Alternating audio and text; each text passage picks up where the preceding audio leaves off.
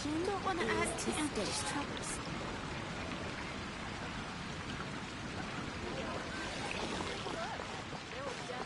The neighboring nation of Leo has the most prosperous commercial venture in all of that.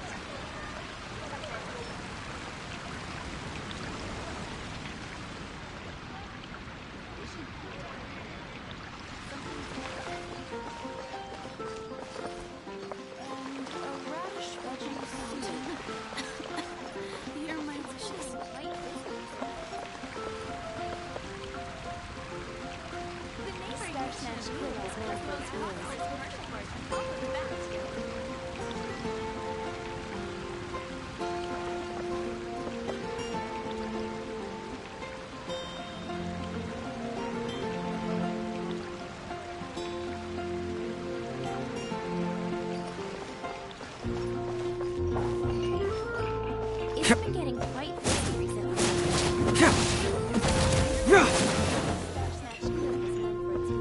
I guess I'll post a commission at the Adventurers Guild. And a radish veggie soup.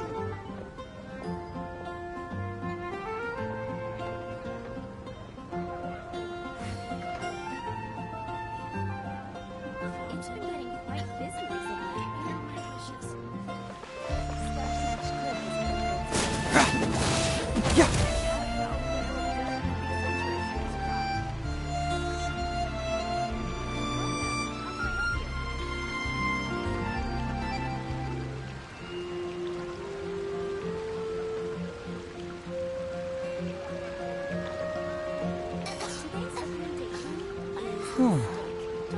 My intuition tells me that something very interesting is about to happen.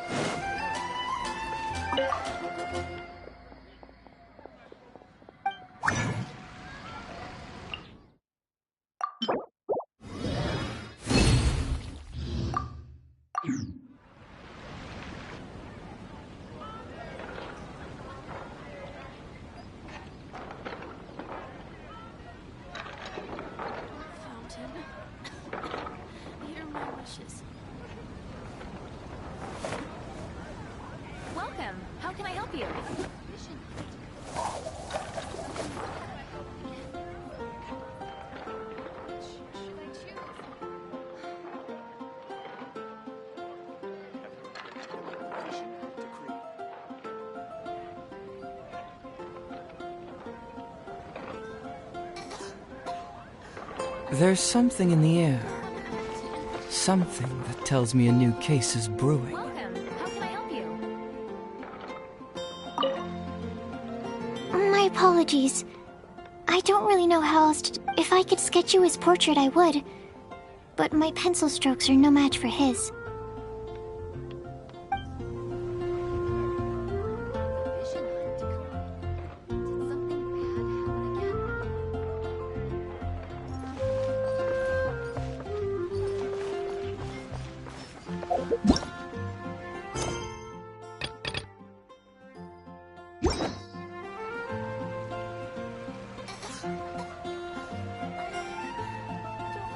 The neighboring nation of Liyue has the most prosperous commercial port in all of Tibet. I guess I'll risk a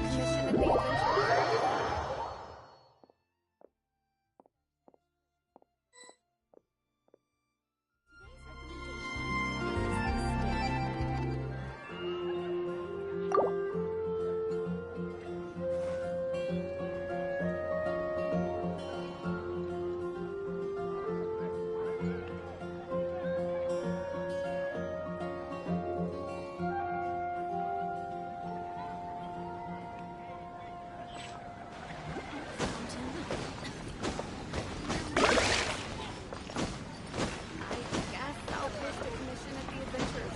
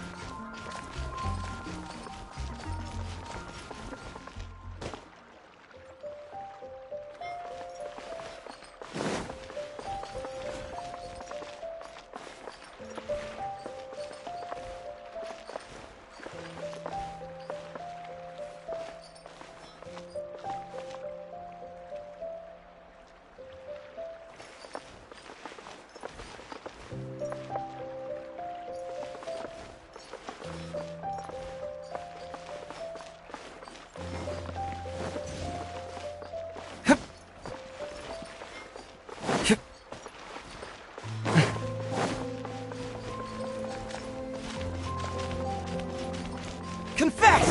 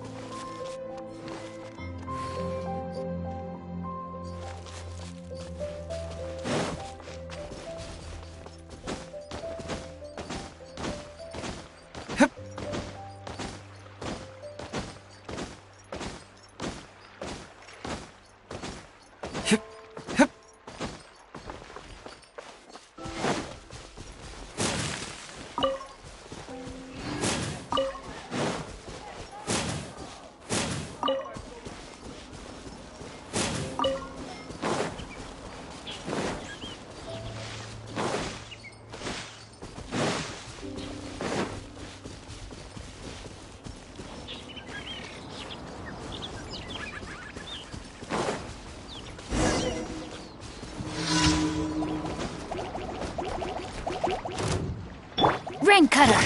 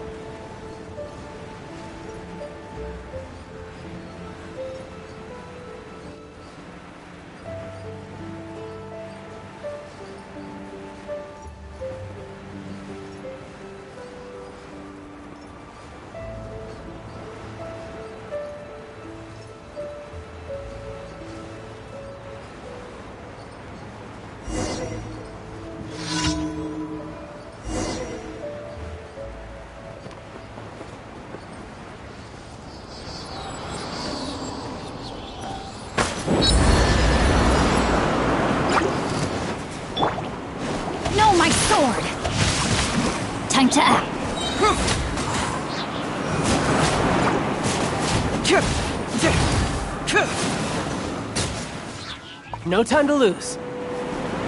You can run, but you can't hide.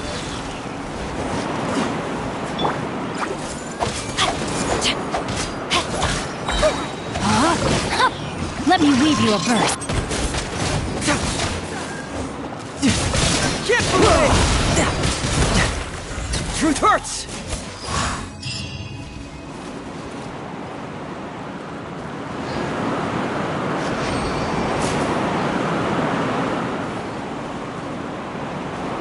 I think you...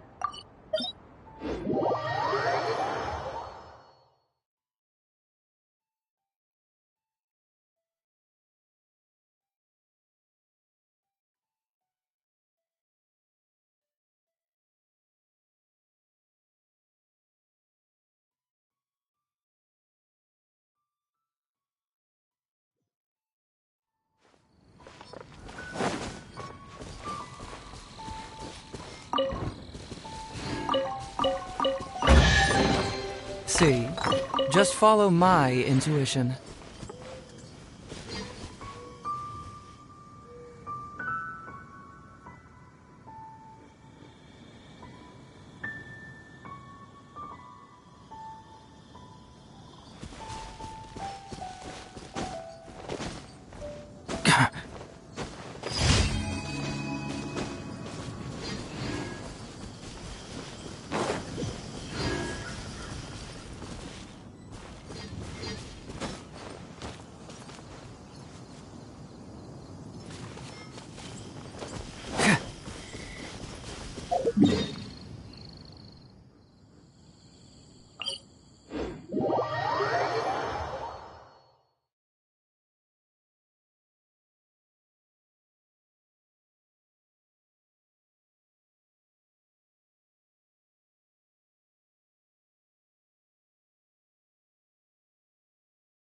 Doing detective work means you gotta walk the walk.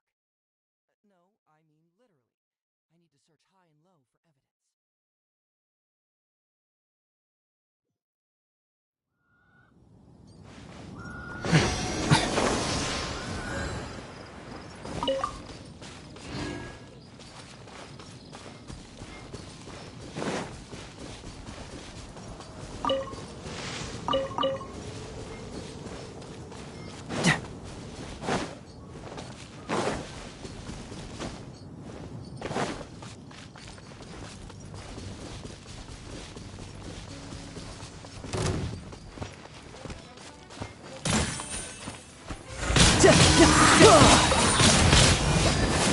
Brace yourself! This is gonna hurt!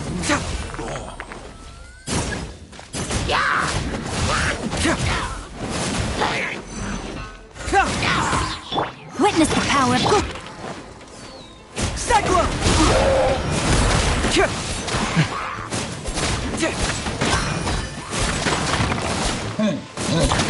Fracture!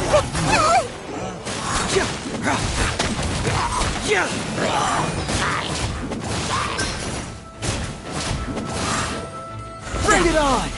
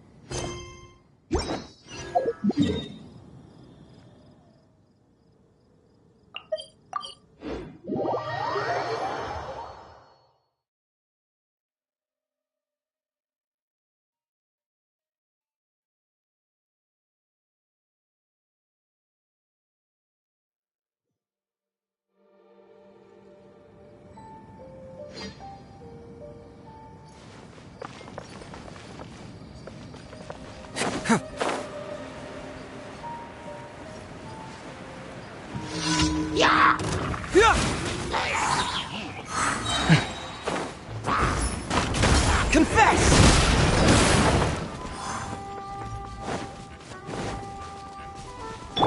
Rain outlines your fate.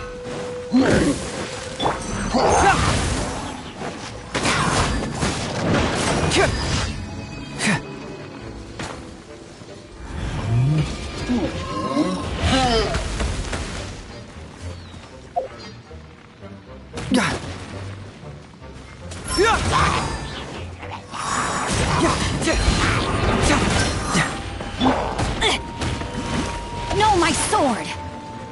No time to lose.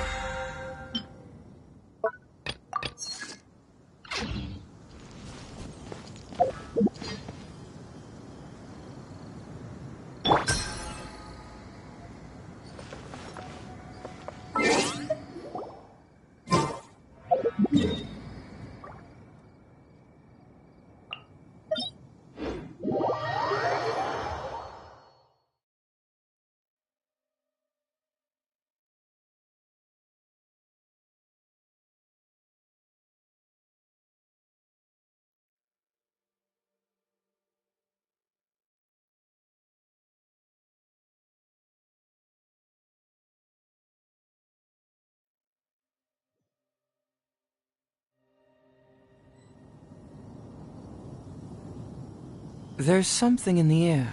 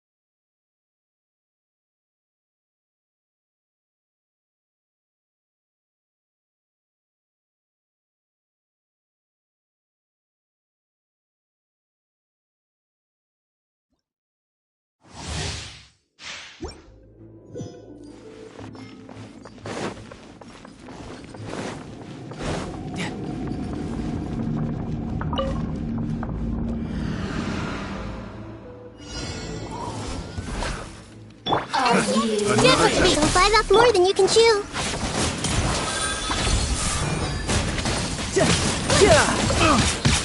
Shouldn't let your guard down. Get moving!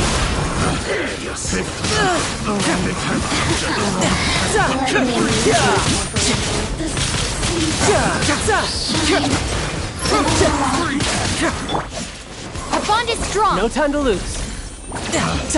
Picked the wrong test subject.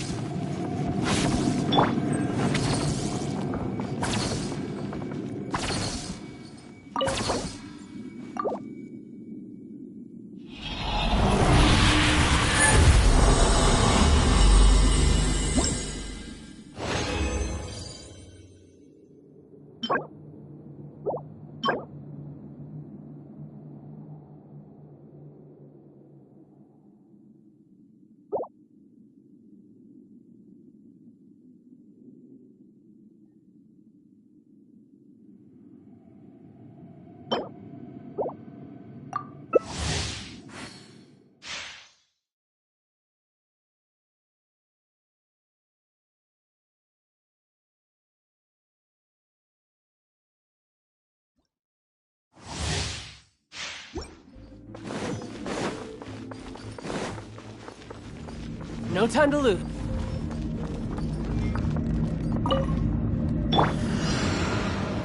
Are you Another here to play with me? Make yourself at home. Let me amuse myself. Brace yourself. It's gonna hurt. I got the wrong test subject.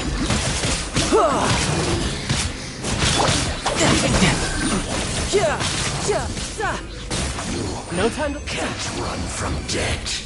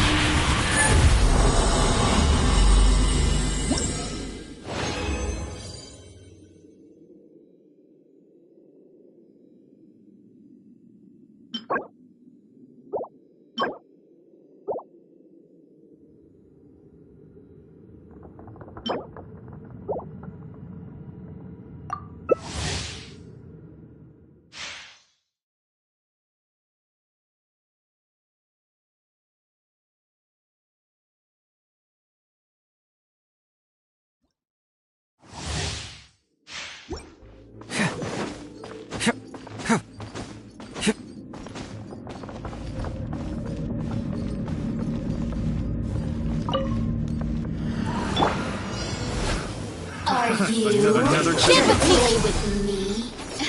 The Temple of Let Wisdom. me amuse myself a little. Couldn't let your guard down. The wrong test subject. Take! Out of my way! Dissipate!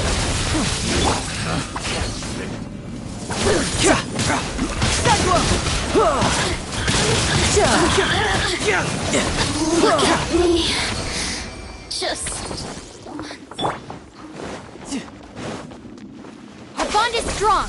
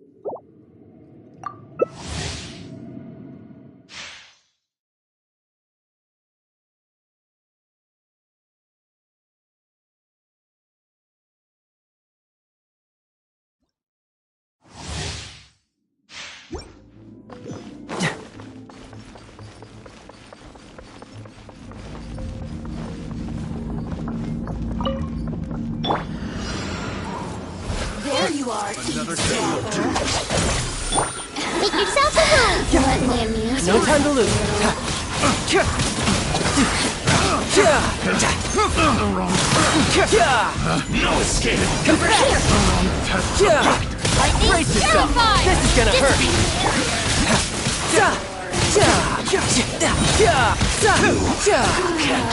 resistance. Shine. The wrong test subject.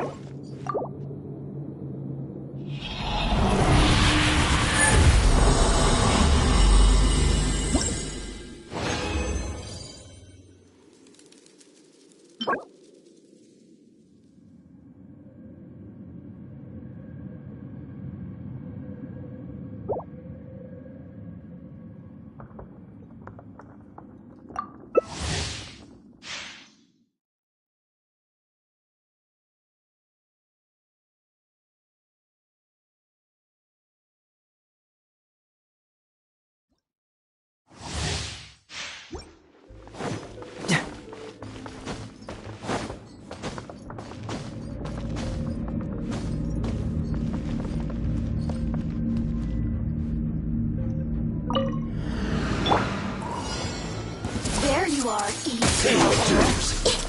Hear me now. The merrier.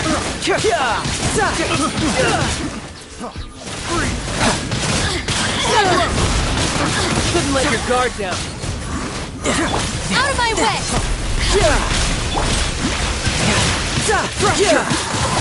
Let me amuse myself. Picked the wrong test subject. Stand with me!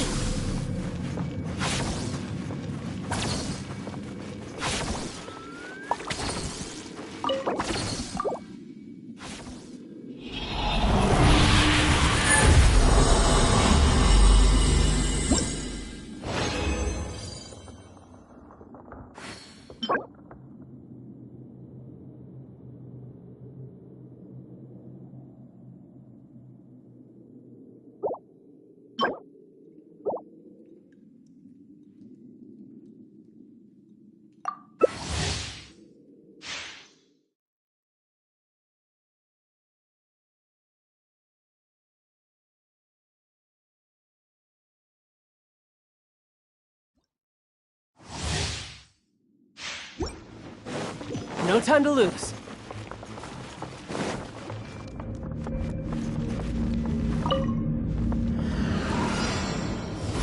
Our bond is strong! I got careless. Make yourselves a warrior! Confess! I'll settle this! Brace yourself! This is gonna hurt! Can't fool me!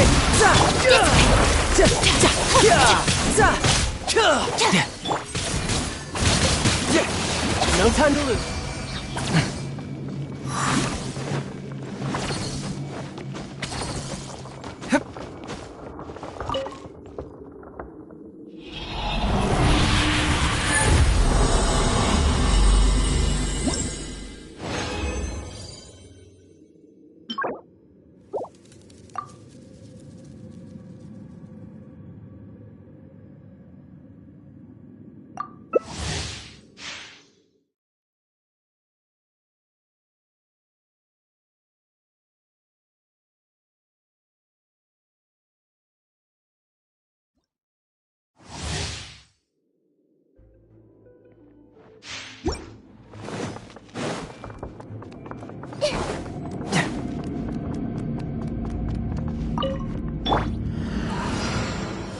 There you Stand are. with me!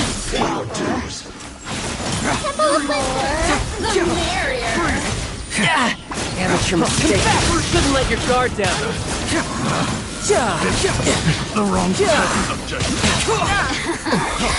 Out of my way! No time to lose. Our bond Step aside. It's my turn. Brace yourself. This is gonna hurt.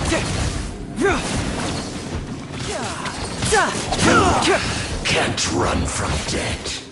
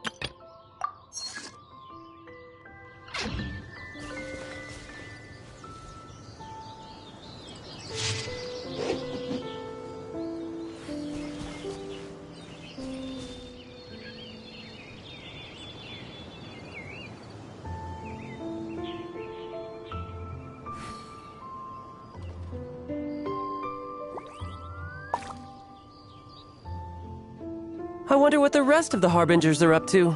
Plotting and scheming on an ever grander scale, no doubt.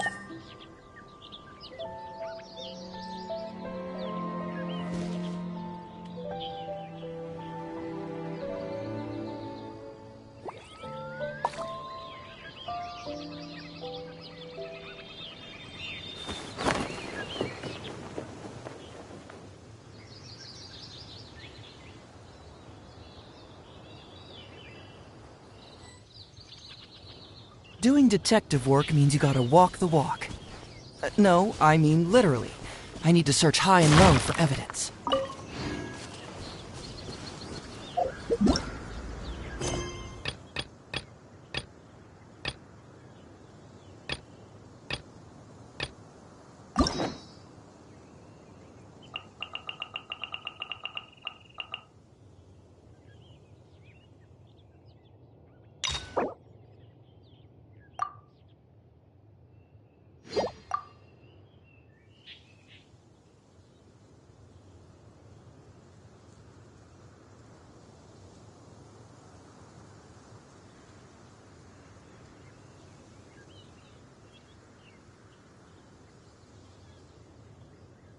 There's something in the air.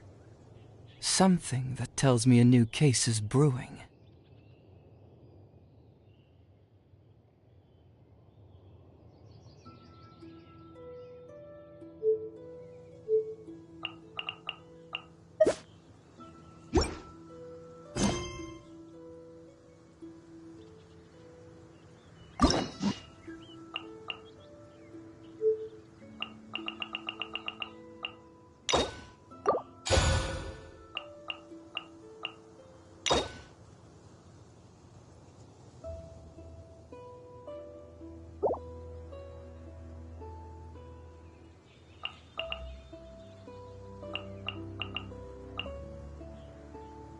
Doing detective work means you gotta walk the walk.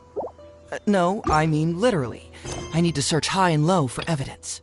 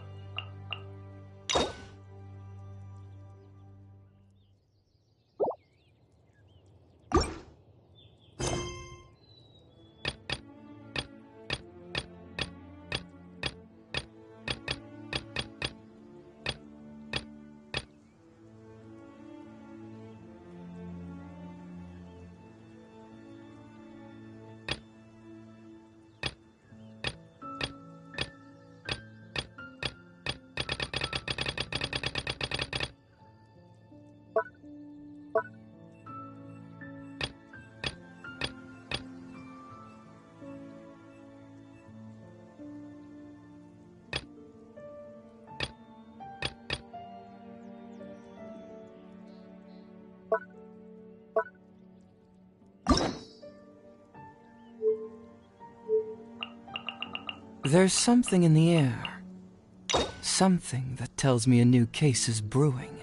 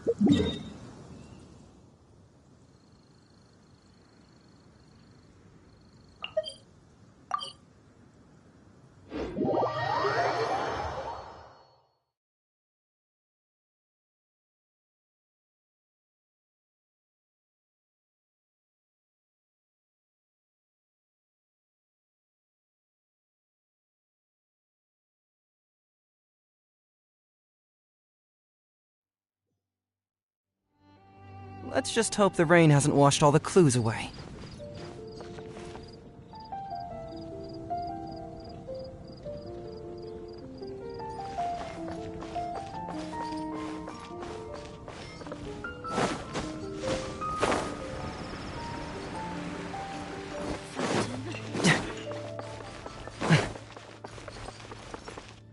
Haven't you heard?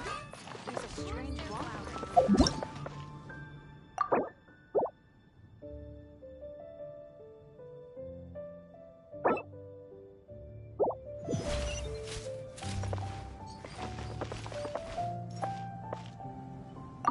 Ad Astra. Thank you for completing. Ad Astra.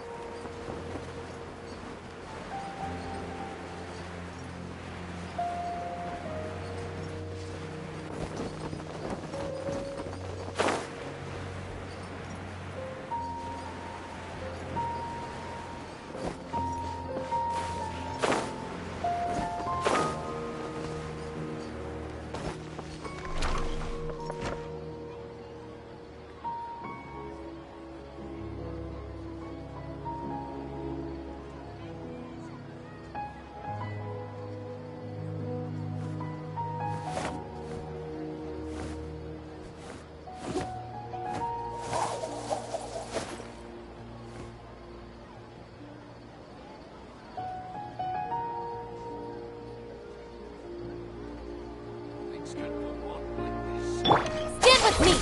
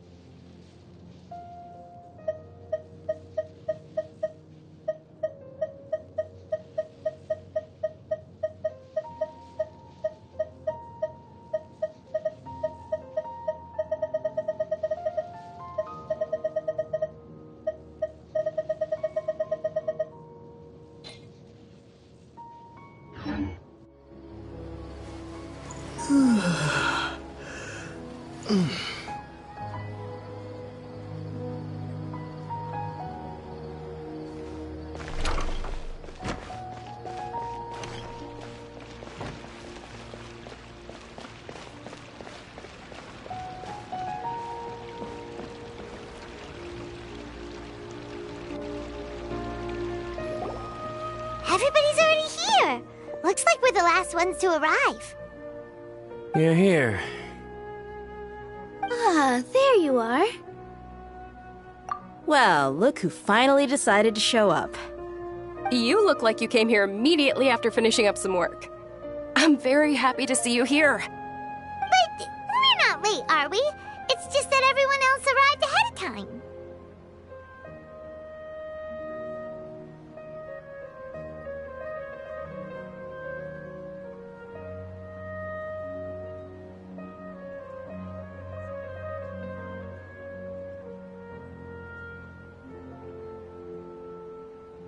I propose that the last one who arrived be put in charge of today's speeches.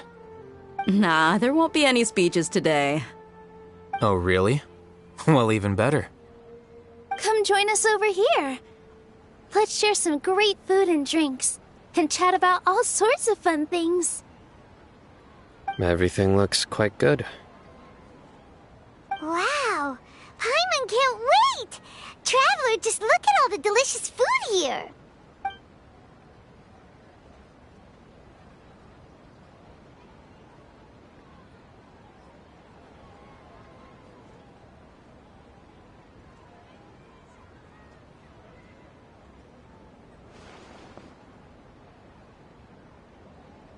Whoa! It's so delicious! Oh, this grilled meat tastes amazing! The food was specially prepared for you by everyone in the Grand Bazaar. And we have gifts that were sent by the residents of Sumeru City when they heard we were holding a feast. Everyone that came said that you saved Sumeru, and wanted me to thank you all on their behalf. Ah, feels kinda nice to be seen as a hero. I could get used to this. Being a bodyguard is also a hero's job. You've always been amazing, Dia. My lady sure has a way with words. Thanks. I'm glad to hear it. And I'm happy to meet everyone that participated in the great plan. Don't mention it. Come to think of it, we've really done something impressive together. It's unbelievable. We owe it to our abilities. And luck. Really? Why do I remember everybody thinking that luck was against us and feeling like we hardly had a chance of succeeding? That's how I remember it too. It's luck that brought us together, and it was luck that let us form a team. Then, it took even more luck for us to formulate a plan and implement it successfully. Moreover, judging from the results, everything worked out well. Yeah, everyone gave it their all when it mattered most. It was almost like a performance. We took the stage and put on our best show. Everyone played their part, and thanks to everyone's efforts, the performance was a great success. So, would you say we're good actors too? It's such a blessing that Lesser Lord Kusanali was able to return to power at the Academia. Yes, even after being abandoned and neglected so many times, she's finally returned.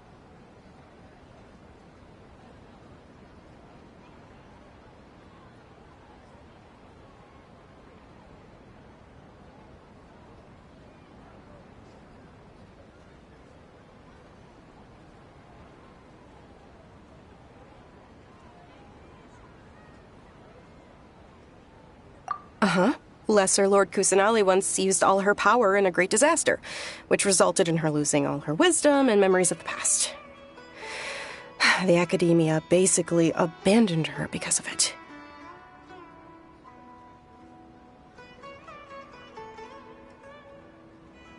This should be something everybody should remember. Huh? You look surprised. I didn't say anything wrong, did I? No, everything you said is correct. That's good. Something wrong? Yeah, what's with that face?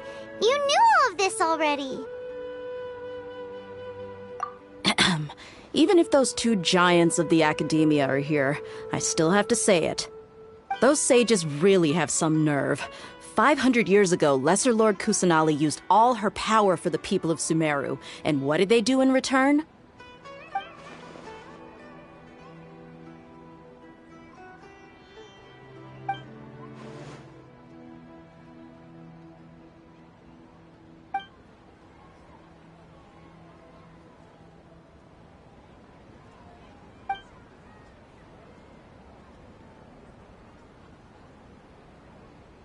If you bite the hand that feeds you, don't act surprised when it turns into a knuckle sandwich, right, Sino?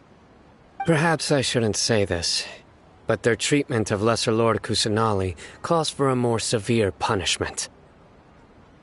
You could simply tell Lesser Lord Kusanali that you wish to have Azar and his accomplices severely punished.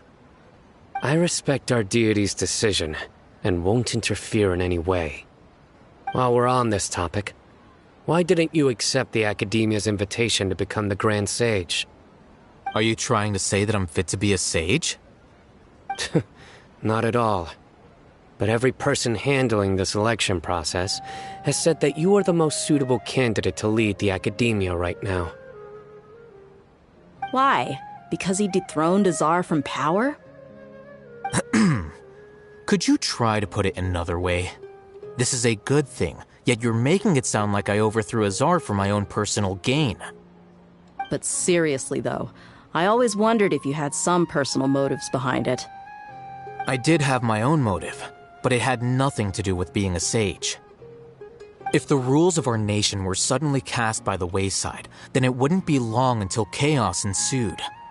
I had no intention of letting their dreams disrupt my life. By that, you mean your life working as the Academia's scribe. Precisely.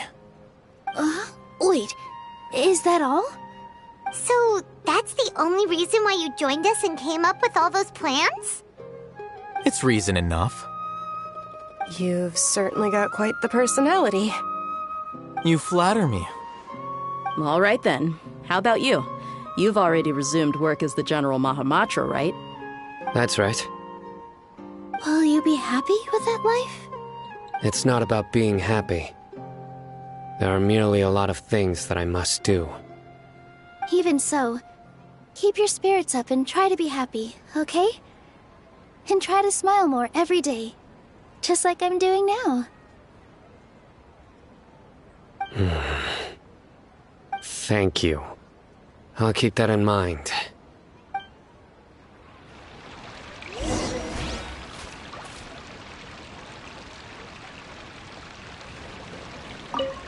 I seldom participate in such lively gatherings, but the atmosphere here is quite good. No. This gathering today has a unique meaning. The Grand Bazaar is lively because the people here feel happiness from the bottom of their hearts, unlike the farces at the Academia. That happiness is an emotion that'll be forever alien to those bookworms who have driven themselves insane by studying. I seem to have taken both keys when I left the house. Oh well.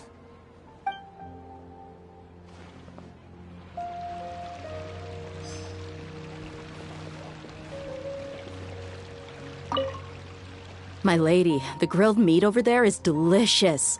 Have you tried it? Yes, I also tried some fruit just now. Oh, they're very sweet. What an amazing place to relax. No wonder everybody likes to rest at the Grand Bazaar. You said it. Oh, look who else is here. Hello. Oh, I'm so happy Nilu invited everybody.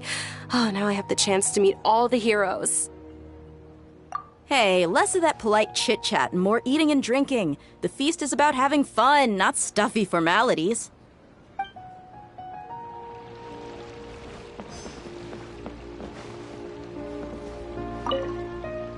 The atmosphere here is good, and everything is delicious. Yeah, I don't often come to such places, but it feels quite good. I have a lot to handle these days. Otherwise, I could show you around. There's always next time. We're friends after all. This feast is pretty good. I like it.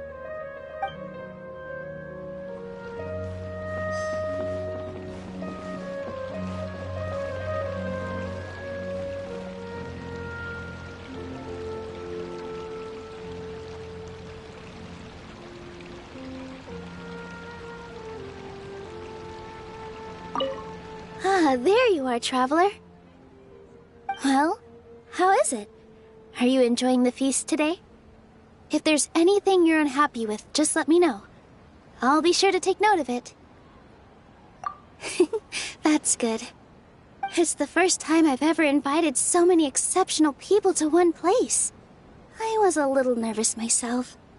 You see, every guest here is quite extraordinary. It's unbelievable that we've got everyone together here. Almost like a fairy tale. Make sure you live it up tonight. I'll be happy as long as you're enjoying yourselves.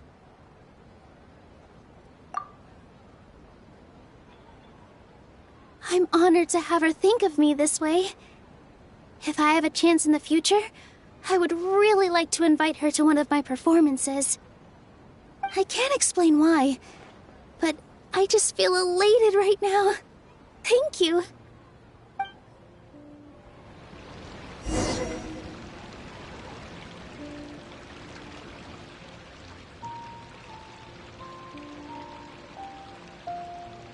Hey, what's wrong? Your head is starting to droop. Hey, you can't just fall asleep here. Paimon will go find something delicious for you to eat. You'll wake up once you've put something yummy in your tummy. Of course, just wait here for Paimon.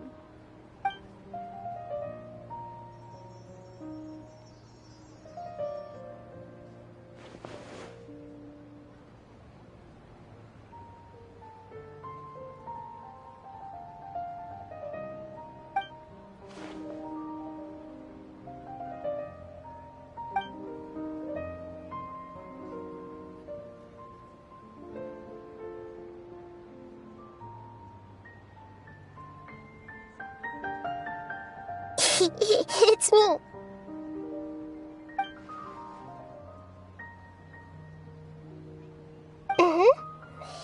You may blame me for being a bit too self-indulgent. I was thinking about talking with you, and the next thing I knew, I had made a connection with you. The connection between us is amazing. It's like flora and the fence it grows upon. I heard there's an amazing celebration feast today at the Grand Bazaar. I wanted to have a look for myself, so I snuck in. Lately, I've been so busy dealing with all the fallout from recent events, so I really haven't had any free time. Although you've already helped me with a lot, there's still one more thing I hope you can help me with. Please say thank you to everyone for me.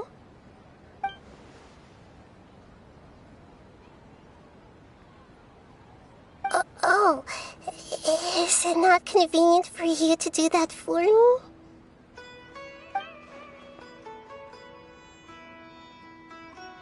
But if I just show up all of a sudden, people will become all quiet and stiff, won't they? What if I end up scaring them and ruining this wonderful feast? That'd be the last thing I want.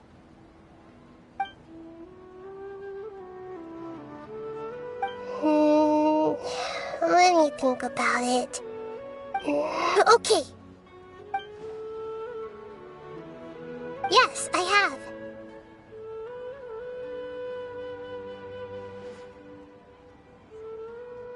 You said I should go thank everyone as myself, right? So, I've decided to borrow your body for the time being. Please don't blame me. The flora also climbs up to the fence to get closer to the sky.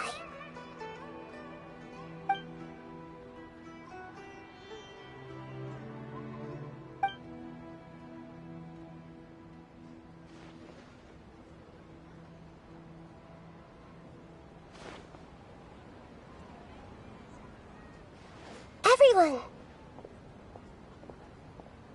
Are you awake now? Paimon was just about to bring you the food. It's me. Huh? That voice. Nahida? Hold up. What's going on? I didn't expect to have a conversation with the consciousness of Lesser Lord Kusanali in the Grand Bazaar. Interesting. Is this also a part of the feast? No, of course not.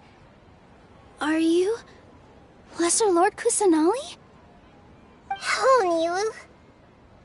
You know who I am? Yes, I already know every one of you. Nilu, Alhaitham, Sino, Dia, Paimon, and Dunyarzad. Lesser Lord Kusanali? I took the liberty of occupying the traveler's body so that I could thank all of you in person. Thank you so much for rescuing me, even if that meant placing your own safety in peril and taking the risk of becoming enemies with the Academia, the sages, the doctor, the balladeer, and even the entirety of Sumeru. Without you, without any of you, I would have been in a much more difficult situation. Had you not helped me to resolve the crisis, not only I, but Sumeru and even the entirety of Tevat would have suffered great misfortune. People refer to you as the heroes who managed to rescue a god. I'm quite fond of this name. It not only explains your identities, but also bears witness to your relationship with me. Please, allow me to present to you my most sincere gratitude. Lesser Lord Kusanali, you have done so much for Sumeru, and I didn't even have a chance to do anything for you. You don't have to do this. Dunyarzad, the suffering you endured during your illness is also proof of you being with me and praying for me. Thank you. You don't need to be so ceremonious. It's always been my duty to protect you. This is how the relationship between the Academia and Dendro Archon should be. We just did what was necessary and set things back on the right path. You're an Archon, but you act so humble. You really don't need to be so polite with us. I'm honored to have been able to take part in this plan. I hoped you liked the dance I dedicated to you. Thank you, all of you. Thank you so much.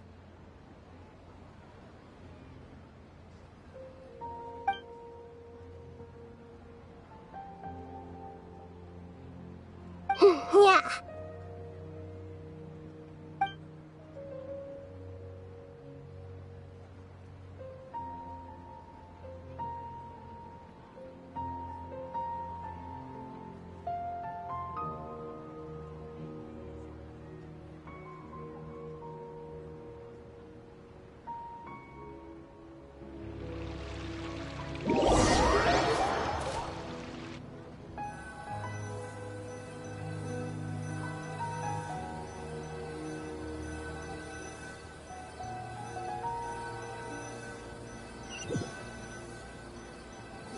Are you awake?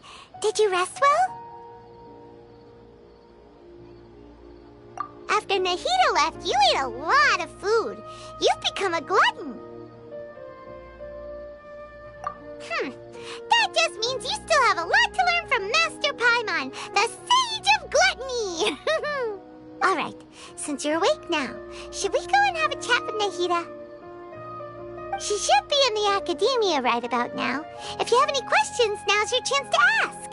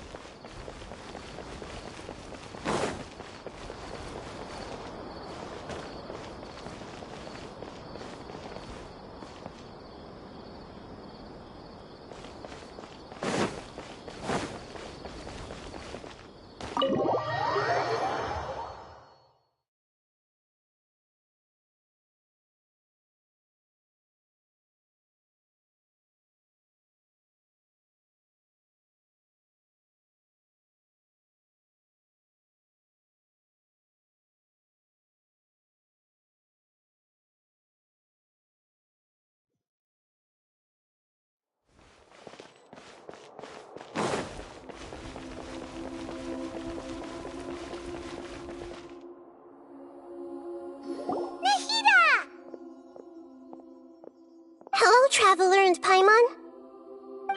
What a fantastic night. I'm still immersed in all the happiness and joy, like a candle floating on water. So are we, and that's why we're here to talk with you.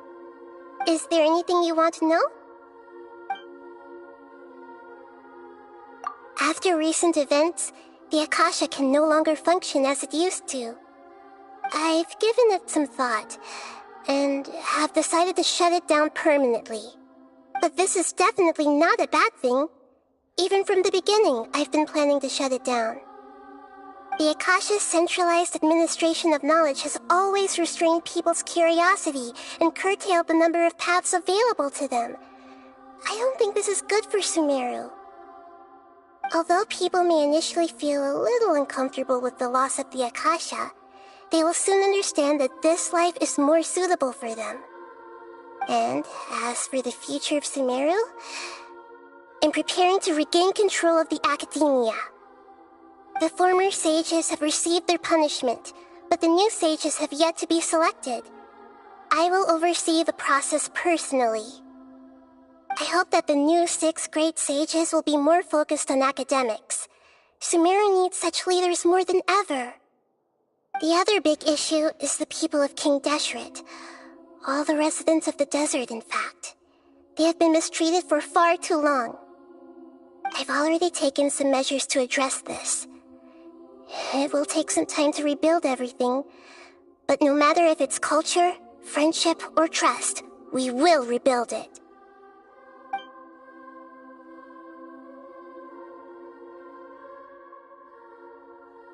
You mean, what happened after the doctor put you to sleep?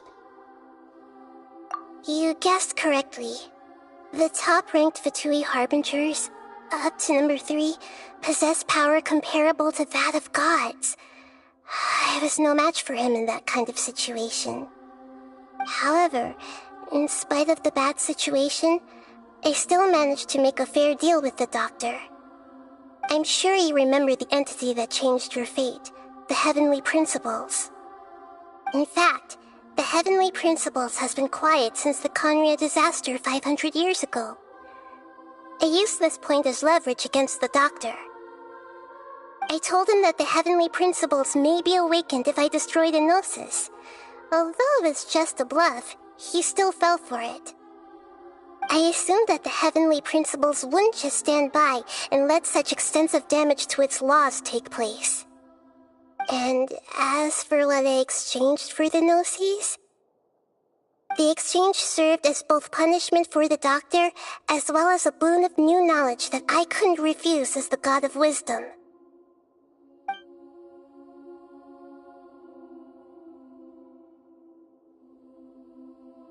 He's still in a coma. I've hidden him like how one would hide a feather. I know you have many misgivings about him, but as someone who had become a god, he has retained a number of very useful features. Don't worry, I'll keep an eye on him and make sure he doesn't do any evil. In addition, there are still some mysteries left in him. Some things may be very clear from my perspective, but he is still yet to understand them himself. His future will be determined by fate.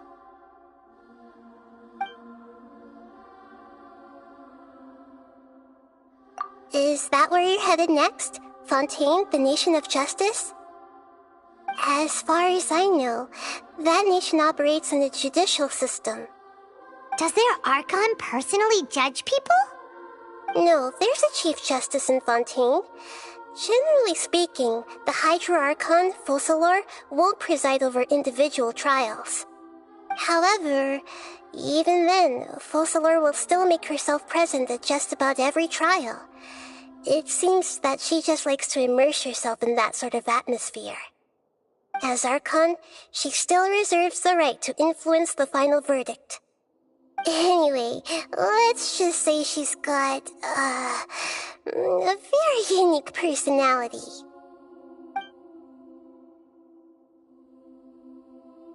Are you sure? Isn't there something else you haven't asked about yet? Huh? You mean... About your sister. While you were resting at Gandharvaville, I took some time to perform an Irminsul search for information on your sister.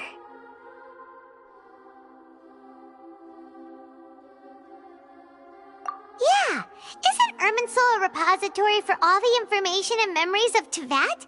So there shouldn't be anything on him or his sister. This is true in your case. Irminsul indeed does not have any information on you.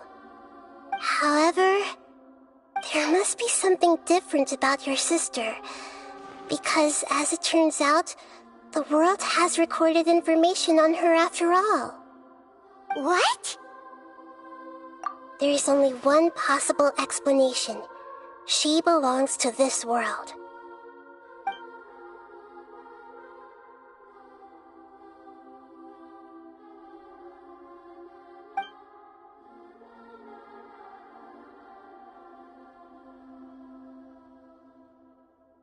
But nothing about this makes any sense! Wasn't this your first trip to Teyvat? According to the records I was able to access, your sibling suddenly appeared in Conria. After the Conria disaster, she began her journey through the 7 nations of Teyvat. But just as her journey was about to reach its conclusion, the Irminsul records on her suddenly become fuzzy. What do you mean, fuzzy? Did something happen to her? All I know for sure is that somebody, for reasons only they can know, is deliberately obfuscating her fate. And whoever it is, if they can do that, who knows what else they're capable of. But even that wouldn't explain how she somehow comes from this world. Something else I noticed was that according to these records, the Fatui have not classified your sibling as one of the Descenders. What's a Descender? Paimon's never heard of it. Look, I'm sure you must be curious about the information I received from the Fatui in return for my gnosis, right? A very important part of the intel was about this world's Descenders. External beings, ones that don't belong to this world. Traveler, you are Teyvat's 4th Descender. Huh? So the Fatui count 3 other Descenders before the Traveler, and his sister isn't even one of them? That's right. My current hypothesis is that the first Descender was likely what we now call the Heavenly Principles. As for the other Descenders, I still need to verify their existence. It could take me some time. Paimon's head's about to burst from all this crazy new information. And yet, even knowing all this, I'm sure you must still have a lot of unanswered questions. I must say, I truly regret that I can't help you more as the God of Wisdom. There are many questions in my heart as well. I will need some time to go through each one of them. And soon, you'll also begin your journey anew and depart from Sumeru. I'm very interested in your future. It's a journey that can't be observed or recorded by this world. If fate is the ultimate knowledge, then your future will be the ultimate fate. Paimon's sure glad we got to meet you, Nahida. The pleasure is all mine. I can't thank you enough. Alright, that's enough talk for today. If you ever miss me, just close your eyes, and maybe I'll appear in your dreams.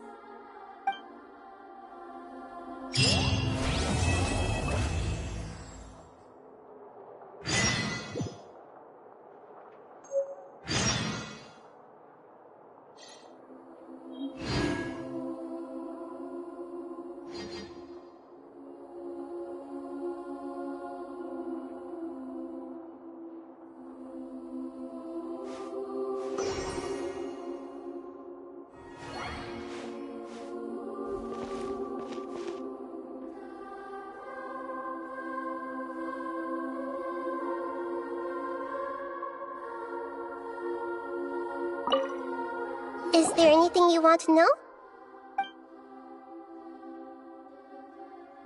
And soon, you'll also begin your journey anew. I'm very... If fate is the... I'm unsure. The pleasure is... Alright.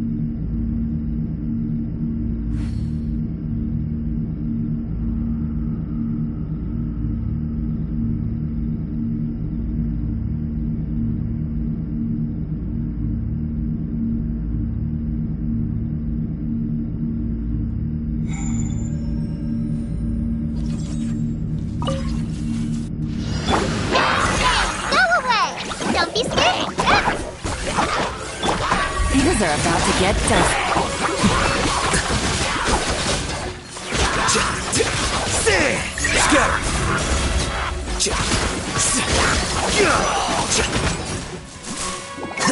Shadow Raven, let night fall.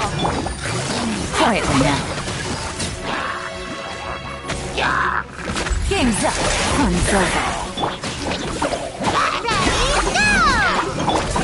Here you are.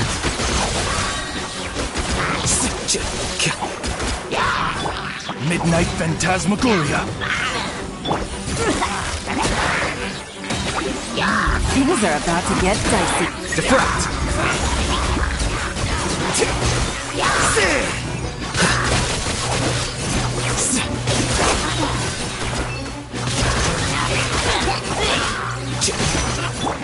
Blaze, you're up!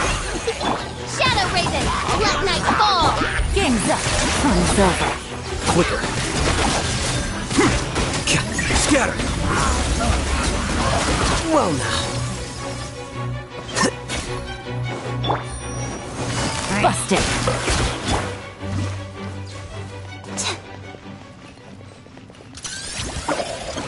As you wish, main Fräulein. Things are about to get dicey.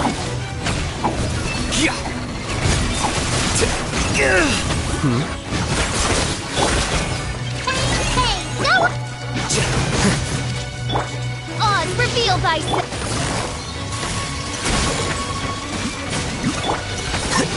The process of elimination. How bold. Here comes the catch.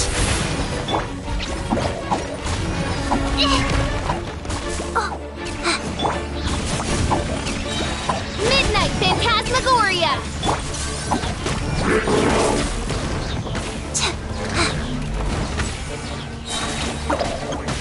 Ready, go!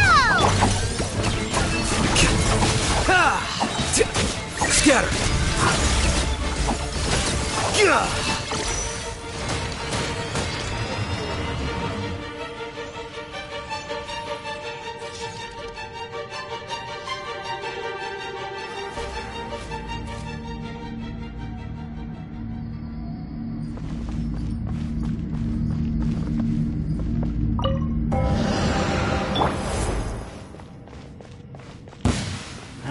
That's enough. Terminate! Lucky Our bond is strong.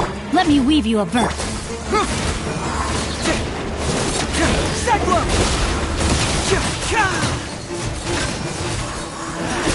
New honey lucky today.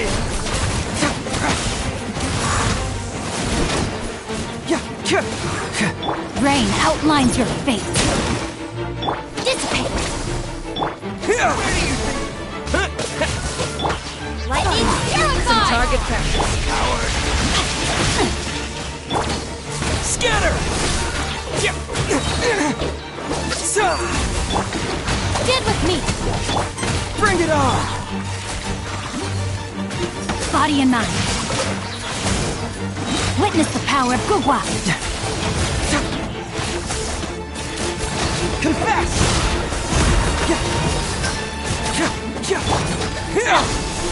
Dissipate. Fracture! Scatter! Stretch your wings and raise a storm! Blow my sword. Spring forth! Where do you think Get you're with going? me. Cyclone!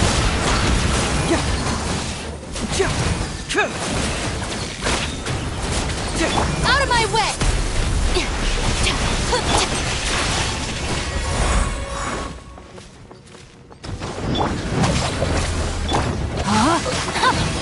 Time to know my sword.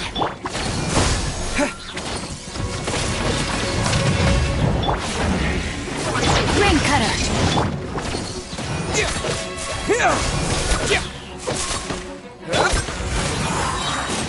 Can't move it! Our bond is strong. Terminate! Reverse!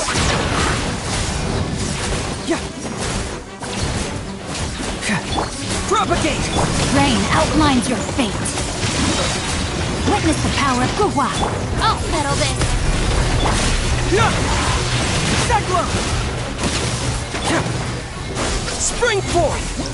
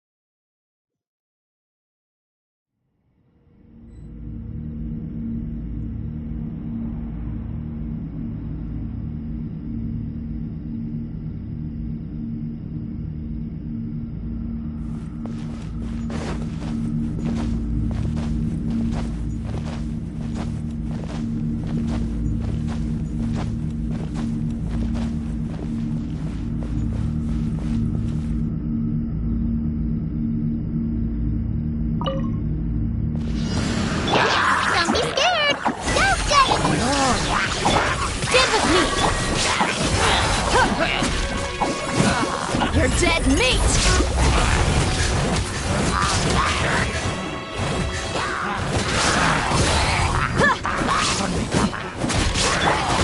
Upon illusion shattered! You, Blade! You're up!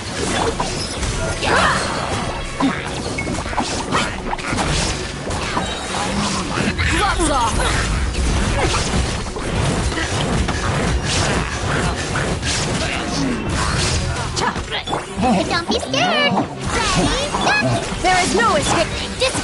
Stay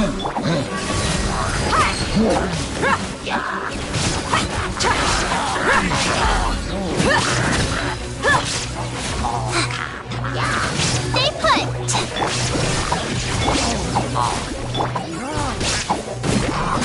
You're dead meat!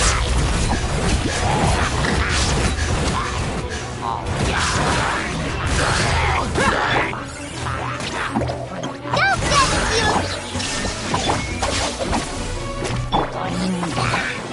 Look alive!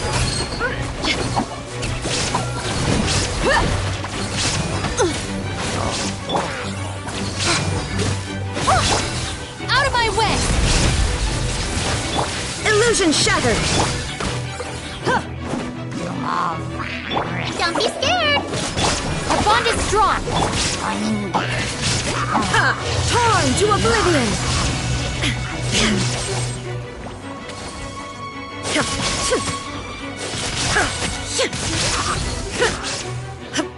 Shine down! Stay put!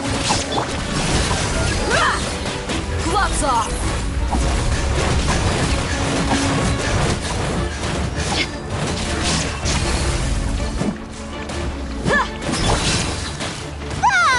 Ready, go! There is no escape!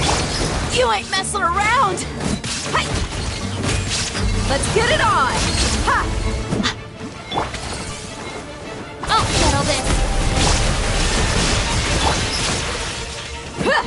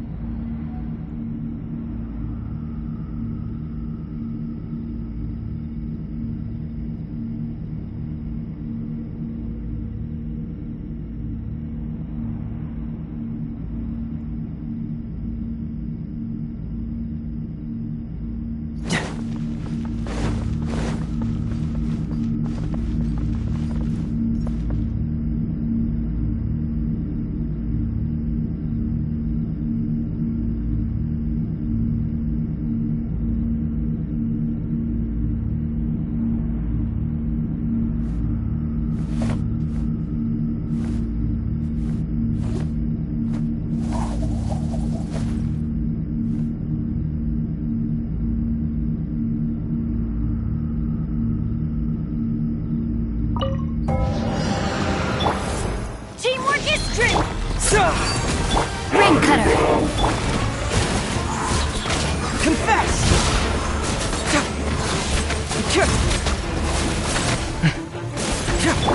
Scatter! Let's light it up!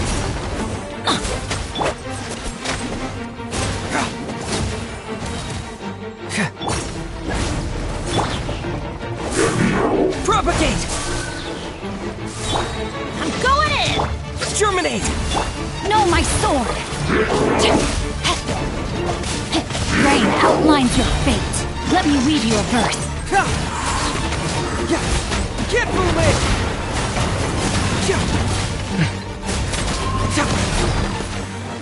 Off we go! Teamwork is dreamwork! Springboard! No, my sword! Rain cutter! Confess!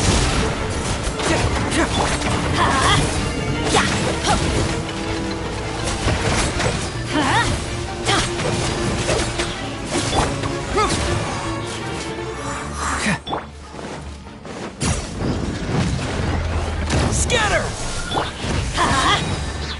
I'm going in! Rain outlines your fate. Let's light it up! Propagate! Let me weave you a verse. Cyclone! Everybody stand back!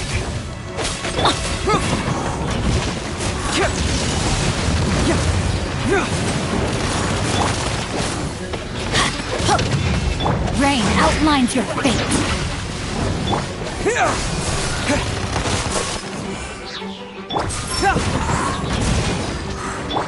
Spring forth!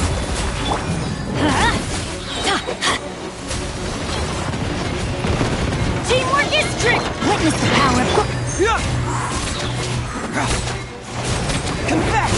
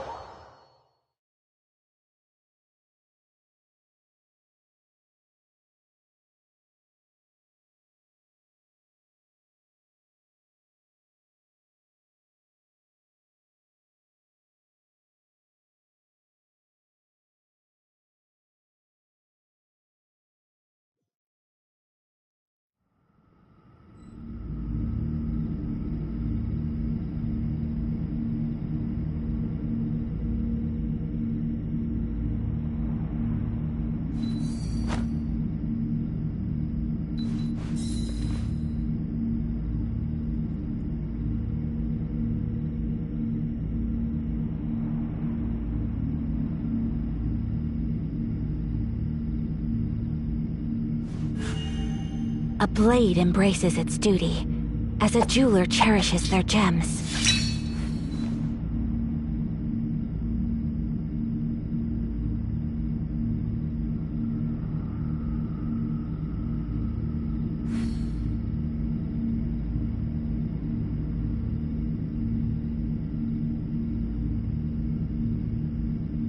A blade is like a tea leaf. Only those who sample it many times can appreciate its true qualities.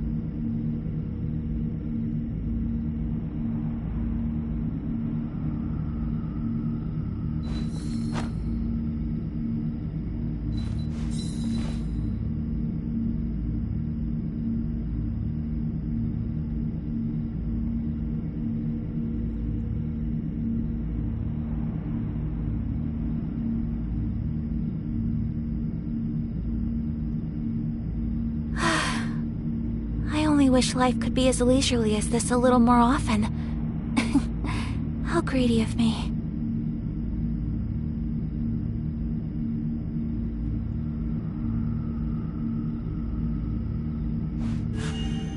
A blade embraces its duty, as a jeweler cherishes their gems.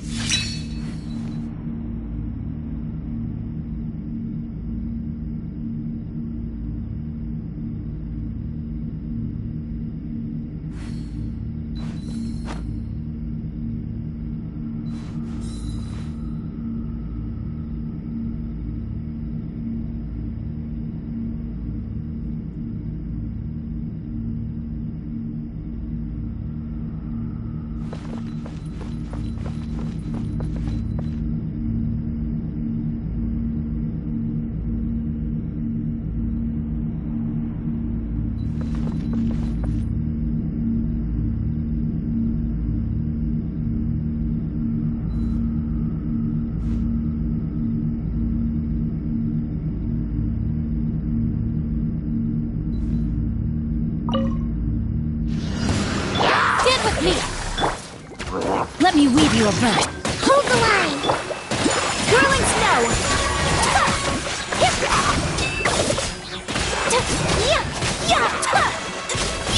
Kamisato art! Sumetsu! Lightning purified! The bond is strong! Ring cutter! My apologies!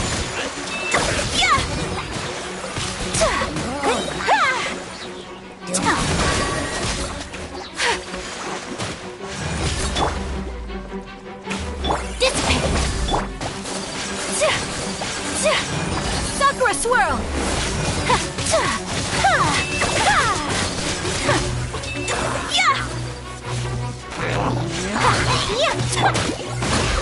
Let me weave you a berth. Stand with me. Take flight.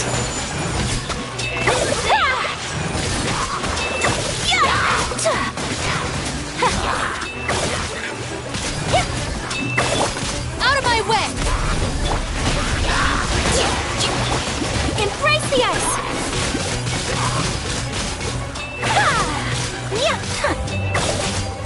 Whirling snow.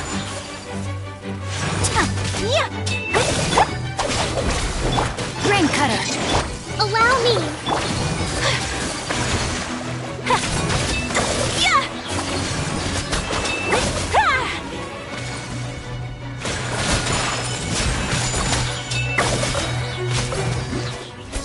Our bond is strong!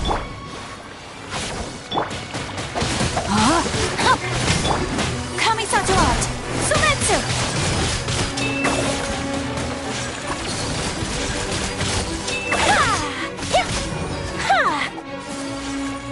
Dissipate. My apologies.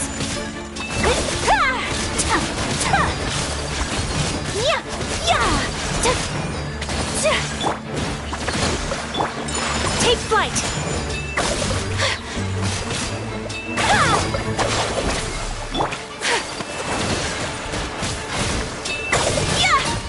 My apologies.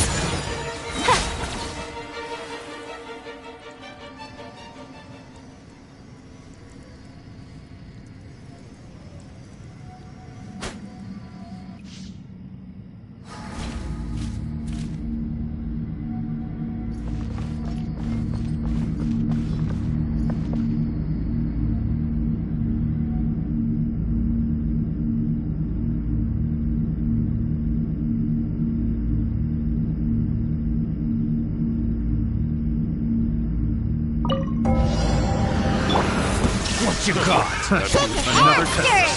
Can't handle you. Not now. Don't be scared.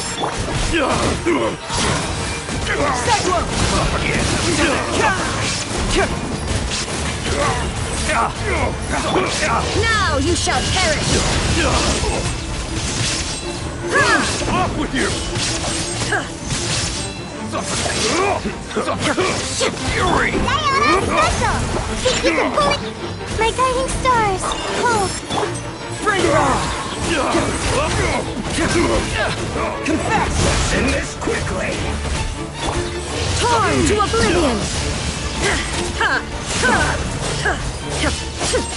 I will end you. Not now. Don't be scared. Can't handle your dreams. Fracture! Cyclone!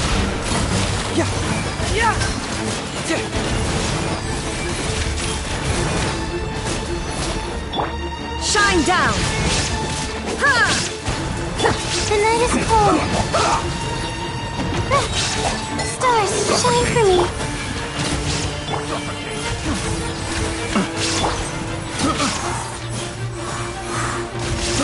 I got careless. Inazuma shines eternal.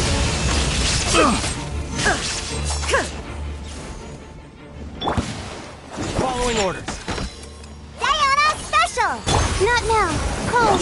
Mine's command. There is no escape. Confess!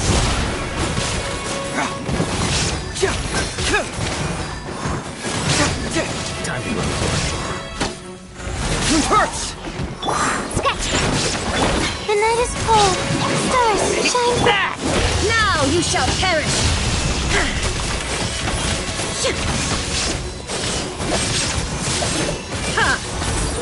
Where do you think you're going? Can't handle your dreams. My guiding stars. Don't be scared. Can't believe it! Where do you think you're going? Shine down. Fracture! Not now.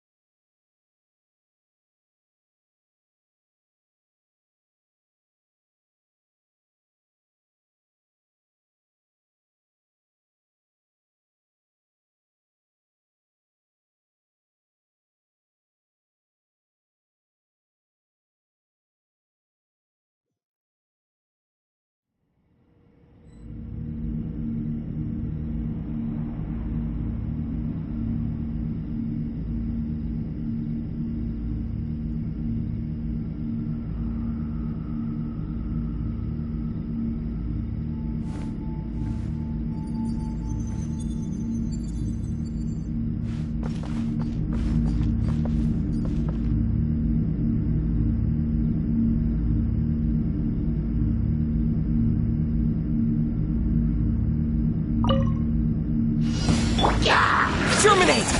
Scatter! Let me weave you a verb. Confess!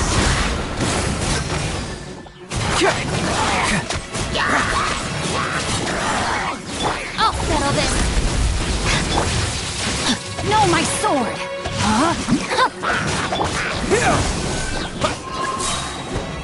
Spring forth!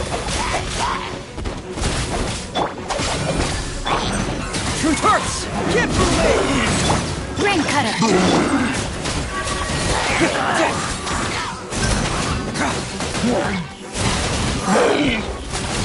Fracture! Confess! Stand with me!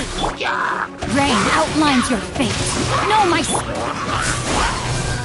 Out of my way! Witness the power of Guwa!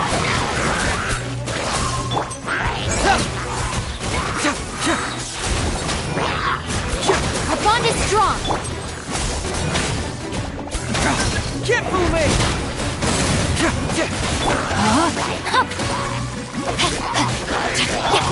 Propagate!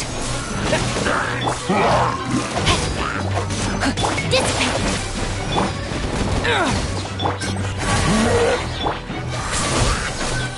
Let me weave you a verb. Spring forth!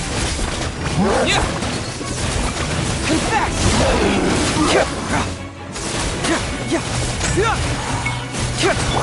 Lightning purified!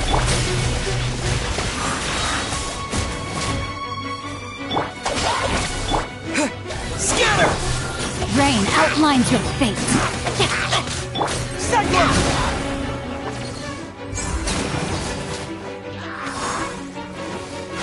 Propagate! Germinate! Witness the power of Guwa! Stand with me! Sorry for the trouble.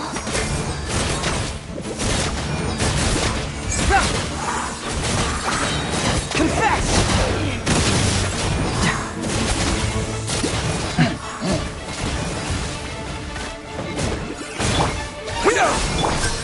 Bring it on!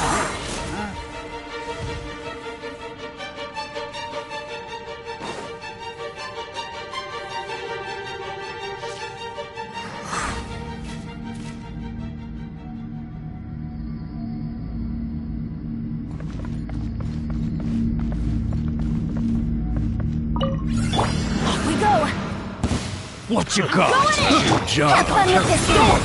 Nice and spicy. Unsightly insects!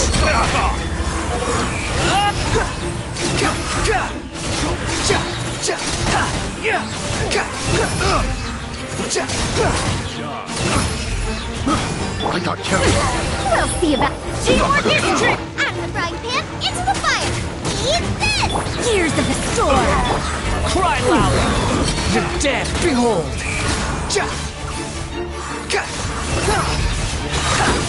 Upon the gale! What you got? Another test. Going in! Wait for regrets! Booba, get them! How's this? Truth repeats its course! Unsightly insects! What you got? Another test subject. Suffocate.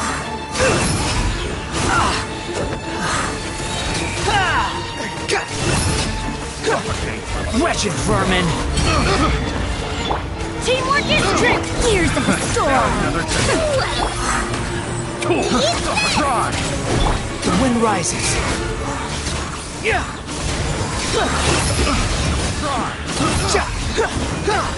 You're dead! Cry louder! I'm sick of this game. Everybody stand! Have fun with this game! Nice and spicy! Behold! Following orders. New punches.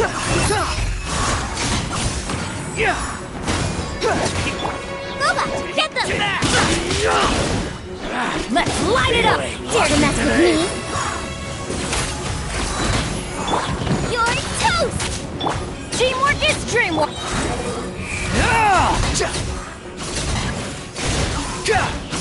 Following orders. Lucky today.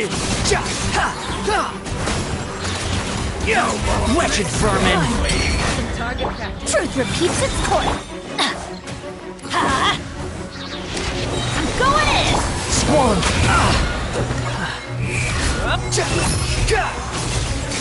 Spread your wings and raise a storm! Search for it.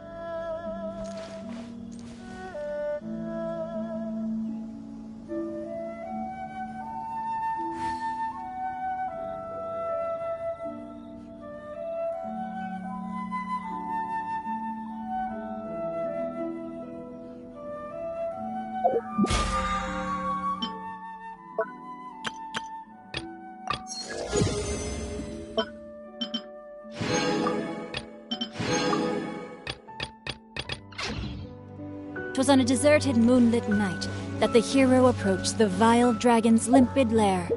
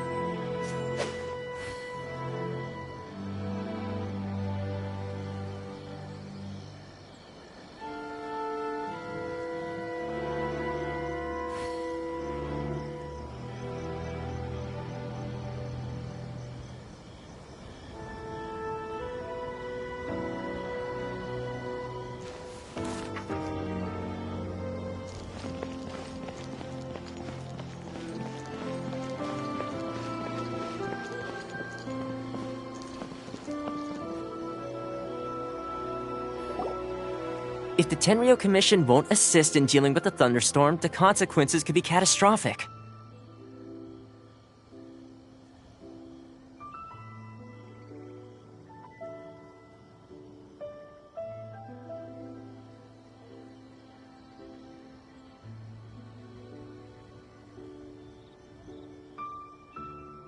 It's not that we're unwilling to do our part. We just don't have any spare hands right now. I hope you can understand. Exactly. So let's keep the discussion going and see if we can find a solution. Hey, Toma! What's going on? Hello you two. We were just talking about what an impact you've made in Inazuma. Greetings. Thank you both again for delivering Miss Hiragi's letter that time. Ah, so they're friends of yours. I'm Master Kamaji's servant. Call me Ippe. Well, the Tri-Commission's work used to consist of gathering information for the Shogun and carrying out any duties she assigned. But recently, she announced that she wishes to spend some time in solitude and self-reflection. Since she is refusing to receive any visitors, there is no one to tell us what to do. We all understand if the Shogun needs some quiet time to gather her thoughts.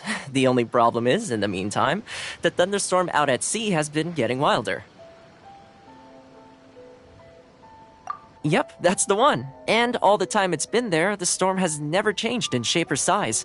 But now, it seems to be drawing closer to Inazuma.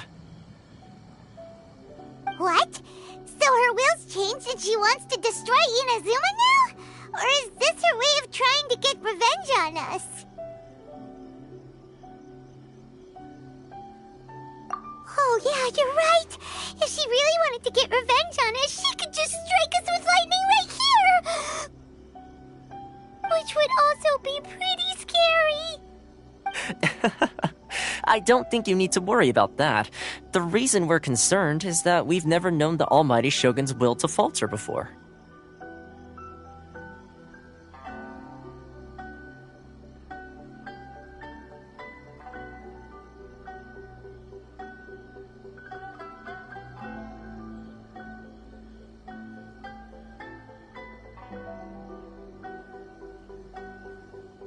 Considering Liyue's god left not too long ago, it's hard not to take it as a bad sign. A lot of people now believe that the thunderstorm is getting wilder because the almighty Shogun is having health problems. The fact that she won't see anyone right now makes us concerned that things are only going to get worse. Right. So, before rumors start spreading, Miss Kamisato got me to come here and discuss countermeasures with the Tenryo Commission. We need to make sure we're prepared to deal with the chaos if and when it arrives. Unfortunately, the reality is that the Tenryo Commission is facing huge internal instability at the moment. The Kujo clan has lost control over the other clans. Huh? Why is that? The Kujo clan is still awaiting the Shogun's trial for colluding with the Fatui and nearly destroying the whole of Inazuma. Everyone knows that a change of commissioner is inevitable. It's just a matter of time before the almighty Shogun hands down her decree.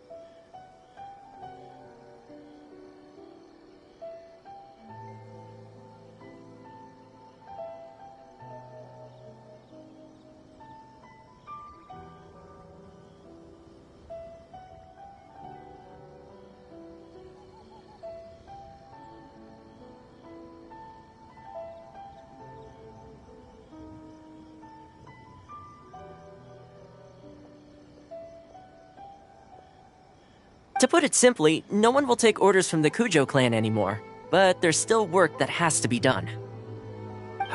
If Mr. Takayuki was in better health, there might be a way through. But now? My lack of ability is to blame. I failed to uncover the truth in time, I failed to stop my father. And now, as acting head of the clan, I'm failing to quell the unrest. Don't blame yourself, Master. You have to at least keep your chin up until your older brother returns. The Kujo clan can't cope with any more instability in its current state. Yes, you're right. Masahito has enough on his plate at the moment. Mustn't cause any more issues for him. Okay, Toma, let's revisit this discussion in a few days. Right now, I need to go visit Takatsukasa Susumu, head of the Takatsukasa clan. He's the only one capable of taking charge of the situation now.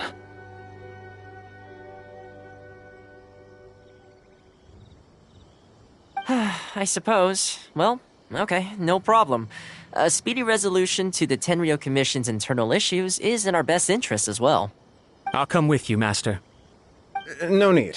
I'll handle this by myself. Oh, okay. Take care then. Come back soon.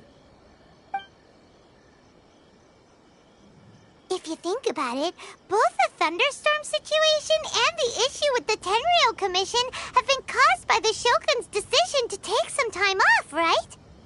If things carry on like this, people will start to panic. Huh? You can actually do that? Don't know for sure, but we may as well try. Whether she takes us up on the offer or not will depend on what mood she's in. Sounds like you guys know what to do. Shall I leave it up to you then? You know, everyone's worrying about the Shogun's condition, but if people got to see her in person, it would put their fears to rest. Thank you very much. I owe you one, again. The way Paimon sees it, there's only one person who might have the chance to see the Shogun while she's isolating, right? Let's take a trip to the Grand Narukami Shrine!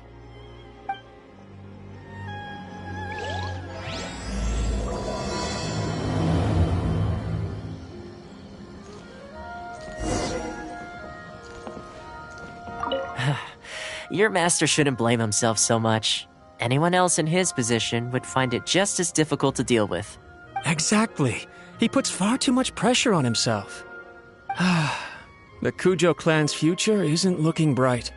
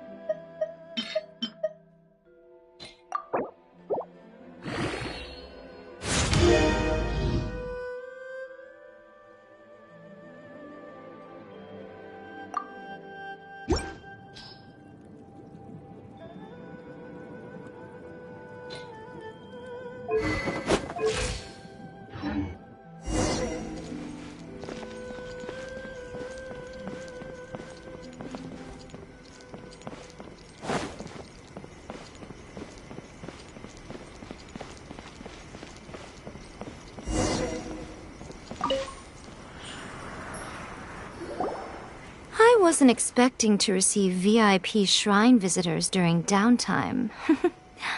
So I suppose you're here just to visit me? How cold. I saved your skin, didn't I? Surely you could at least humor me by engaging in some small talk first? Then again, I suppose your frankness is part of your charm. So tell me, what is the matter? We heard the Shogun decided to take a break, and since then the thunderstorm around Inazuma has gotten wilder. Rumor has it that the thunderstorm is affected by the Shogun's will, so people are worrying that something might be wrong with her. All right. There's little purpose in keeping anything hidden from you anyway. Since the battle, the Shogun has been greatly troubled and her temperament has changed drastically. What? Her power was already on the decline. Then you dealt her that fateful strike. The defeat was a heavy blow to her. It also didn't help that I forgot to bring her some tricolor dango and light novels when I went to see her. Oh, the poor thing. Without desserts and books to console herself with, she was so angry she quite simply lost it. Crying and ranting and raving. Oh, I could hardly bear to see her that way. You expect us to believe that a god would throw a temper tantrum over something like that?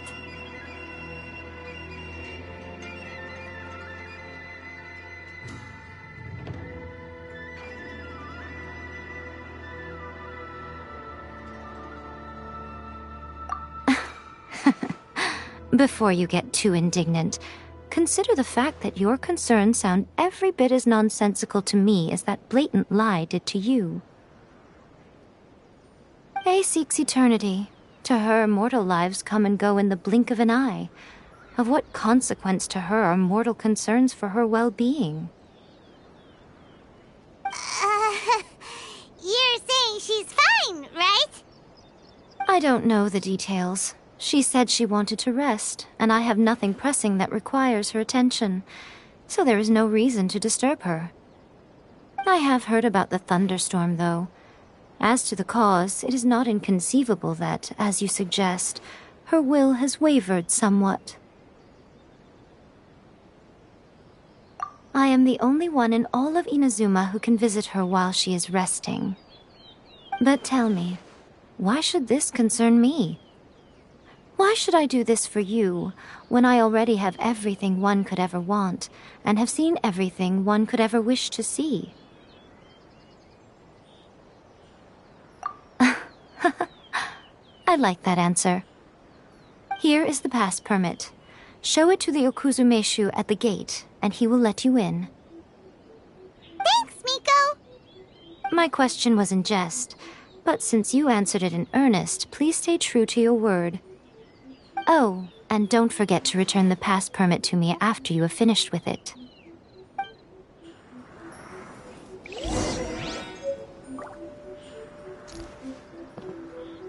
She spends all her time alone. Having a visitor once in a while can't do any harm. As the one who shook eternity, you are her potential for change.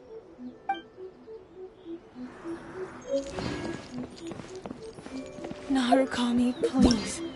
See that he stays.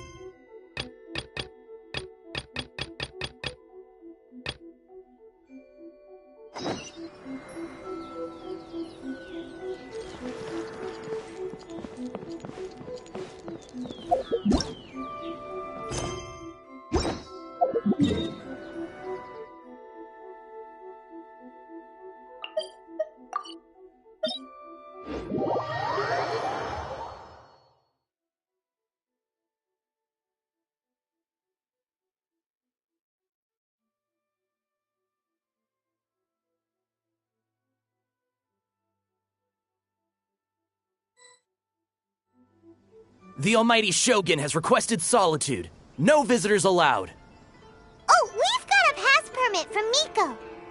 Don't be ridiculous. Lady Guji never gives her pass permit to another person, not even esteemed travelers like yourselves.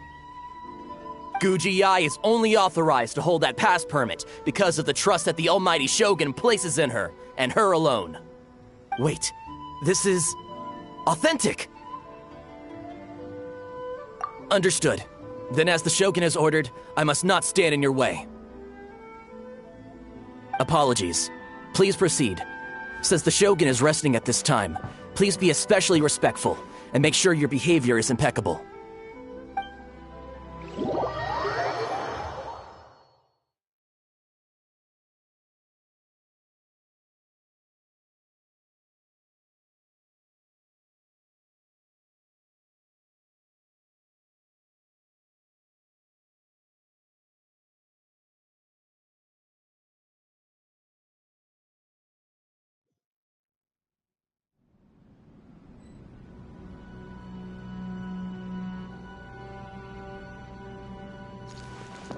Look how she's pacing back and forth. Don't you think she looks a little anxious?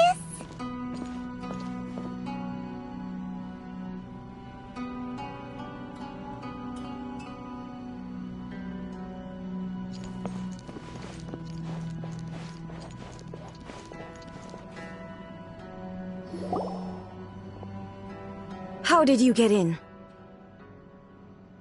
Trespassers are to be eliminated at once. Wait, no, it's us! Why are you treating us like we're your enemies? We made amends, didn't we? Also, we got in by totally legitimate means! Denied. Use of force has been forbidden. Anyway, be gone. Do not disturb my solitude.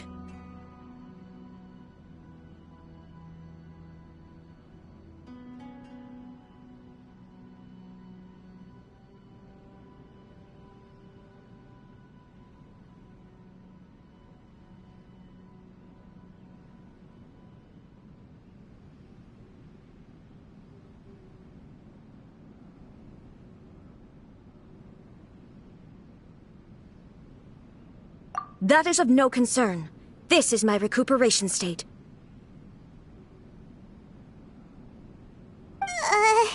What did you make of this? She's acting strange, huh?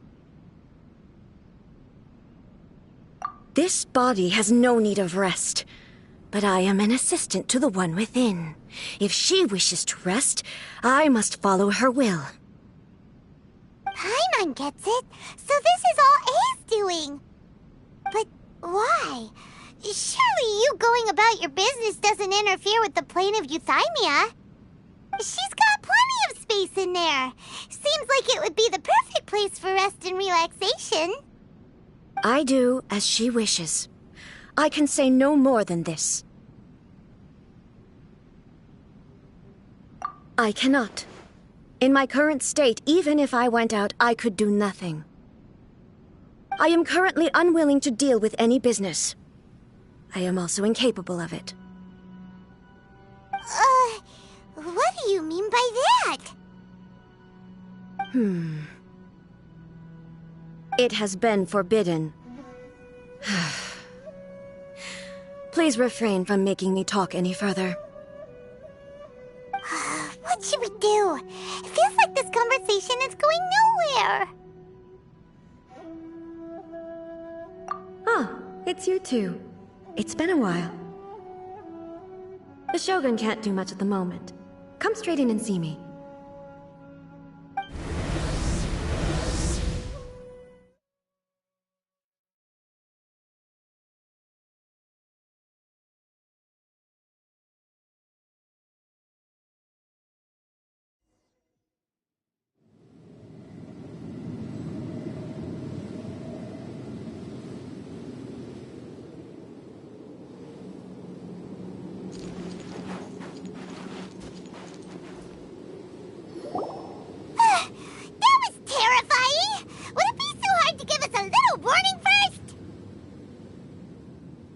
It's not your first time.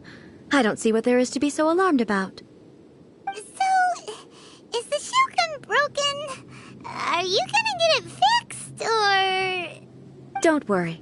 The Shogun's not broken. I've just temporarily disabled many of her functions. Currently, the Shogun is unable to handle any business and cannot appear as me, so the easiest solution was to announce that I am resting. As I said, I need to think about Inazuma's eternity, and thinking takes time. But the Shogun is still running based on her old rules. I can't allow her to make any mistakes while I am working things out. Have you tried turning it off and on again? No, she was not created to ever be turned off. Furthermore, I had even predicted at the time that I may wish to modify the Shogun's operational rules at some point in the future. However, such changes would not be conducive to eternity. That's why the Shogun has a robust system to safeguard against modification. It's also to protect against unforeseen circumstances. For now, while I figure out the form that eternity should take, it's more effective for me to temporarily disable some of the puppet's functions, rather than attempt to modify her rules. Oh, Paimon gets it now! The thunderstorm's getting out of control because some of the Shogun's functions have been disabled. The thunderstorm is getting out of control?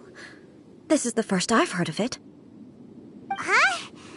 Okay, well, let us bring you up to speed. I see. So the thunderstorm is drawing closer. You can fix it, right? It's just a minor error. This kind of thing was bound to happen.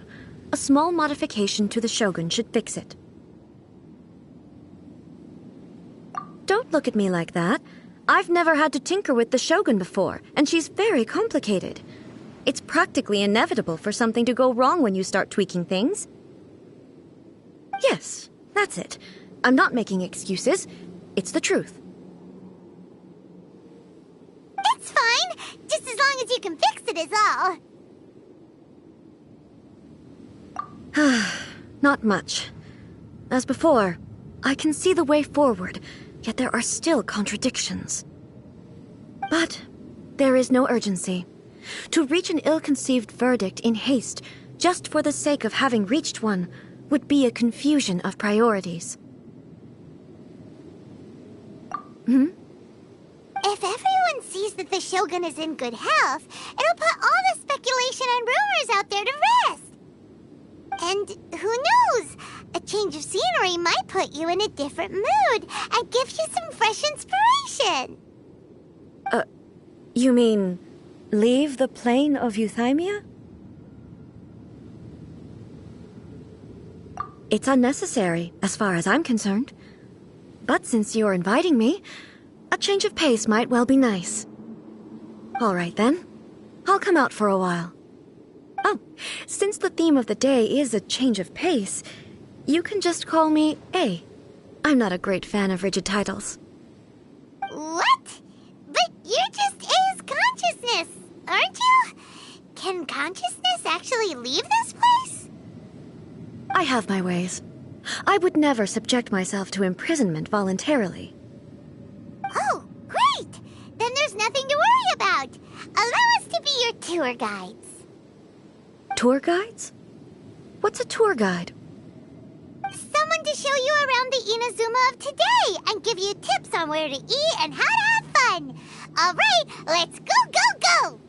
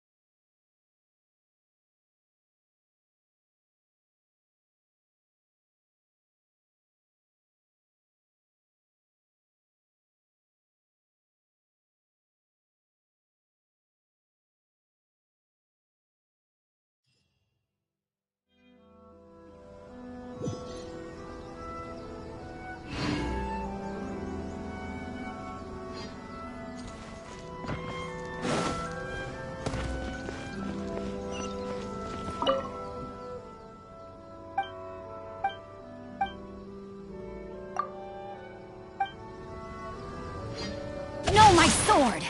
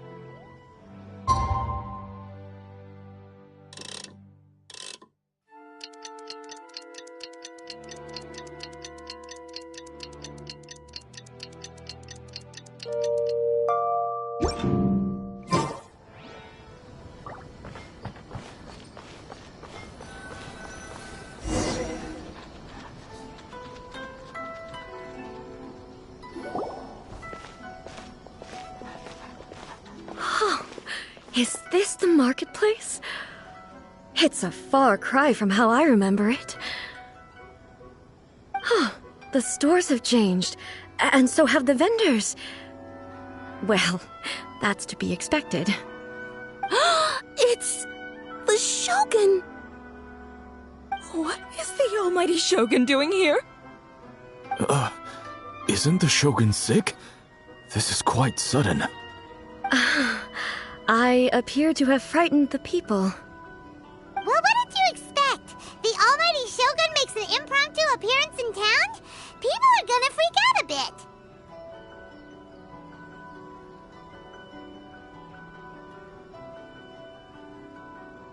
Patrolling the streets is the Tenryou Commission's job. The Shogun has a lot of information to process and orders to give out. She doesn't have time to deal with it herself.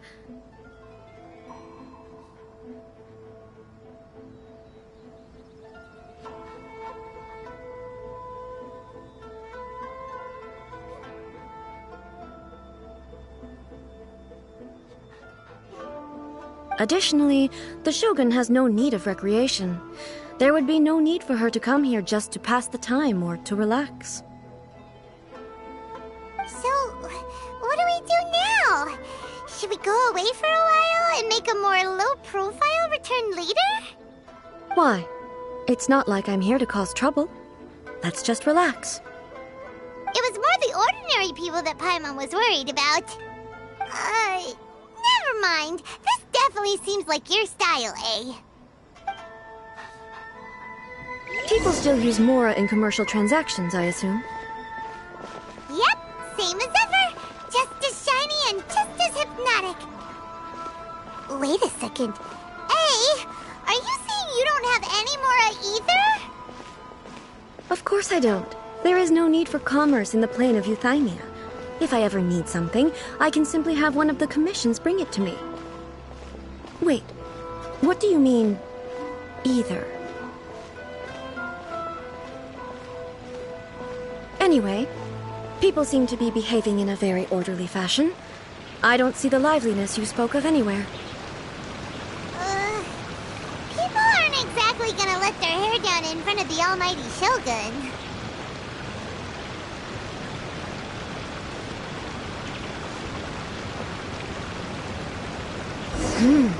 What is this stall selling? I don't believe I've ever seen this before.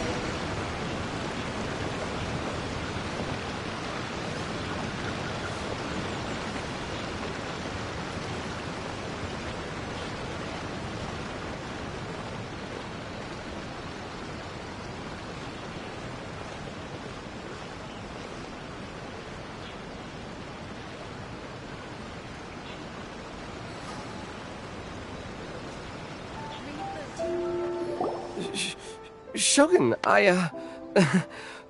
excuse me. It's all right. Relax. I'm just here to look around. I'm having a change of pace today. Could you tell me about the items you're selling? Of course. I've got all kinds of snacks here. Takoyaki, dango, and milk, and so on. Huh? Milk?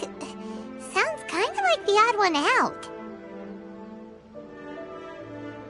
It might sound odd, but it is in fact my specialty. You see, many of the stores in town are already very well established. I couldn't compete with them no matter what I sell. So my idea was to create some new combinations to give customers a novel experience. For example, my latest concoction is this dango milk. When the dango are worked into a viscous form, they mix very nicely with the milk. The focus is not just the taste, but also the unique texture.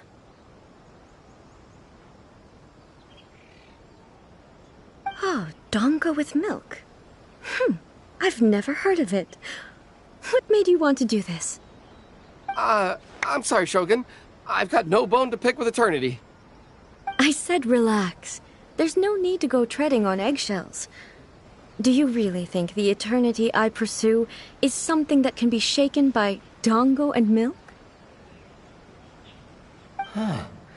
Why do I feel like she's different than I expected? Actually, it came to me by chance. A friend was catering once and made too many dango, so they gave some to me. But there were more than I had use for. My milk wasn't selling well at that time either. And both dango and milk have a short shelf life. So I thought I'd try mixing the two as I had nothing to lose. To my surprise, in the right proportion, it tasted superb. A chance combination. Interesting. May I try this drink? The almighty Shogun wants to try? Well, certainly. And you two should try it too.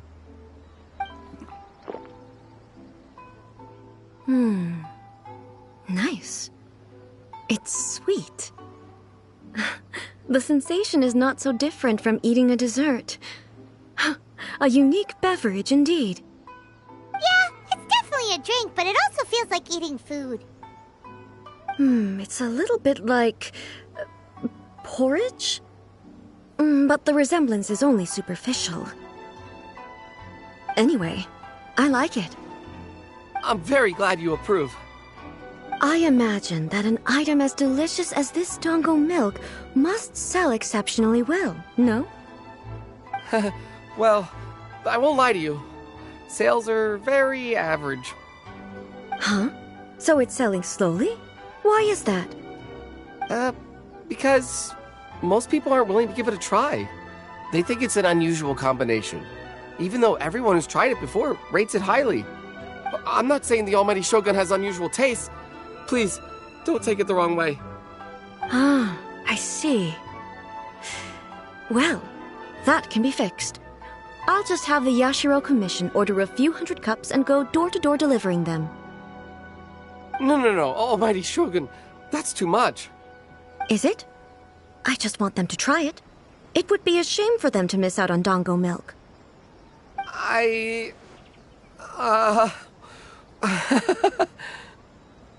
Of course. I've heard that most humans like desserts, so it's not unusual that I should enjoy them too. Miko agrees with me on this. There's nothing like dessert for improving one's mood. Much more enjoyable than meditating alone all the time. By the way, Miko mentioned that she founded something called the Yai Publishing House to sell some sort of light novels. She's always bragging to me about it, but it's difficult for me to really imagine without seeing the place for myself. Can you take me there? Sure! Let's go and have a look! Oh, the almighty Shogun actually rates my dango milk. This is incredible. I was thinking of giving up on it, but now... Oh, this is fantastic.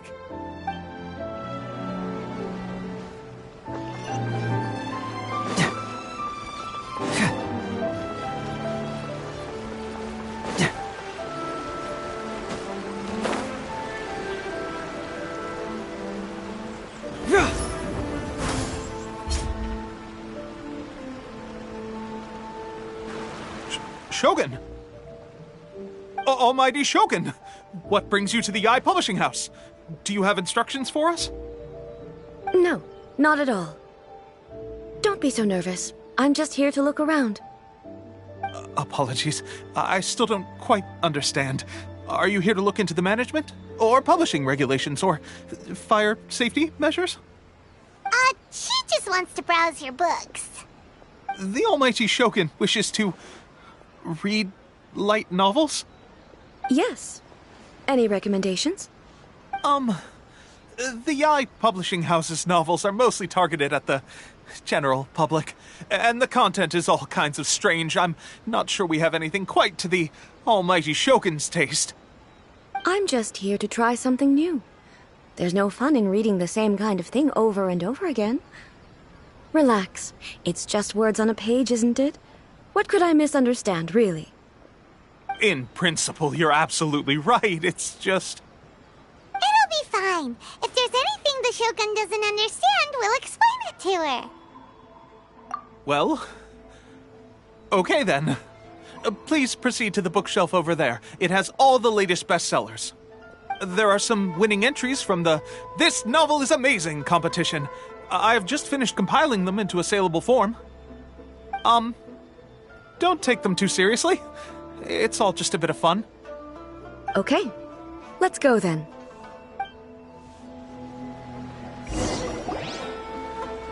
Huh. How can this be? Did I underestimate the caliber of this material? I know every individual word in these books' titles, so why is it that they make no sense to me in these particular combinations? Take this one, for example. The good thing about being reincarnated as a hilichurl is that I only need to eat sunsettias to become stronger. It's so long.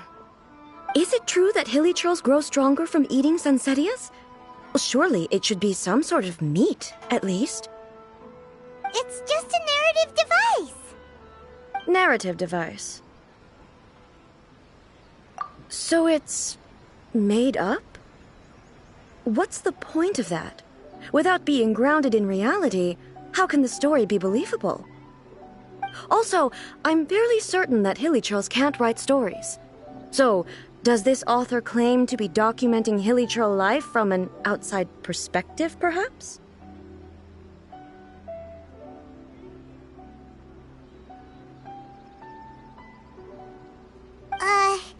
Paimon's starting to understand Kuroda's reservations right about now.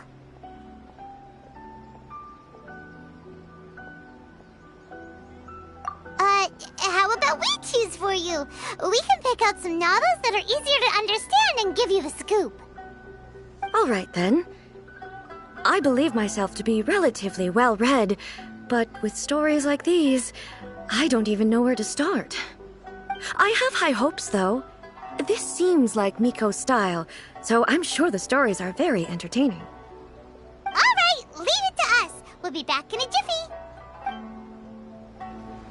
This could be a pretty tough job. Let's see what we're up against.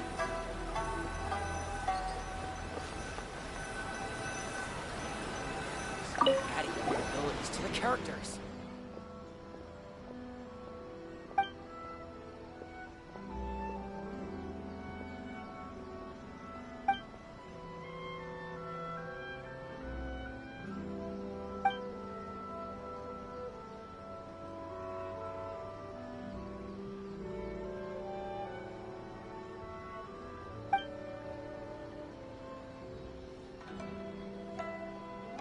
With a premise like this, it's no wonder Kuroda was nervous about letting A look around. Paimon thinks it might be best not to bring this one up with A. We might get the author in trouble. Well, if someone turned into Paimon and did a bunch of stuff this Paimon would never do, Paimon would feel really uncomfortable.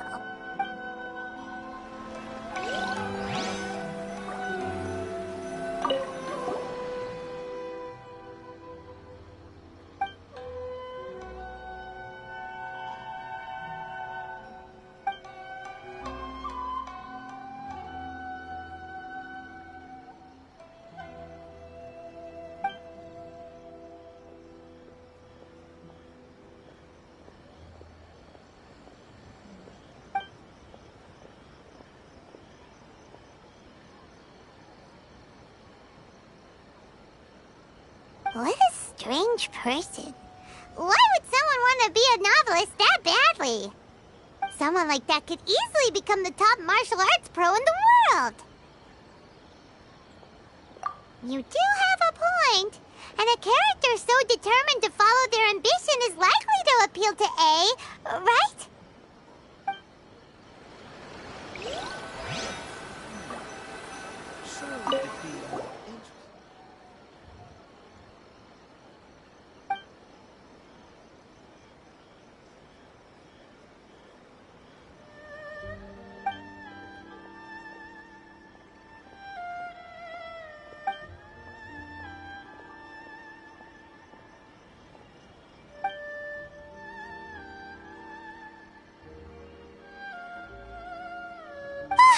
The suspense is killing Paimon! Paimon only skimmed through, but Paimon can tell this girl has loved the main character with all her heart since childhood. Yeah, she has so much love to give. She deserves it. The plot is really gripping. But would A really understand this kind of mortal romance? That's all of them. Let's try to explain them to A.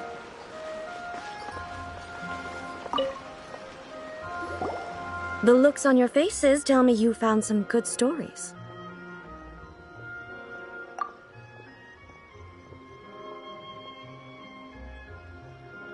Goodness. Are people in Liyue really so complex these days? Even though the protagonist refuses to acknowledge his innate talents, he has a rare dedication to justice. Where is he now? Does he have plans to visit Inazuma? If so, I will instruct one of the commissioners to bring him to me on his arrival. I would very much like to spar with him. He's a fictional character. He doesn't exist. What about the antagonists, though? Don't you have any thoughts about their part in the story? The antagonists? You mean all the people who behaved foolishly? What can I say? They're bad people, and they all got what they deserved. End of story. A doesn't seem interested in the supporting characters at all. So what do you think of Yae Publishing House's light novels, eh? Do you like the stories we picked? What I take from these stories is not so much the content itself, but what they represent in terms of the effects of time upon Inazuma. Back when I decided to isolate myself in the plane of Euthymia, there was no Yae Publishing House, and certainly no stories of this kind. In accordance with my wishes, the Shogun did her best to create an eternal nation. A nation that, in theory, should remain entirely unchanged over time. But the fact is that both the food and the stories have changed with time. I disagree with your point of view. That's what I would say if we were still in the plane of Euthymia. But the truth is right here in front of my eyes, and I can't deny it. And that's exactly why we brought you out, to take a look around and get some fresh ideas. Sure, it's not the same as you remember, but one way or another, people are loving life in the present. That's gotta be a good thing, right? Yes, you're right. I'm wary of any and all change. But I do not wish for my pursuit of eternity to stop human lives from changing for the better. Thank you for inviting me out. This trip has been quite eye-opening for me. This may be an everyday occurrence for you, but for me, this trip has been quite an occasion. I've seen a lot, and it's made me think a lot. I really can't praise it highly enough. I hope I will remember it for a long time to come. Ooh, great idea! A's had a wonderful time, and a photo is the best way to remember it. Take a photo? Once again, I'm faced with a combination of words that makes absolutely no sense to me. It's okay. Come with us. We'll find a scenic spot and show you what we mean.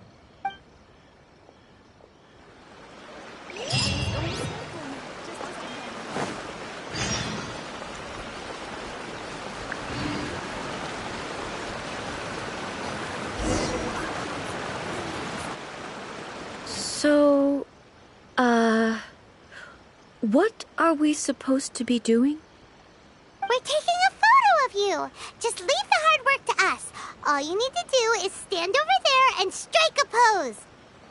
Basically, a photo makes a visual record of you at this very moment in time, so it makes a great souvenir. Okay, so what exactly is striking a pose? Ah, I see. So in other words, I need to do some sort of visually agreeable action in front of you, right? The more I think about it, the more embarrassing it seems. How should I pose? Help me out here. It should look good, but not too over the top. This isn't coming naturally to me at all. Casual. How about this? This feels quite natural. Okay, let's get started. Let's pick a good angle to record this moment from.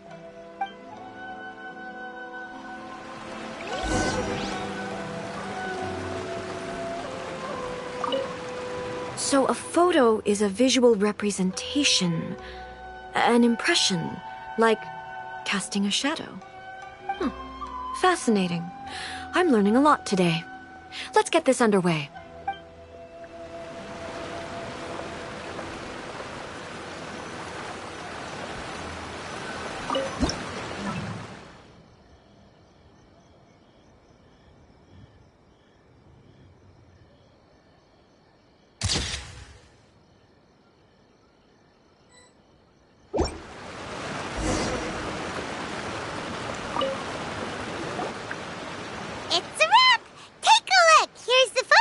Of you. Wow. This is astonishing. Is it some kind of magic? It seems to be another copy of me. But she doesn't seem to be able to move or talk. I thought it would turn out poorly because I felt rather rigid, but it actually looks more natural than I imagined. The pose is exactly the same, and so is the scenery in the background. I can't imagine how it's achieved. That's what makes it so special! Hang on. I'm still struggling to understand this. I need you to explain it again. So, the one in this photo, are you sure it isn't me? If it's not me, then why does she look exactly like me? And if she is me, then who am I? Okay, that's way above Paimon's head. Over to you, Traveler. Hey, that's right!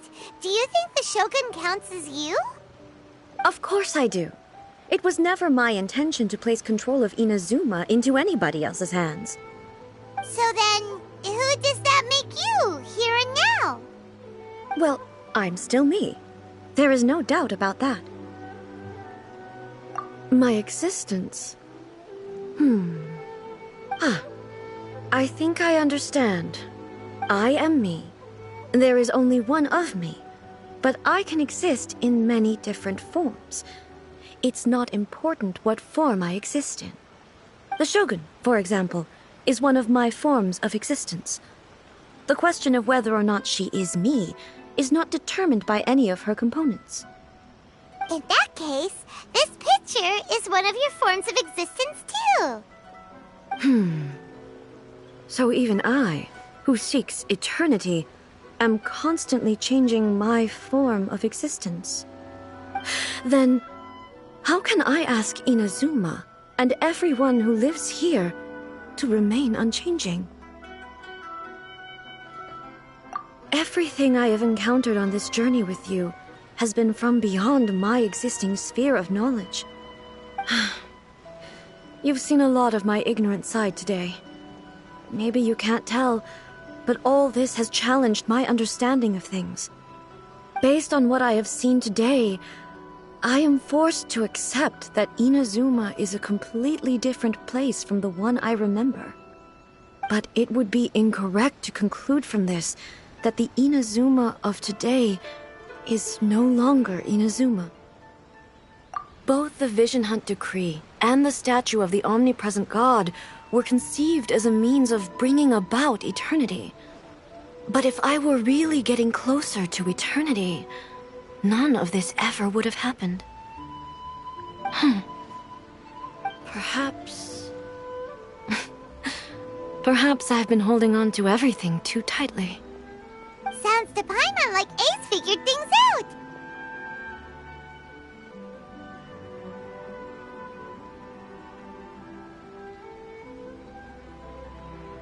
And that means that we've done a really great job as her guides! Master Kamaji! Master Kamaji! Why is it getting so noisy down there? Oh, that sounded like Ippei! What could be the matter? Ippei? Is that someone from the Tenryou Commission? Yep, let's find out what's going on.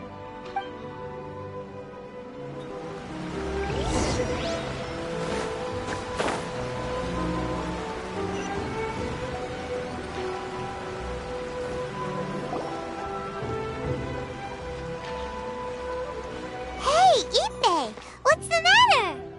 Ah, it's you. Huh? The Almighty Shogun.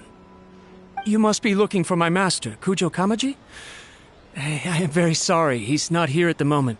But if it pleases you, I will gladly deliver a message on your behalf. It's okay. I'm not here to see him.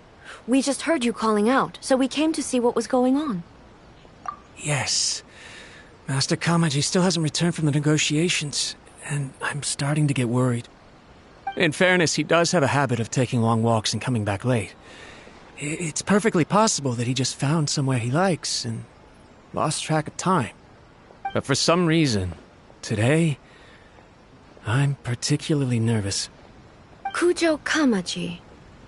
A descendant of the Kujo clan, I presume. That's right.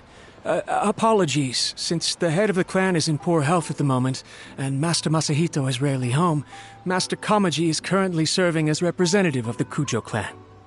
I have heard that things are quite tumultuous with the Tenryou Commission at present. Does this have anything to do with Kujo Kamaji? Forgive us, Almighty Shogun. The Kujo clan has failed in its duty. The Kujo clan's reputation is damaged, and its power over the Tenryou Commission is in decline. Plus you have yet to issue a verdict on the Commission's future. So, Master Kamaji decided to enter negotiations with the Takatsukasa clan with a view of having them take over. Surely they would be discussing something like that at their headquarters, right? Why are you looking for them here?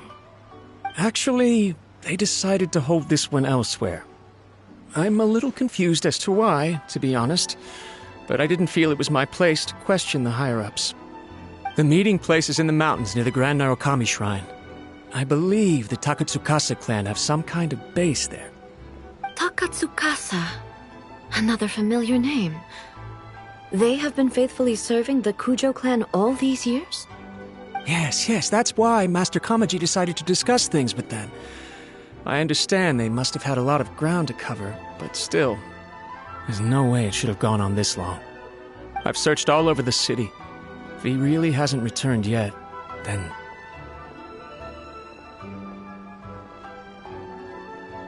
Yeah, I thought of that possibility too.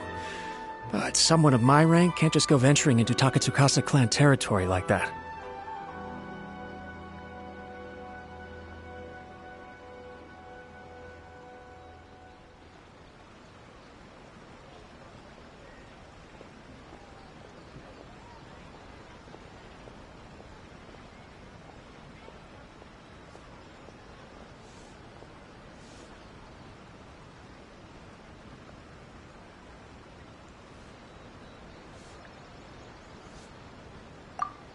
No need. I'm probably just overthinking things. Besides, if they're still at it, they'll only blame me for interrupting the negotiations. I'm only a lowly servant. But Master Kamaji and I grew up together. It'd be terrible if anything ever happened to him. I'm not as smart as Master, so I can't really share his burdens. But the last thing I'd want would be for him to come to harm when I could have done something about it. What do you think, Almighty Shogun? Let's go see what's happening. With me present, they are unlikely to blame you, even if we do happen to interrupt the negotiations. Besides, this has only come about because I failed to make a timely decision. This issue started with me, and I shall be the one to finish it. Thank you so much, Shogun. I'll keep looking around in the meantime, too. Let me mark out the location of the base for you. I hope everything goes smoothly.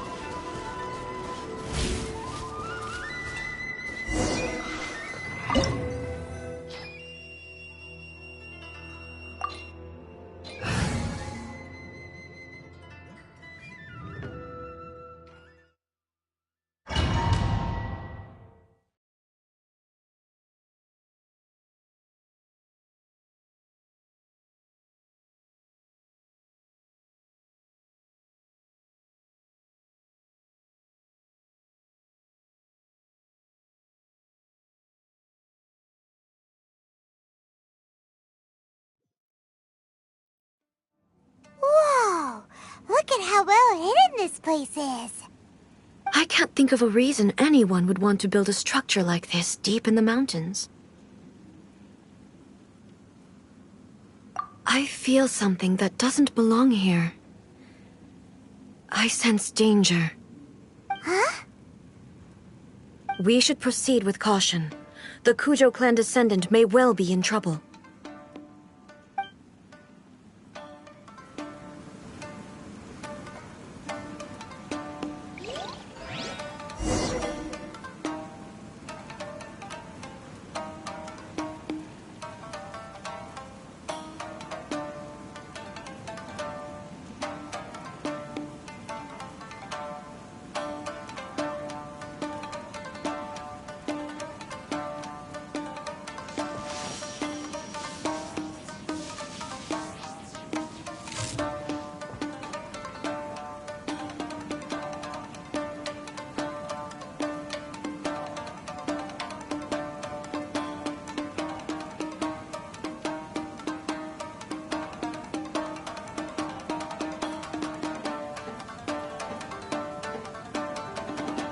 All the world holds dear is but a backdrop of constant motion.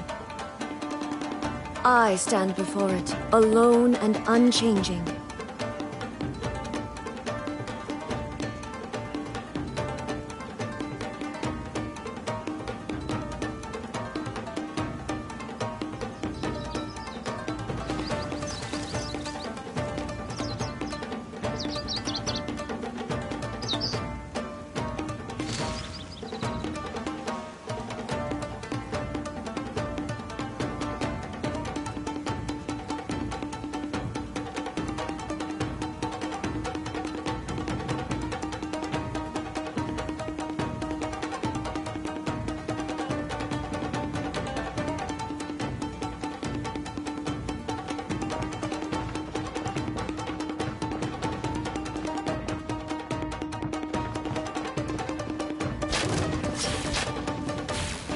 Illusion shadow!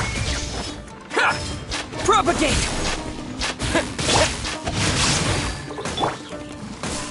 There's more! Here!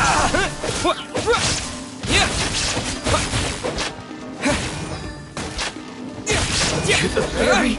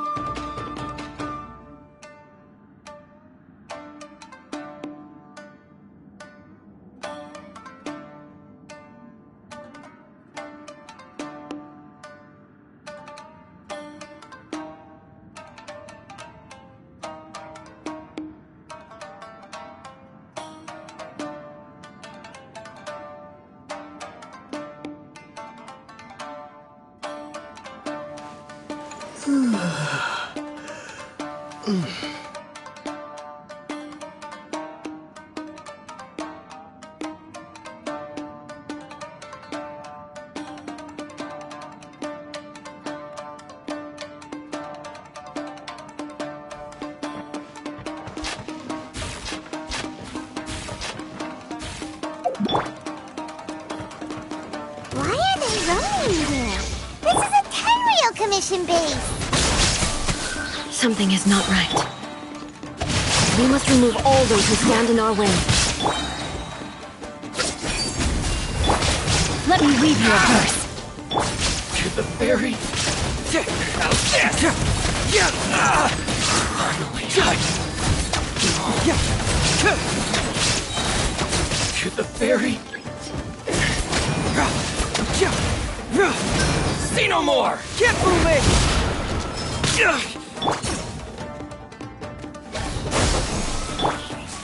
Our bond is strong. Boom! Just you wait. Rain outlines your fate. Finally, I'll settle this. There's more! See no more! Truth hurts! Boom! Hey! Say no more!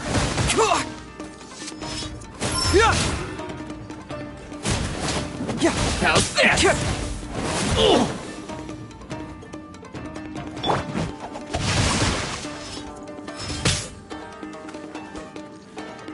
How's this? Stand with me. To the ferry. How's this? Finally,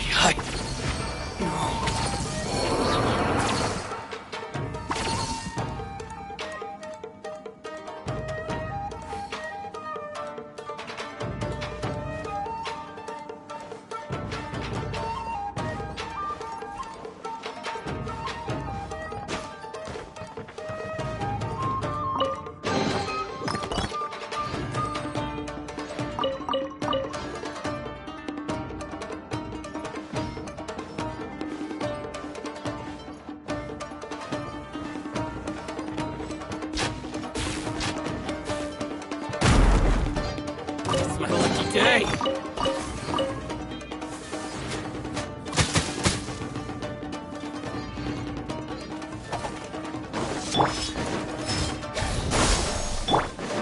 my sword!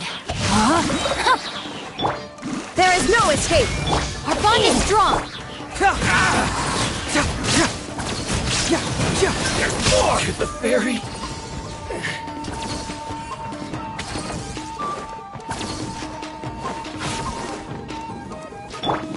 Let's get down! Witness the power of Gugwa! Illusion shattered! My blade! Cyclone! Finally, the fairy! Finally, let's get down Bring to it business!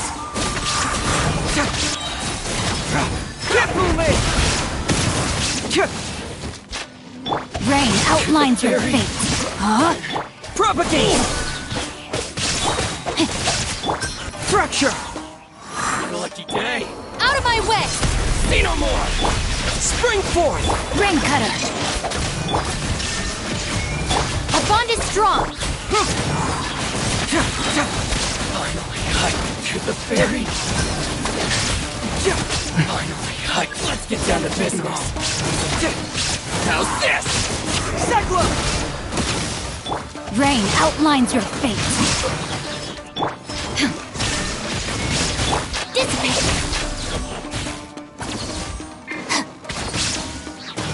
Scatter more!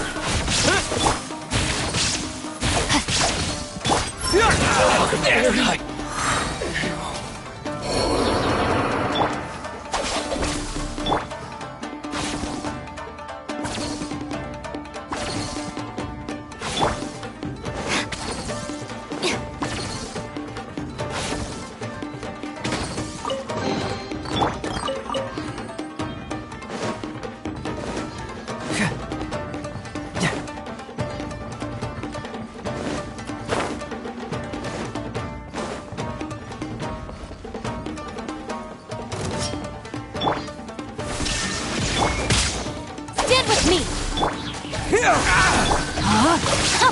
Rain outlines your fate. Now this! To the fairy!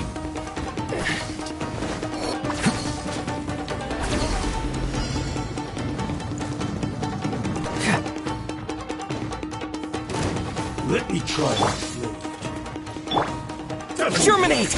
Let me weave you a verse. Shine down!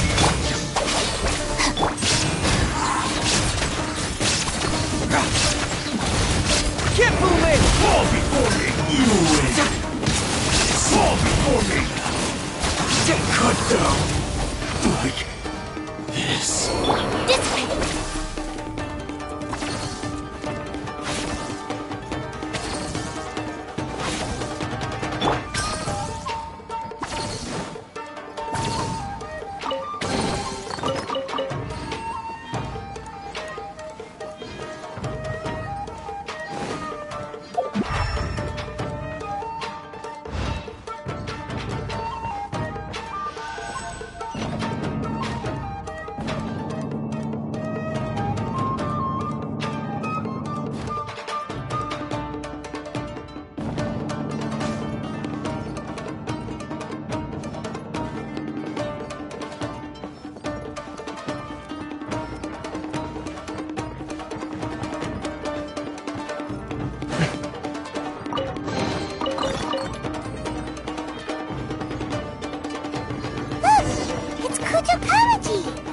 But who's he with?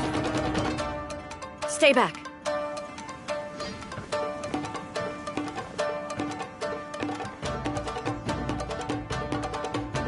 Almighty Shogun! Shogun? What are you? Descendant of the Takatsukasa clan. Explain what is going on here. Oh, we're just discussing some minor issues that have cropped up in the Tenryo Commission recently. Really, it's nothing worth the almighty Shogun worrying about.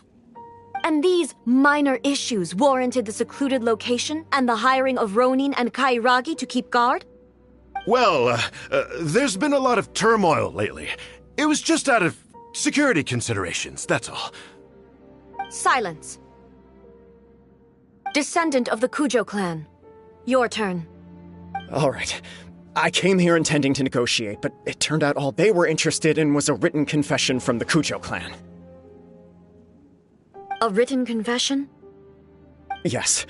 A statement acknowledging every crime committed by the Kujo clan since the inception of the Vision Hunt Decree, including all the recent misconduct. All factual statements, of course. Not a single one of them fabricated. I can't deny that.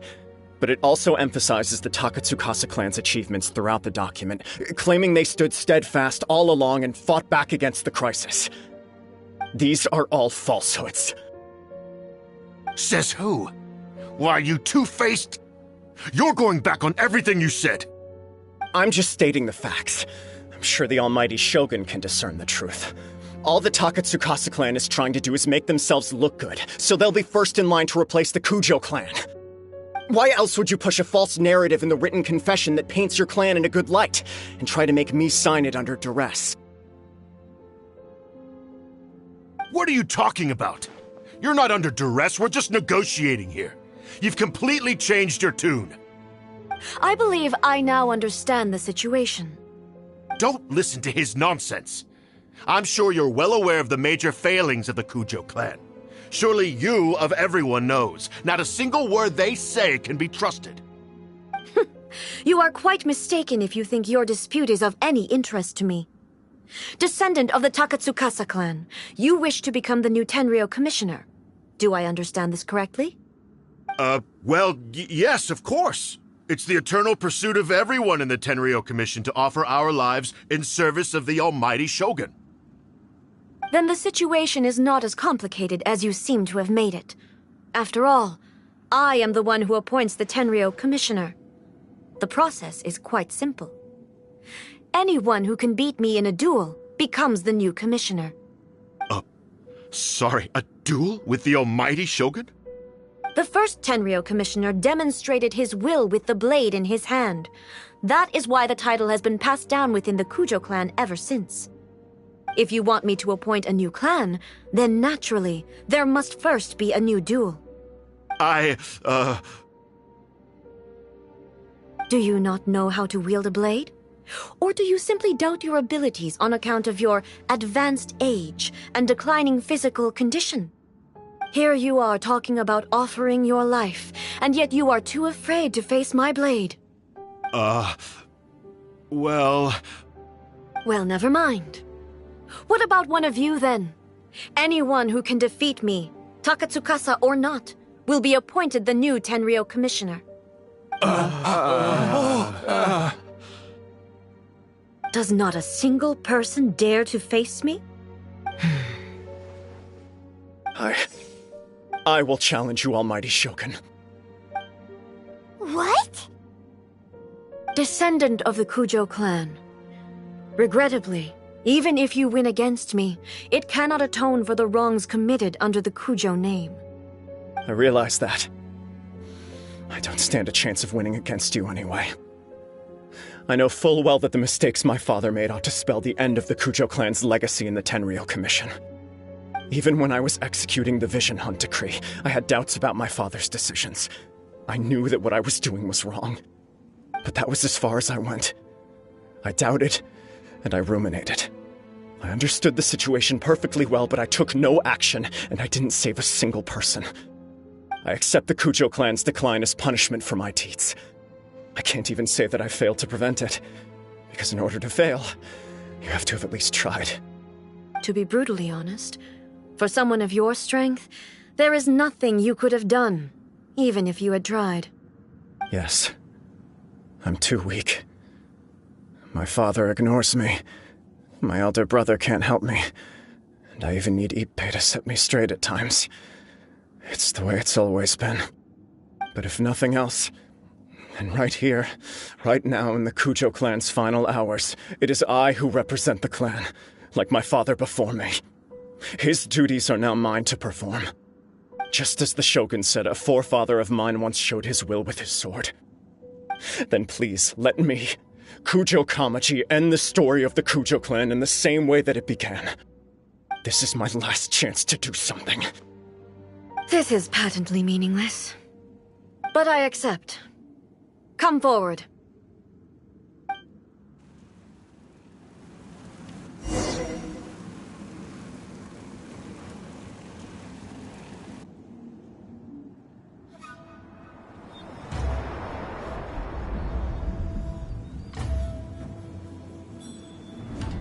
The Kujo clan's honor was forged with courage, tempered with integrity, and shines beyond life and death. Show me whether your blade can bear the weight of your name. Ready to learn, Almighty Shogun.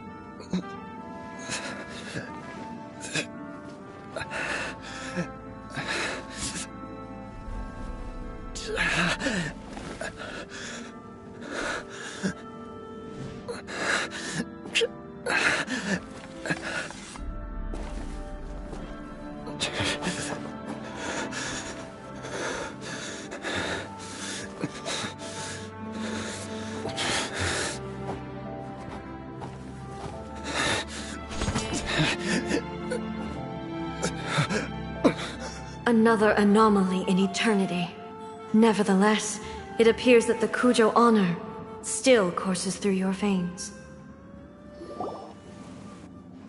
Kujo Kamaji is wounded. Descendants of the Takatsukasa clan, it is your responsibility to take care of him. You may not have the courage to challenge me, but I trust that you are capable of attending to a small matter such as this.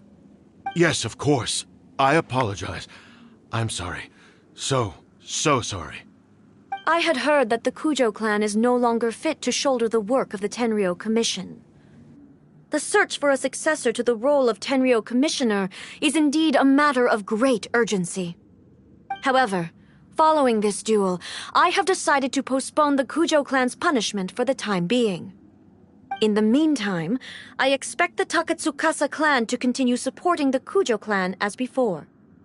As you instruct, so it shall be done. We would not dare question the Almighty Shogun's will. Finally, if you still think you can copy the Fatui's strategy of providing me with deceptive information to produce flaws in my judgment, you will see me appear once again as I have done today. Only next time, my blade will show no mercy. Understood. Thank you, Almighty Shogun, for your wisdom and mercy. That will do. I will have the Okuzumeshu continue the investigation from here. Come with me. Let's find a quiet place. There's something I want to talk about with you.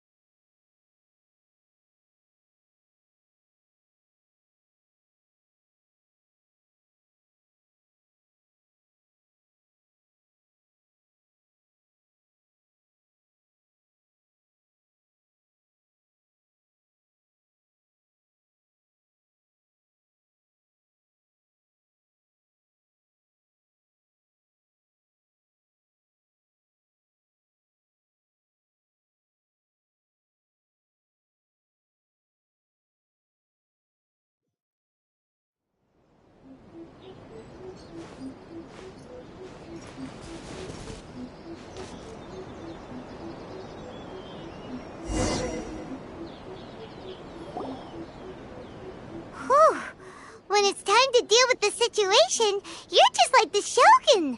So strict. Oh, You think so? I thought I was rather accommodating. If it had been the Shogun, she would have decapitated Kujo Kamaji without a second thought. I do believe he was prepared for that outcome. I could see it in his eyes. The Kujo clan has undergone a dramatic change from its glory days to its present decline. Kamaji is hardly a great heir to the Kujo name, but he has shown me how some things remain the same even as the world around them changes. I also have you to thank. The things we experienced out on the streets and the photo you took of me, they helped me come to this realization too. So what's next for the Kujo clan? Will they get to carry on being in charge of the Tenryo Commission? Not a chance. Even if their heir was someone who showed promise, their past mistakes cannot be erased. Still, I will give them a little more time. After all, they are not the only ones who have made mistakes. The Shogun does not make mistakes. She is incapable of doing so. But I, as A, would like to offer my apologies. I have much to contemplate in the days to come, but at least I can now see the way ahead. I think I'll leave that to the Shogun. The greatest threat to eternity is still the erosion that comes with time. As I said, the Shogun has a robust system to protect her against modification. This is because I anticipated that I myself would change over time. But I've made up my mind. So I will do what needs to be done, no matter how difficult it is. This has certainly been a memorable series of events. Absolutely. You sorted out the Tenryo Commission, and the people in the city got to see a happy and healthy Shogun. All the awful rumors will disappear in no time. If you enjoyed your trip, we should get you out again sometime. No need. There's no place for such things in my life. Also, please stop making it sound as if I somehow need the company. Okay, I'm ready to head back now. My period of solitude will now continue, but it will not last too much longer. I will leave you humans to deal with any minor issues in the meantime. Okay, see you next time! Considering a lot of what happened was pretty unexpected, things seem to have worked out surprisingly well in the end. The only thing left to do is return the pass permit to Yae Miko.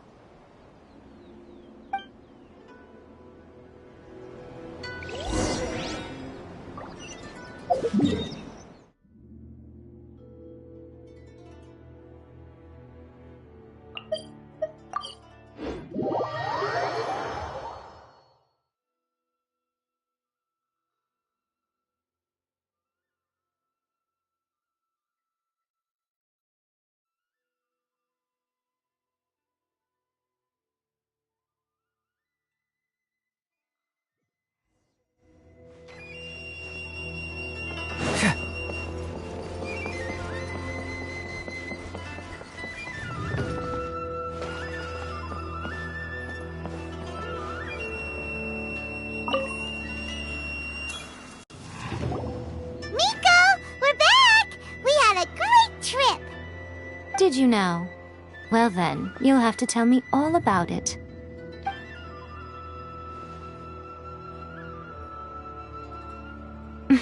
How amusing. The almighty Shogun goes downtown, and suddenly she's like a wide-eyed country girl trying to find her bearings in the big city. Marvelous. What a shame I didn't get to see it for myself. It's fine. She wouldn't mind.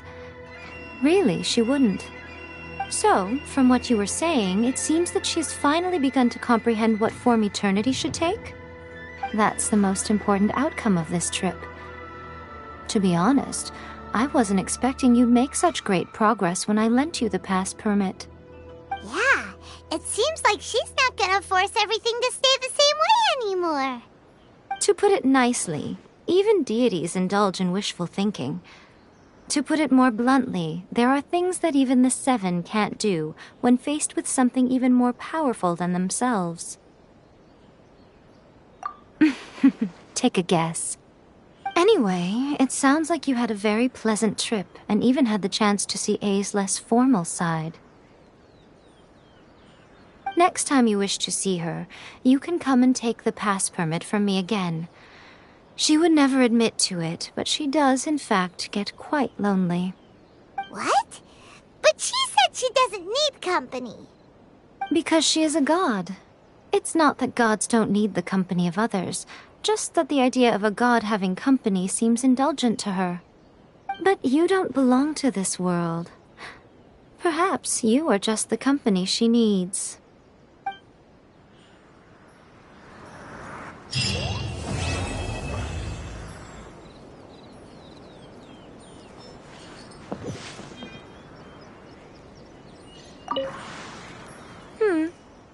Was there something else you wanted to talk about? I have no doubt that she immensely enjoyed that drink. I'm sure she was as happy as can be. What she really wanted to say was this. How soon do you think you could open a branch in the plane of Euthymia? Was there something else you wanted to talk about? The puppet, yes. I've also heard that changing a puppet's operating rules is extremely difficult. It's most likely the first time in history anyone has faced this issue.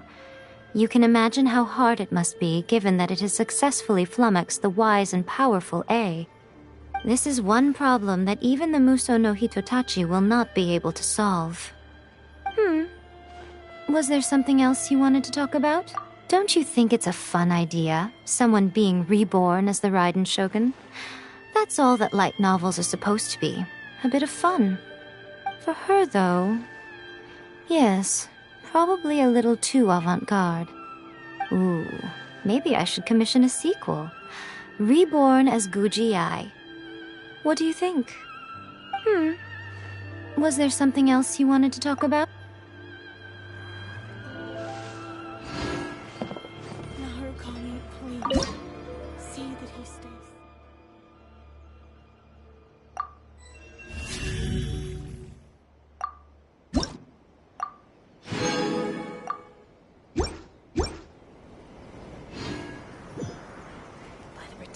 Of the Electro Archon. May the blossoms of the sacred...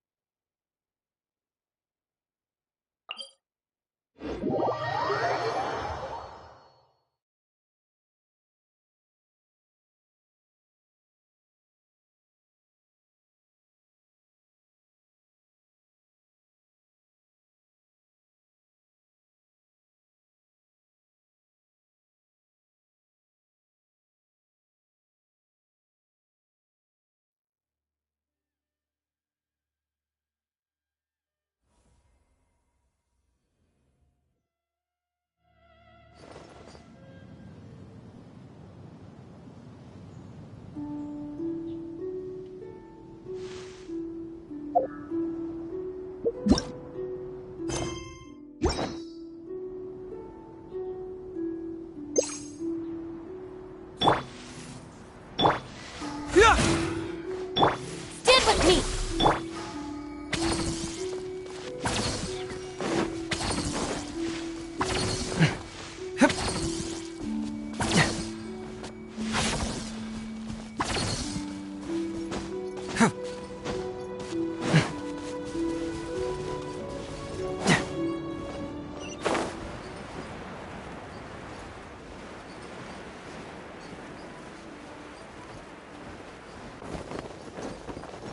Yeah!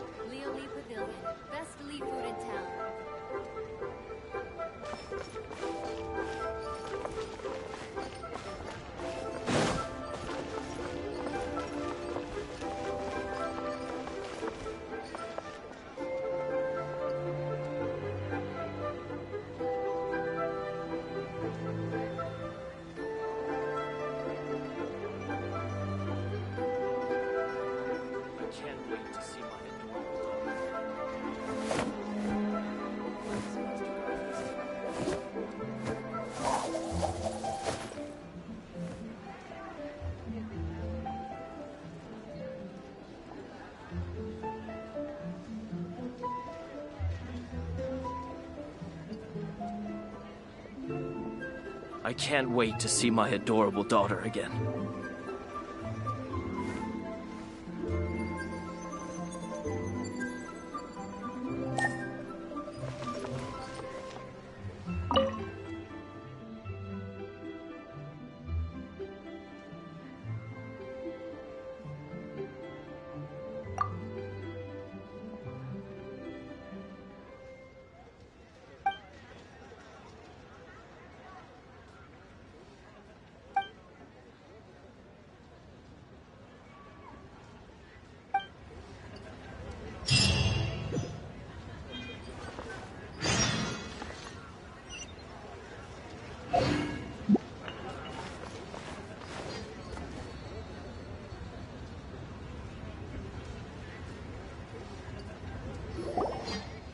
Master Xingqiu, thank goodness you're finally back. Oh? Why do I detect an urgency in your voice? The guild has had a whole string of strange orders in recently. Everyone's been completely caught off guard. Your father gave me specific instructions to ask you to stay and help out if I happen to see you. I see. Have someone sort the orders by type for now. I'll deal with them myself shortly. Oh, how wonderful. Thank you, Master. With you on the job, I can breathe a sigh of relief. Hey, Xingqiu! Glad you're here. We want to ask you for some information. Traveler, Paimon, please wait a moment. Shu, I need to entertain some guests. Please continue with your work for the time being, and we'll discuss the matter of the guild's orders in more detail later on. Understood, Master Xingqiu. Then I will leave you in peace.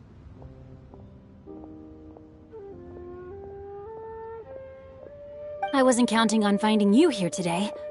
What's going on? And how, pray tell, may I be of service? Xingqiu, have you ever heard of Sunset Vermilionite? Oh, I see. So you've entered Lady Ningguang's contest as well.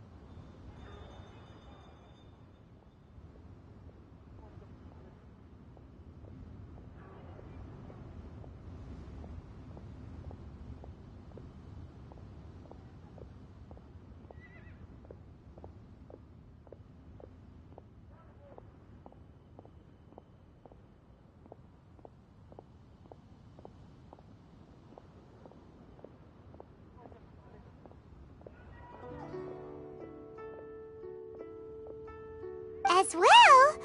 Do you mean... The truth is, the Feiyun Commerce Guild is in possession of some Sunset Vermilionite, but only one piece. We are holding it on behalf of someone who has asked us to put it up for auction, and a lot of interested parties have already come to us inquiring about the price. At the end of the day, it all comes down to supply and demand. In this case, I'm guessing the final transaction price may be in excess of 500 million mora. 500 million?! Honestly, I would recommend that you don't bother bidding on this one. The price is greatly inflated, and it's just not worth it. But without any Sunset Vermilionite... Don't panic. I don't suppose you ever heard of Sea Gazer? Who? Oh, Sea Gazer was once very close to Mountain Shaper, but if I am not mistaken, he has already passed away. Yes, precisely. I didn't know anyone else knew about him. According to records of drifting clouds, Sea Gazer once built an abode to store his rarest and most exquisite treasures, among which was some Sunset Vermilionite. After Sea Gazer passed, the abode was abandoned, and its location was lost to time. Luckily, I came into possession of a stack of folk history books just recently. They make some oblique references to this lost abode, and after cross-referencing them against each other, I'm now fairly certain that it is situated in the Lisha area. That's great! But is it really okay for us to just go and take his treasure?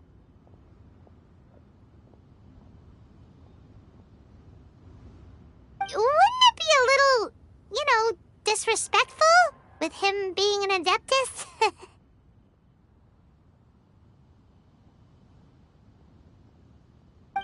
You needn't worry. As far as I understand, Sea Gazer was very open-minded. Even while he was alive, he wouldn't have let something like this bother him. Open-minded? I have not heard of Sea Gazer being described in this way before. May I ask where you read that? Just a rumor I heard out in the mountains. All right then, let's go. There's something about this young lady that reminds me of a good friend of mine.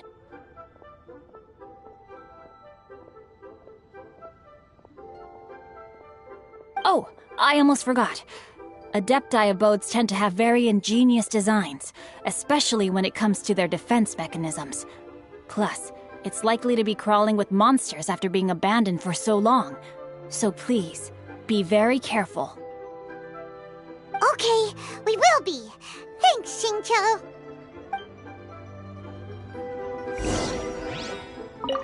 It looks like the Jade Chamber rebuilding project will be fiercely competitive. It's difficult to say who will emerge as the winner.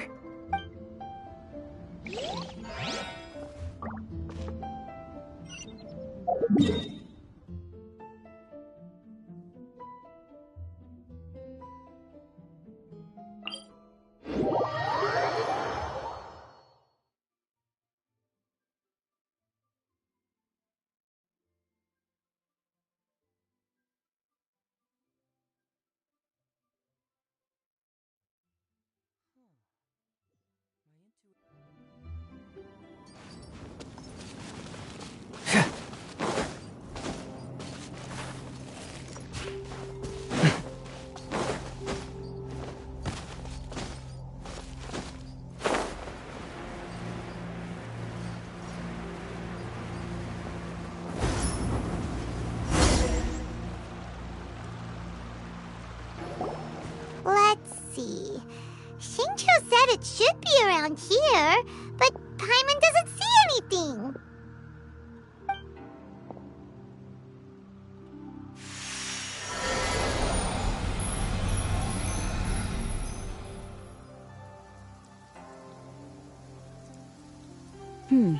This place was hidden using a special Adepti art. But now that I have removed it, we can inspect the area more closely. Wow, that's amazing! Yep, let's take another look around. Hey, look! Is that a new Sealy over there?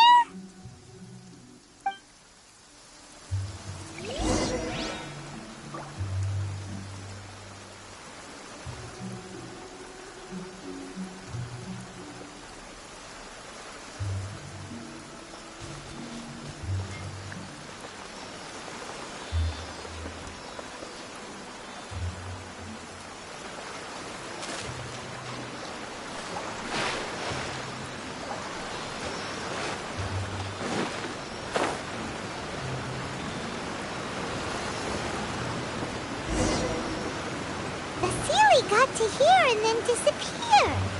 Should we go over and take a look?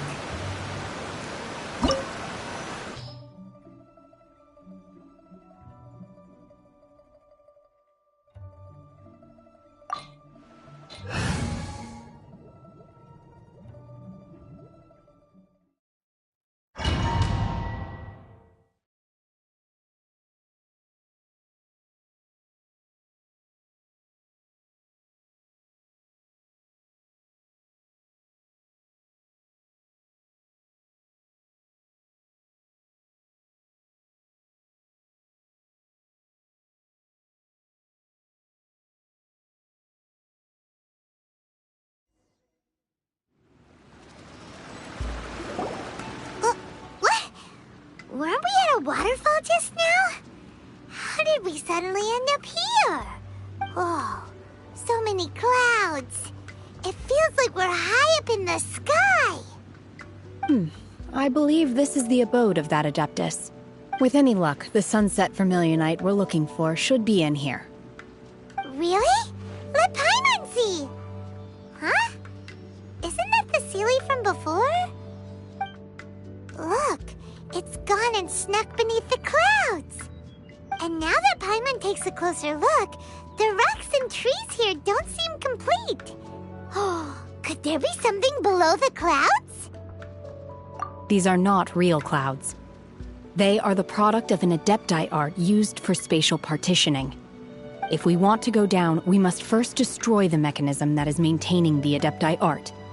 All right, then let's do it. I sense the presence of monsters in this place. I don't know where they are hiding, so we'd better be careful.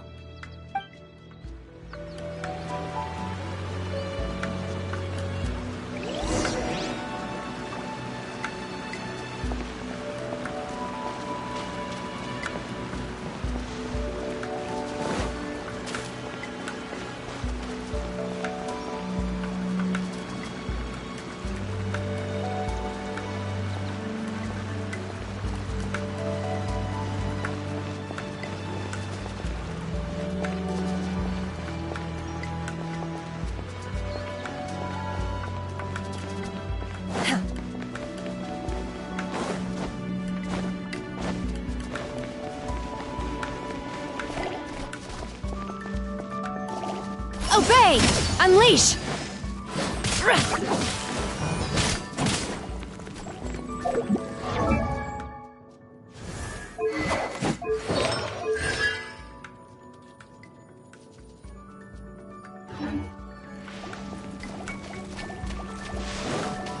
Our bond is strong! Know my sword! Rain outlines your fate!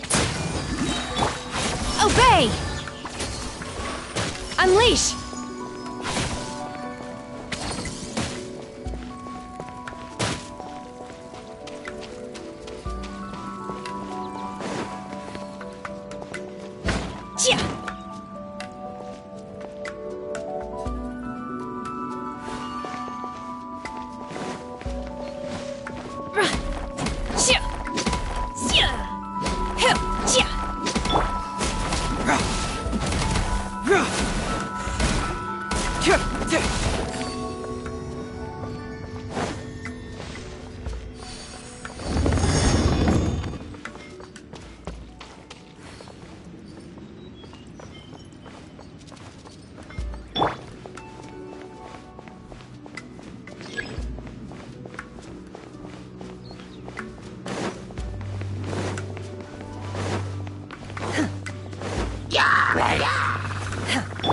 Witness the power of Gugwa!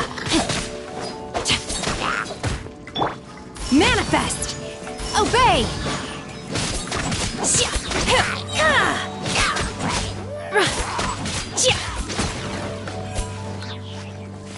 Manifest! Know my sword!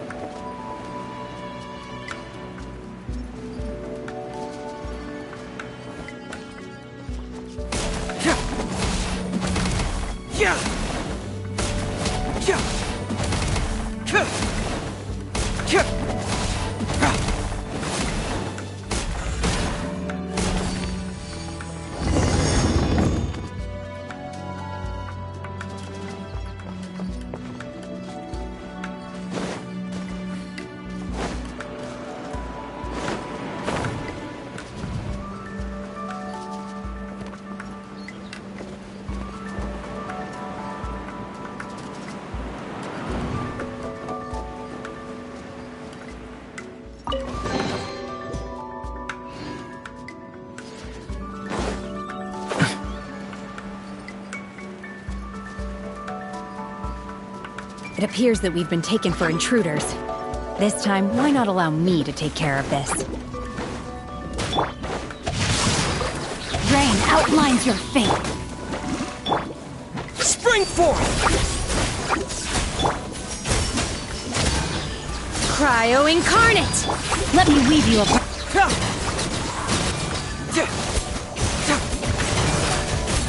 Confess!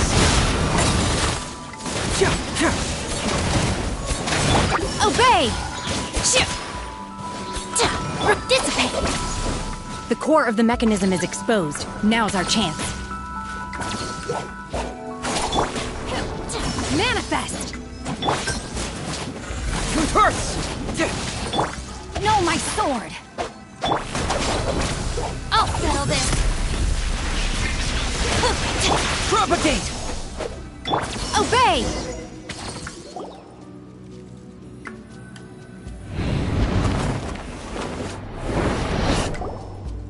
Whoa! We're gonna fall!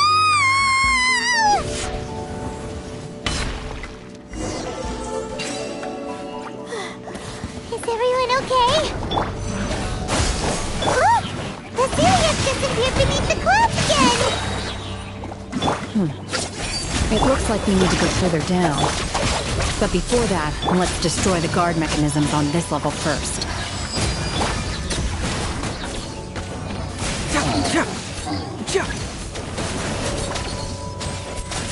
Cyclone! Obey! Stand with me! Scatter!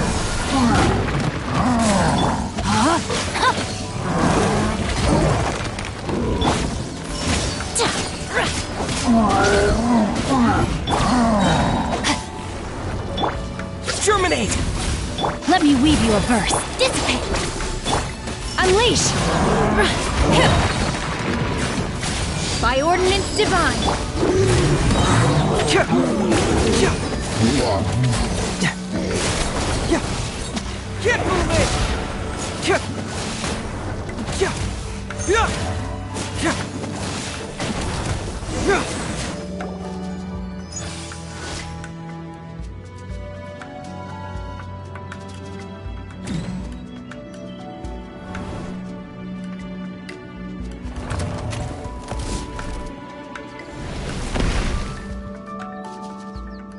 We're gonna fall. This time, we're really gonna fall. Ah! Luckily, there was a pool of water at the bottom. Otherwise, that could have ended very differently.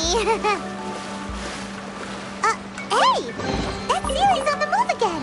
Let's catch up with it.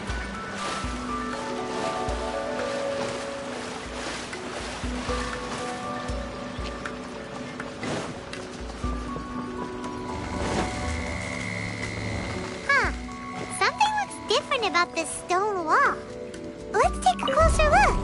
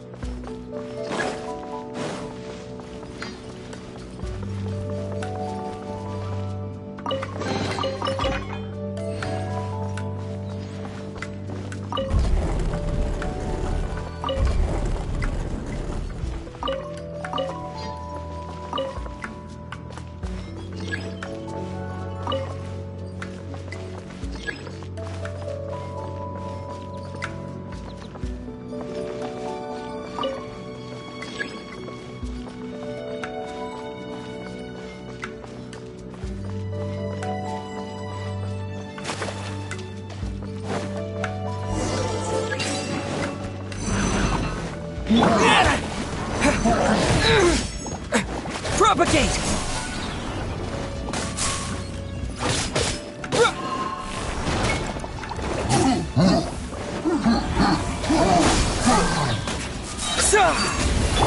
Rain outlines your fate.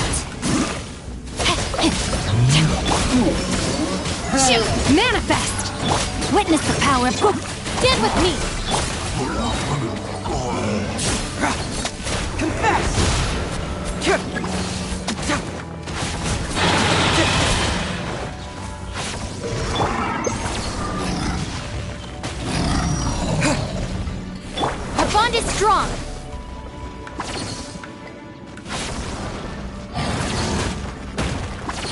Now I'm mad.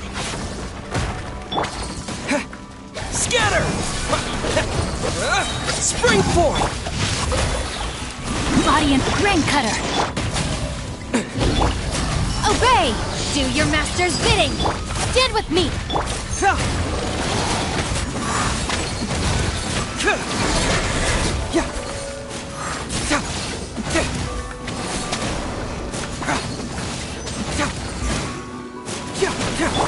Lightning purified! Unleash!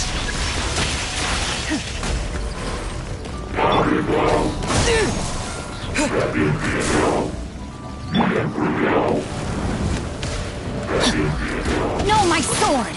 Rain outlines your fate.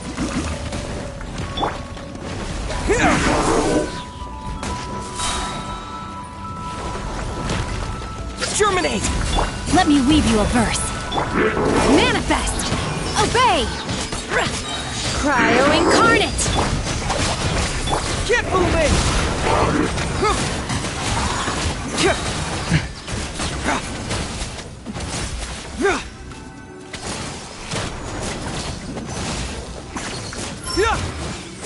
I'll settle this. Dissipate! Propagate!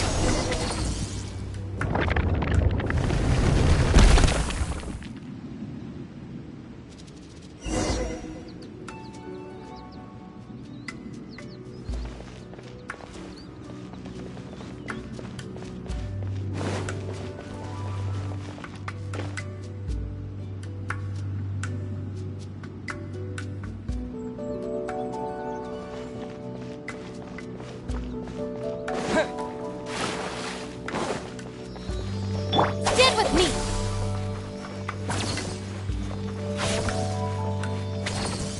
Look, over there! Could that be the Sunset Vermilionite?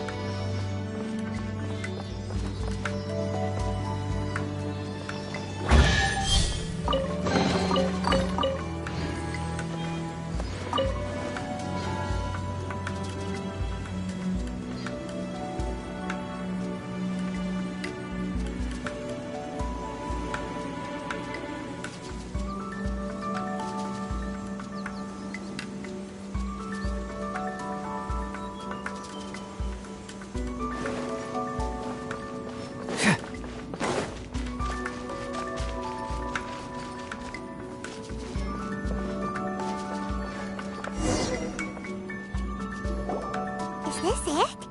Is this the Sunset Vermilionite? It's so huge!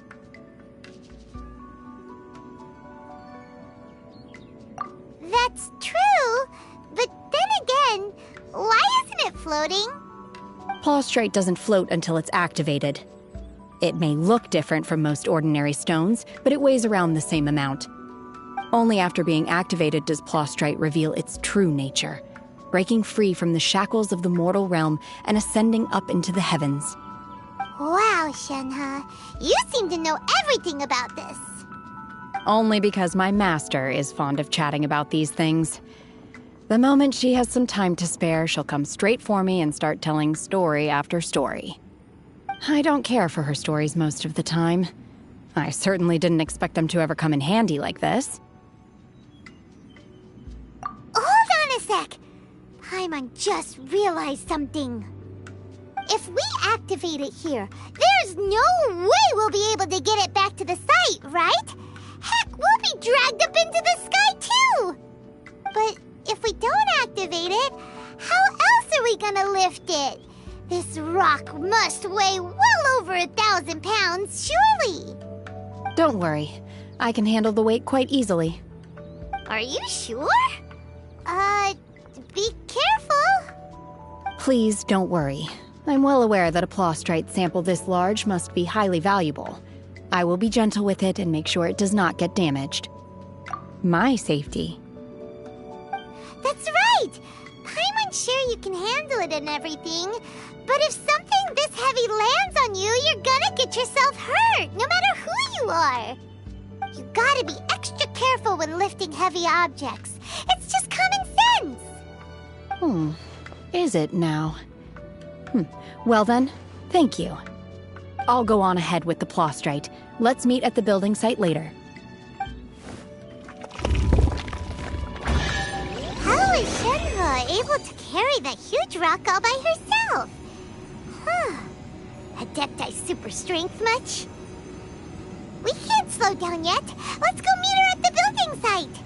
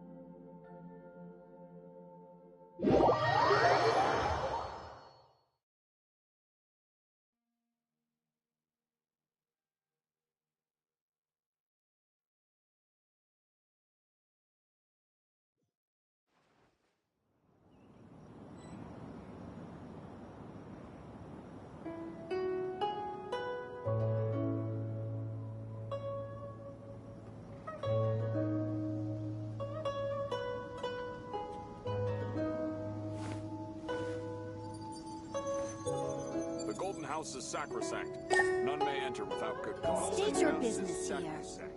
None may go in and out as they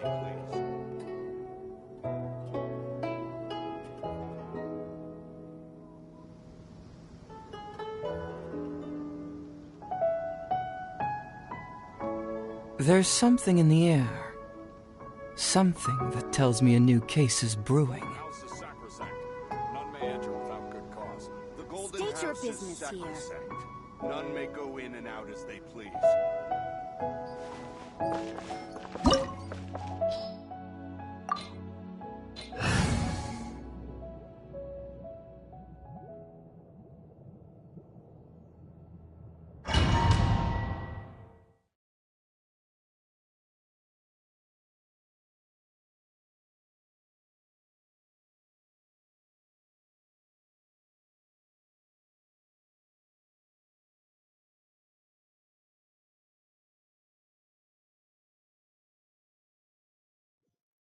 This opportunity is quite hard to come by. Well then, amuse me. Surrender is a valid option. I promise I'll be gentle. How unbecoming. Witness the power. Go.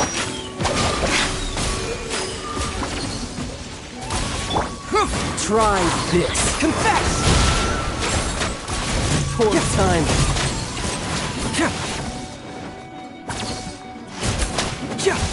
Not bad, not bad. Not bad. You've got a trick or two.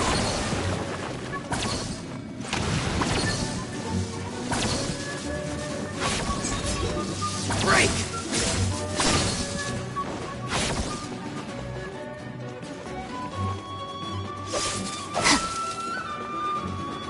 No use hiding back there. All you do is run. Body and mind. Time to act. No use hiding back there. Propagate! Our bond is strong. We got a situation. Ring cutter. Springboard! All you do is run.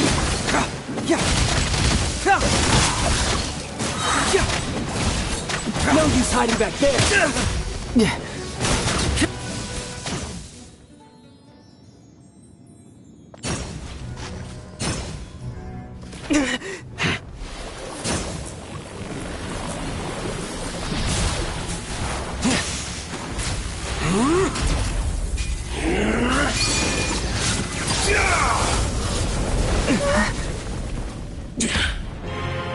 Your strength is praiseworthy.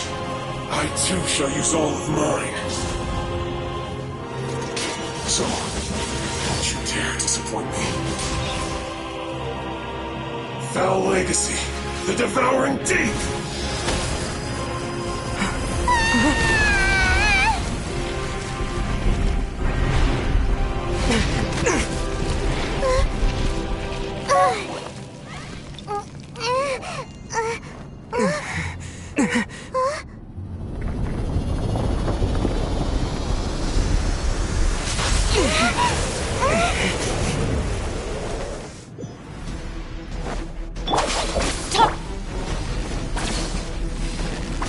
No, my sword!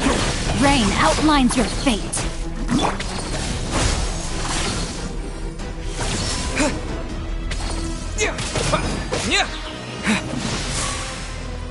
Dissipate!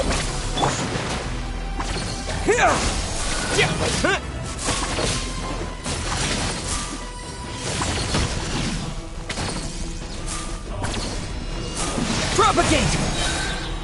Germinate! No, my sword! Let me weave you a verse. Take care of the king.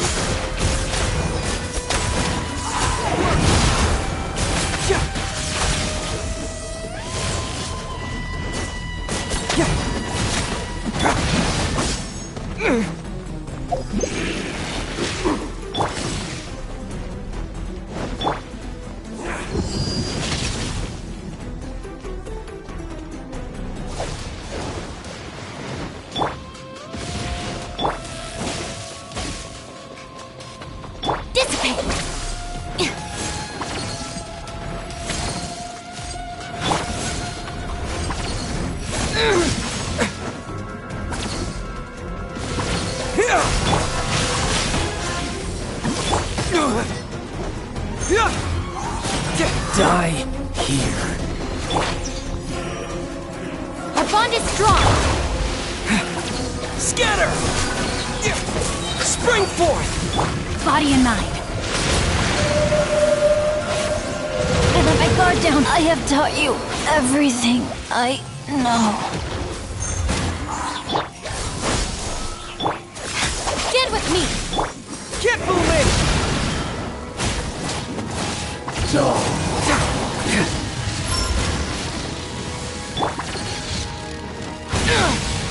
This is not the end.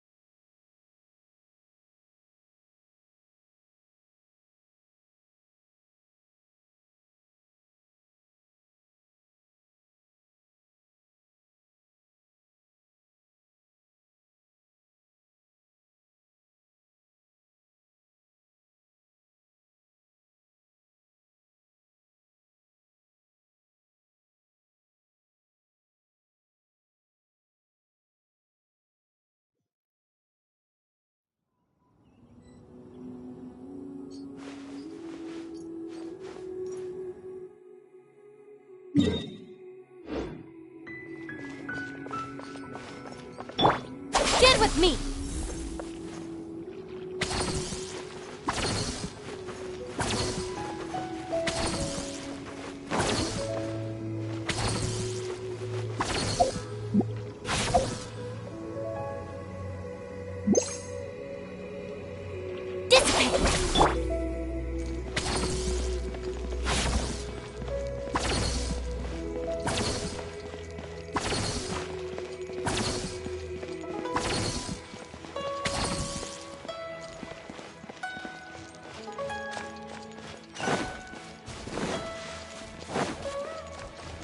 Time to act.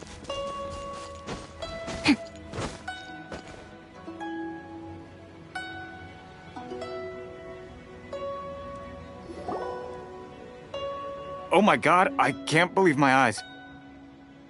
How can she lift that massive rock all by herself? She's got to be one of those adepti, surely.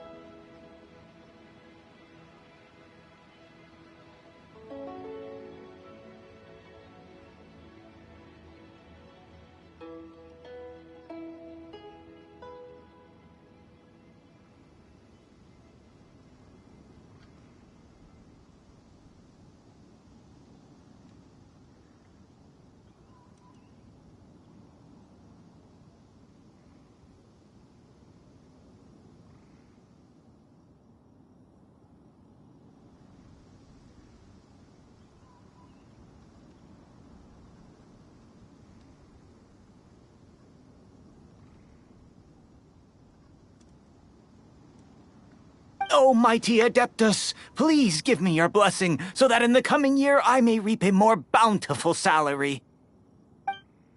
This is top tier in size and quality, and the condition it's in is quite simply immaculate. Congratulations, this item is approved for submission. I'm going to award you full marks for the Sunset Vermilionite item. May I take your name? My name isn't important. I'm not even here to compete. I was just delivering this for some other people. They should be here any minute now. Shenhua, and Ningguang's little helper. Ah, so you're the ones behind this. No wonder. The rarest talent turns in the rarest Plostrite specimen. But I have to correct you on one point. It's not helper, it's secretary. Okay then, Miss Secretary, what do you think of the rock we found? Pretty amazing, right? In truth, it is the finest piece of Plostrite we have received so far. If everything goes according to plan, we will use this piece in the foundation of the Jade Chamber, which will enable us to proceed to the next stage of construction. As a side note, Lady Ningguang has rented some dwellings in the nearby area to serve as accommodations for the contestants. If you need a place to rest, you are welcome to stay there. Now, please excuse me. As you can see, there is still a lot of work to do on the building site. Shenhua, just now on the way over, pretty much everyone was singing your praises. Oh, really?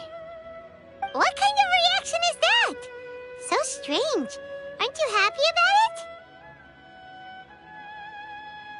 Whenever Paimon gets praised, Paimon can't help but hold their head up high and break into a big smug smile. I've had similar compliments before. They call me an Adeptus, treat me with great deference and respect, as if I'm set apart from the common folk. Yeah, 'cause that's how Adepti are. At least the ones we've met are pretty unique and reclusive, too. Way different than normal people. But I am not... Shenhua? I'm fine.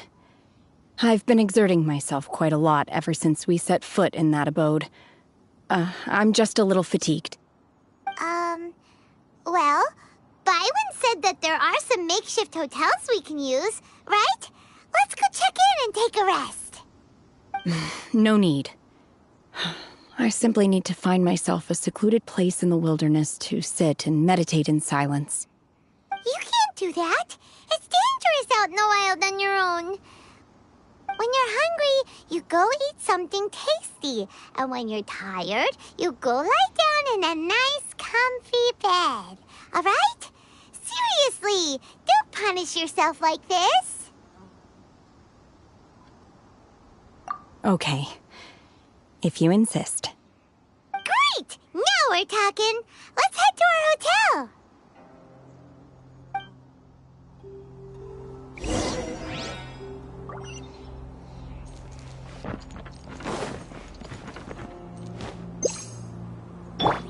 Stand with me!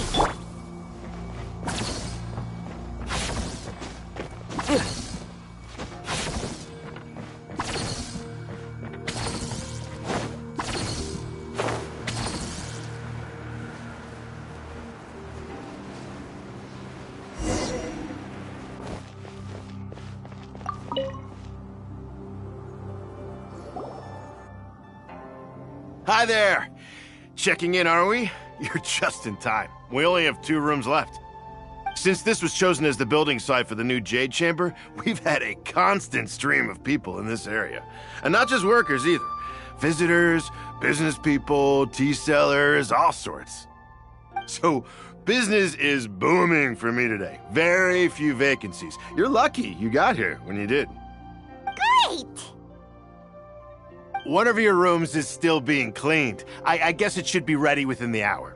The other room is just through the door on the left. Here are your keys. All right. Hope you enjoy your stay. Please excuse me, I'll leave you to it. Shenhe, you should go get some rest. We'll hang around outside until the other room's ready. Paimon's gonna go see if there's anything good to eat around here. Paimon couldn't help but notice one of the guests walk in with a huge grilled chicken drumstick before. Let's buy one for Shenhe too. She can have it as a midnight snack. Or save it for breakfast tomorrow. All right. I will head to my room for now. If you need anything, don't hesitate to disturb me. I'm a light sleeper. I will hear if you knock on the door. See you tomorrow.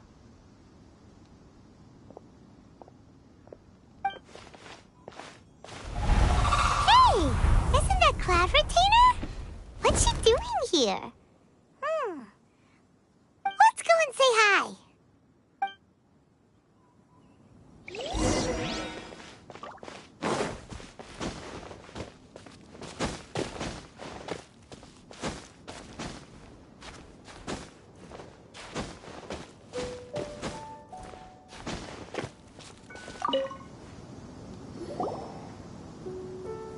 One trusts you have met Shenhe.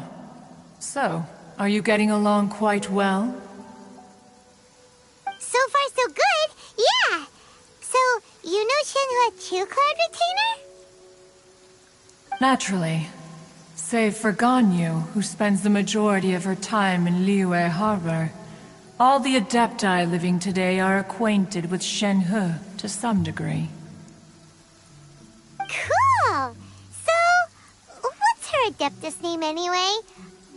Calling her Shenhe feels kind of friendly, but also kind of disrespectful. So Paimon's thinking maybe it'd be better if we called her by her Adeptus name instead. Her Adeptus name? Why, pray tell, would Shenhe have an Adeptus name?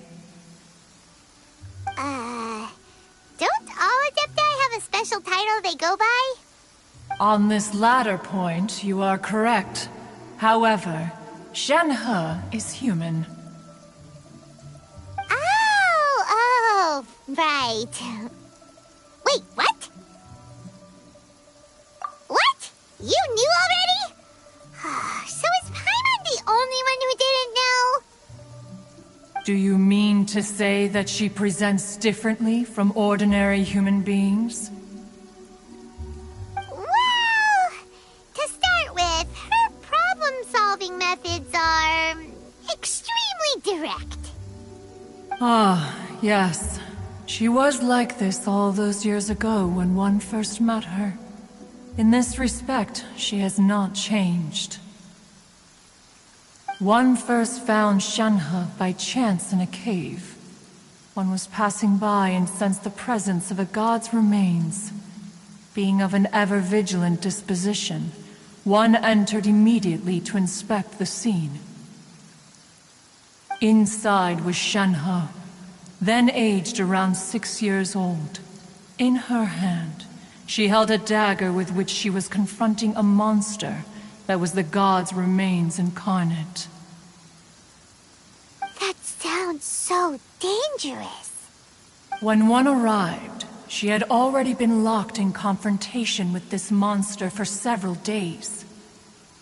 Most mortal children are fragile, both physically and mentally, and are highly reliant on their parents for survival. But not so her.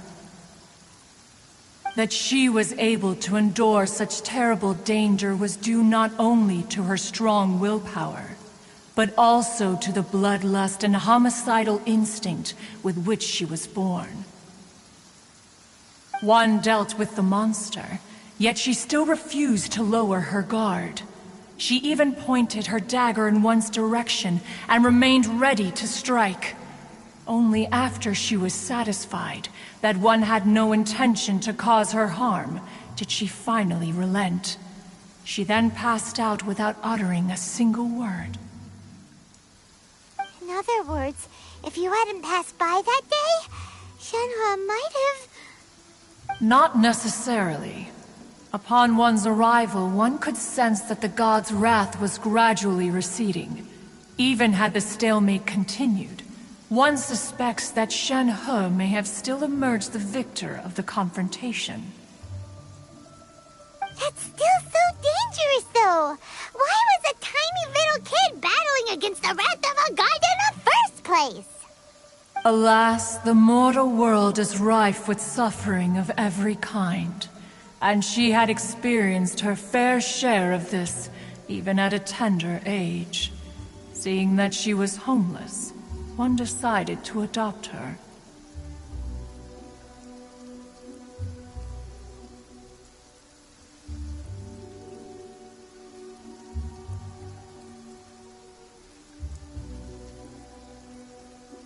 Indeed, it is one to whom she refers. Shen-He has an extraordinary constitution, making her well adapted to practicing the Adepti arts. All the Adepti cherished her talents, and so we were willing to train her. However, her homicidal urges did not subside with age. Rather, they grew stronger day by day. Mooncarver once performed a divination for her. He declared that her fate is to bear the curse of calamity. Consumed by malevolent energy, she is prone to bring harm to those around her. Such is the magnitude of the danger this poses, that her soul must be bound with red ropes to keep her homicidal instinct at bay. The red ropes have indeed served to keep her calmer and more content. They also seem to have rendered her somewhat inexpressive. Perhaps the red ropes are so powerful that they have suppressed some of her other emotions as well.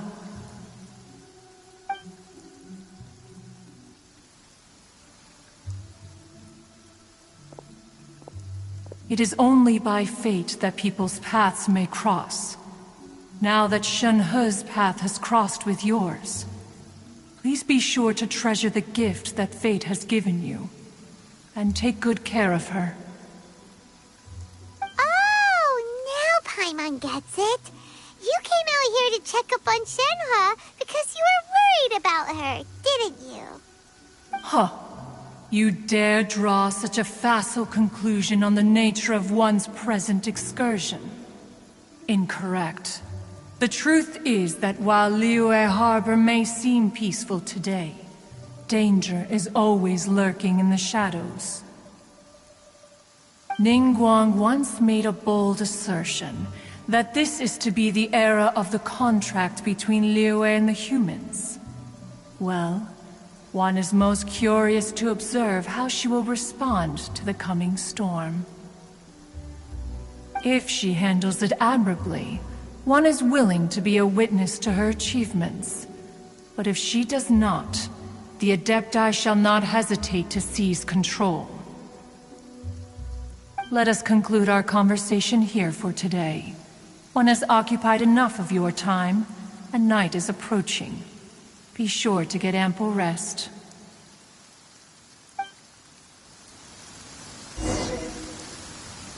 So, Shenhe isn't an Adeptus after all. She just grew up around the Adepti. Oh, no wonder she doesn't like being treated as an Adeptus. Having everyone falling over themselves to show their respect all the time must be kind of hard to deal with.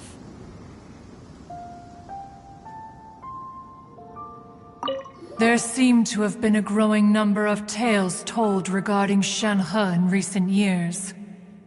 Perhaps she was seen on the previous occasion when she secretly ventured out from the mountains. One has heard that a playwright in Liyue Harbor wrote an opera based on the legends told about her. It is called The Divine Damsel of Devastation. The play portrays her as making a stand to protect her fellow villagers. One can only surmise that every story needs a hero.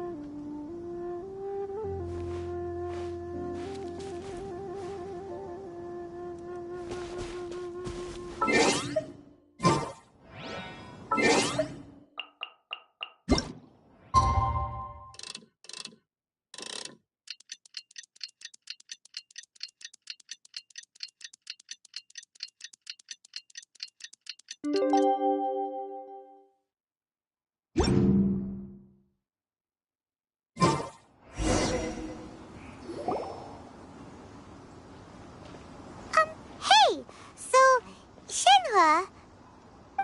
Master has relayed my situation to you, I take it. Oh? How did you know? I'd intended to wait until you came back before going to sleep, but I didn't hear you come in.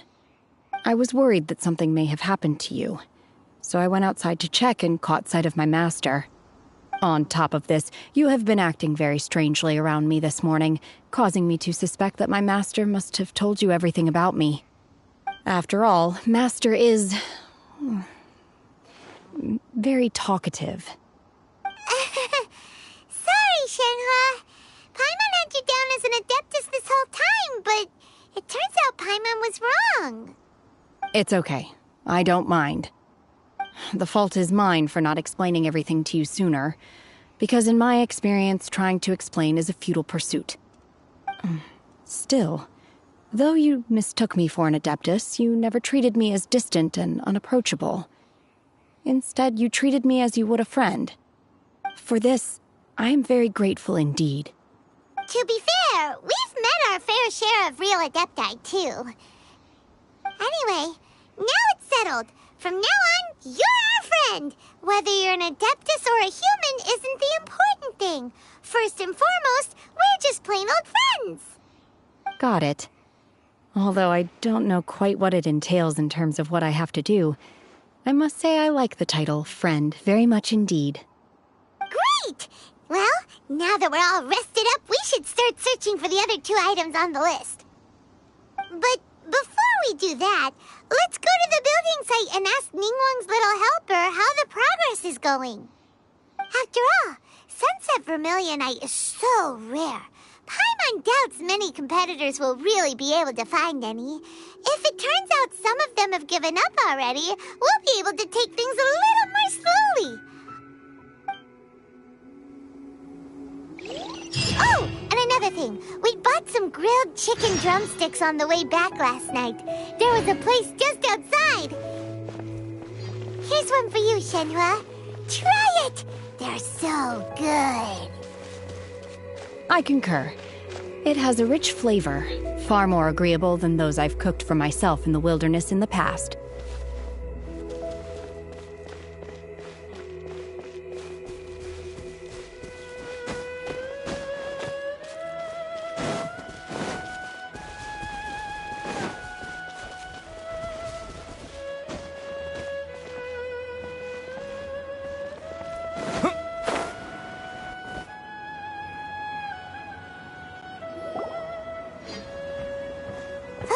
Look!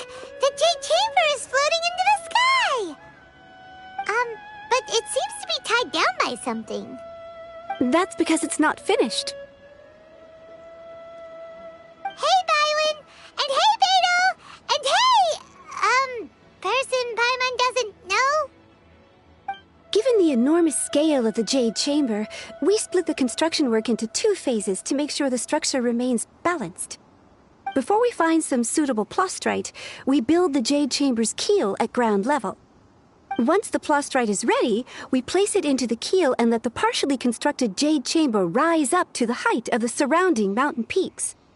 The remainder of the construction work is then carried out at that altitude. Once everything is ready, we release the iron tethers and allow the Jade Chamber to rise to its target altitude. Miss Bywin, we've brought some new materials to submit. One moment, I'll be right there. The construction work has only been able to progress this rapidly thanks to the plastrite provided by you. Lady Ningguang is most grateful and looks forward to seeing more of your work. Wow, can't believe you sourced the plastrite so quickly. It's the key piece of the puzzle. Looks like you beat us to the punch. Beto, you're joining the Jade Chamber contest too? Sure am. I happened to get my hands on a chunk of sunset vermilionite on a voyage a while back, so I figured I'd bring it over. Huh. So even though it's rare, we're not the only ones who managed to get a hold of it. Oh, I've got some introductions to do. This is the renowned Miss Yun, or Yunjin, probably the most famous figure in the Liyue opera scene. Greetings. These two are Paimon and the Traveler, both good buddies of mine. And this is... sorry, not sure we've met. Shenhe. I am their... friend. Good to meet you. A friend of a friend is my friend too. Or, as I like to say, a mate of a crewmate is part of the crew. Miss Yun is also here for the contest. Turns out she needed to borrow a boat, so we came together. It's an honor to finally meet you both. I've heard much about you. Miss Shenhe, though we are only meeting for the first time, I have a feeling that we will get along very well indeed. To be honest with you all, I am in great need of this opportunity to ask Lady Ningguang a question. That's why I joined the contest. Thanks to my father's connections, I was able to acquire a specimen of the plastrite required. Fortunately, it was approved for submission, despite being a little on the diminutive side. Wow. So it looks like the 3 of us are competitors now. Excuse me for prying, Miss Shenhe, but are you competing as well? No, I don't have any questions for Ningguang. I just wanted to help him win. In that case, I have a proposal to make. Lady Ningguang said that the first 3 contestants to procure all 3 materials will be awarded the chance to ask a question. Well, there are 3 teams here. We can split the prize between us. Instead of competing against each other, we could work together to secure the top 3 places between us. What do you think? Sounds great, but how does that change things exactly? I think I see where you're going with this, Miss Yun. The plastrite was the most difficult item to source by a long shot. Luckily, all 3 of us managed to get our hands on it. The 2 remaining items aren't quite so rare, so as long as one of us finds a way to source it, the other 2 can hop on the bandwagon. How'd I do? Is that what you had in mind? Precisely. Huh. Interesting approach. Okay then. All right. I'll go first. I have some leads on these wonder cores. From what I've heard, the core itself is really not that difficult to make. The hard part is getting hold of the ore used as raw materials. I'm gonna head back to the ship and ask Su Ling if he's heard of them. You guys... We will head into town and seek advice from Master Zhang of Hanfeng's Ironmongers. Thoughts? Wonderful. We'll split into teams then, and whoever makes progress first brings all of us a step closer to victory. I'm gonna take off. See you later. Okay, let's go! By the way, what question are you gonna ask Ningguang, Yunjin? I'm looking for a venue to host the performance of our new opera. Lady Ningguang has excellent judgment, so I would like to hear her opinion. Ooh, what's the opera called? Paimon wants to go see it. The opera is a labor of love by my father. He wrote it based on a popular urban legend about an evil spirit and an adeptus. It's called The Divine Damsel of Devastation.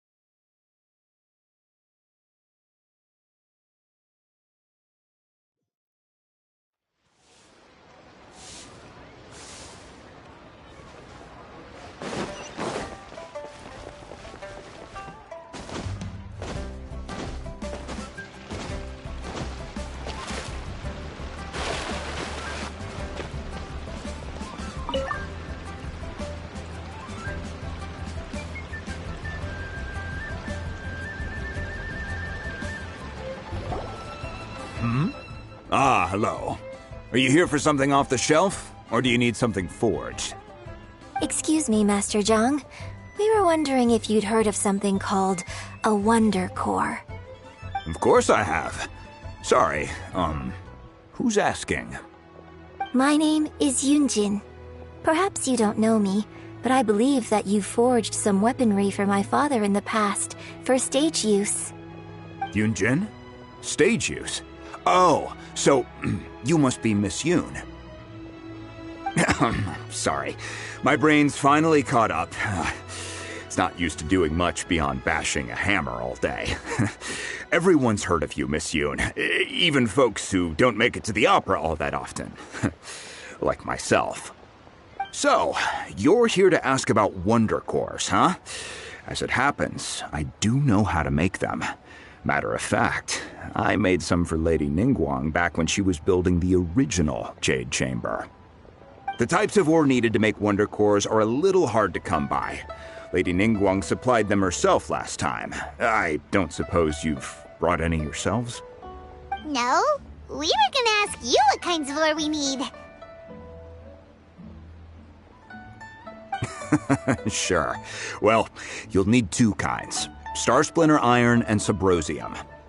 If I remember correctly, Lady Ningguang sourced her Star Splinter Iron from the Mount Tianheng area. They say it resonates with visions. It could take some work, but if you stick with it, you'll find some eventually. As for the Subrosium, though, that's trickier. It's all but unheard of on the market.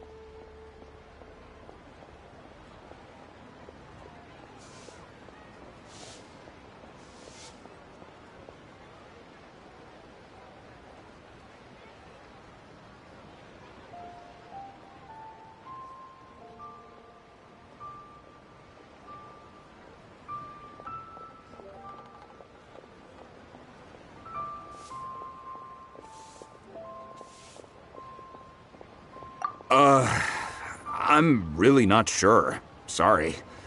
What I've heard is that the people around Mount Tianheng have some sort of magic trick that can pinpoint the location of the stuff. Of course, it's probably just hearsay. If you want my advice, start by looking for Star Splinter Iron around Mount Tianheng. And if you run into any locals, ask them a few questions about Subrosium. Mount Tianheng. Interestingly enough, the story of the divine damsel of devastation also takes place on that mountain. I hear the view there is quite spectacular. A favorite destination of the Adepti, in fact. Perhaps it can give me some inspiration. Let's not delay. We should head straight there.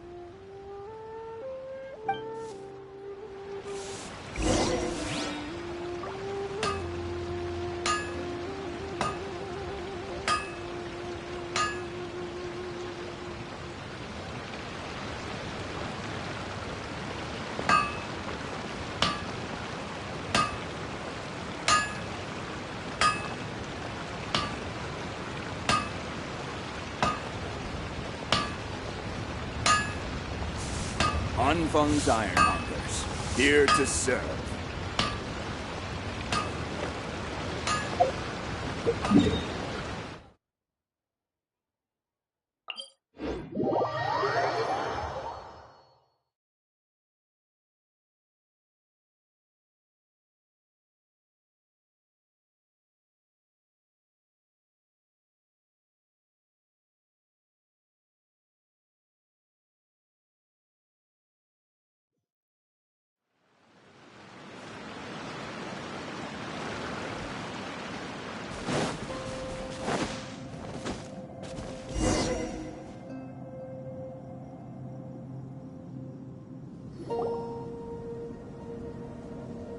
I came to Mount Tianheng once with my father as a child. I remember it being such a long climb that I could barely feel my legs by the time we reached the top. This is quite a trip down memory lane for me. Look at these majestic, towering peaks and the gently flowing streams. It's like setting foot in paradise. No wonder the legend of the divine damsel of devastation is said to have taken place here. Adepti wander oft where mortals seldom stride. Indeed, this looks like a place that one might expect to be frequented by Adepti. The Divine Damsel of Devastation is your upcoming opera, right? And the story takes place in Mount Tianheng. Huh. Seems like you have a real connection with this place. What's the story about, though? It's the story of a girl becoming a hero. Cool. A hero story?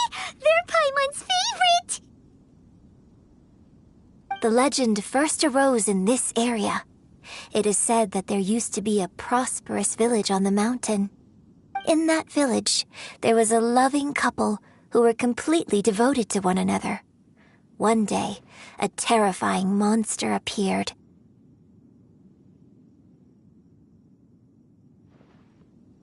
The wife was out collecting herbs and was captured by the monster. Her husband was so distraught at the news that it broke his spirit and drove him to madness. The vile and vicious monster told the villagers, "If you want to live, you must sacrifice a child to me." What a nasty piece of work! Paimon sure hopes this monster gets put in its place! But the monster was so terrible and so strong that all within the village were terrified of it. They had no choice but to give in to the monster's demand. Just while they were discussing whose child would be given over to the monster, a little girl suddenly stood up and came forward. No! Don't do it, little girl! Unbeknownst to anybody else, she was concealing an exorcist's blade. She approached the monster's lair, feigning fear and trepidation. When she finally arrived, she courageously drew her sword and entered into a fierce struggle with the monster, from which she eventually emerged as the victor. Her extraordinary abilities drew the attention of the Adepti, and they took her as one of their own. Her story became the stuff of legends. But alas, the paths of mortals and Adepti seldom cross, and she would never again re-enter the mortal world. And so, destined to grace the mortal realm for but a brief moment, she vanished like a wisp of smoke into thin air. That's how the opera ends.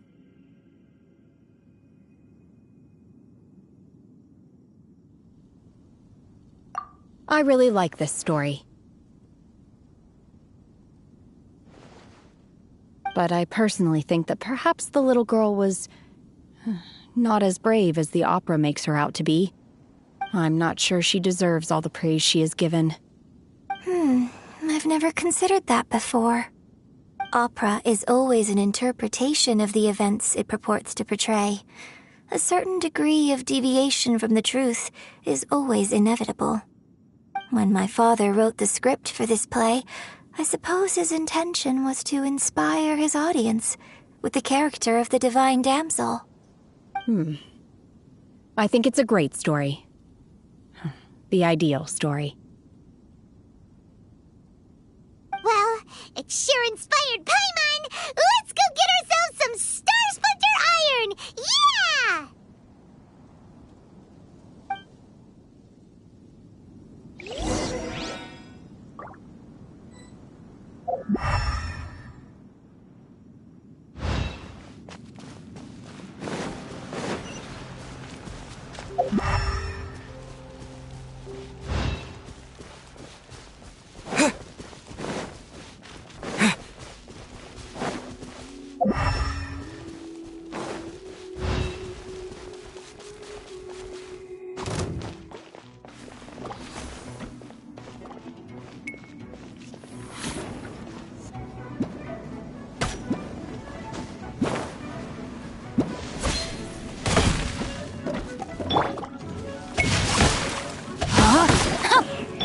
Scatter! Dissipate!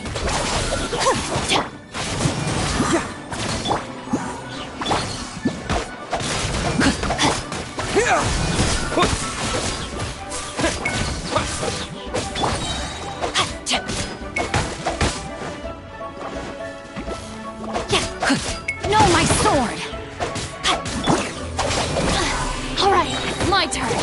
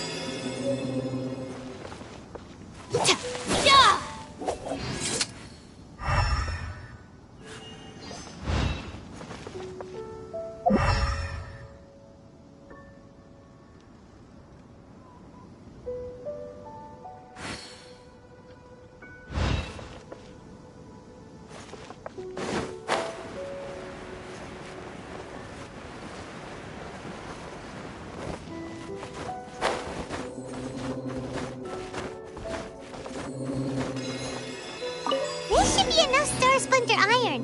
Now we just need to find that Subrosium.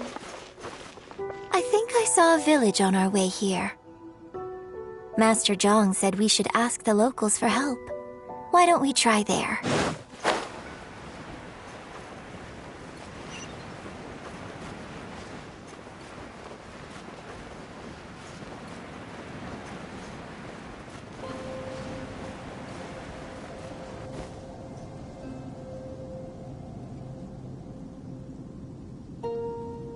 Hey, there really is someone here. Yunjin, looks like you were right. Excuse us, sir. Can we ask you something? Huh. He didn't seem to catch that. Hello, sir. We were just passing by and wanted to ask if you happen to know anything about Subrosium.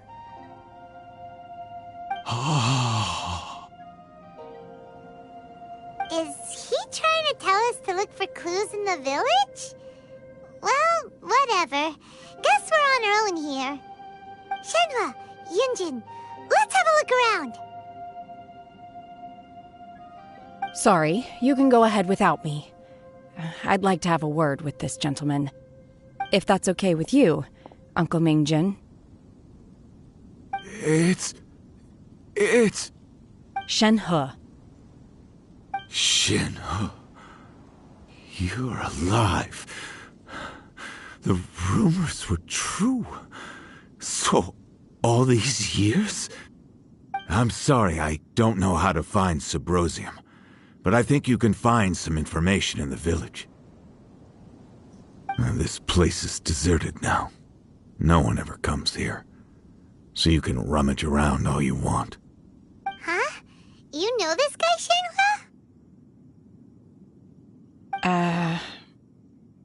Thank you, kind sir. We'll go and take a look around. Don't worry.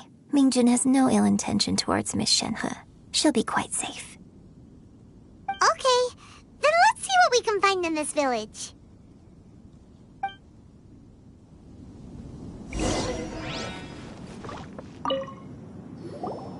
I came back here once before, a few years ago. Alone. I hid it from Master at the time. It was deserted then, too, except for a few low-life bandits. Everyone and everything I remembered was long gone. But as people were passing by, they stopped to admire me.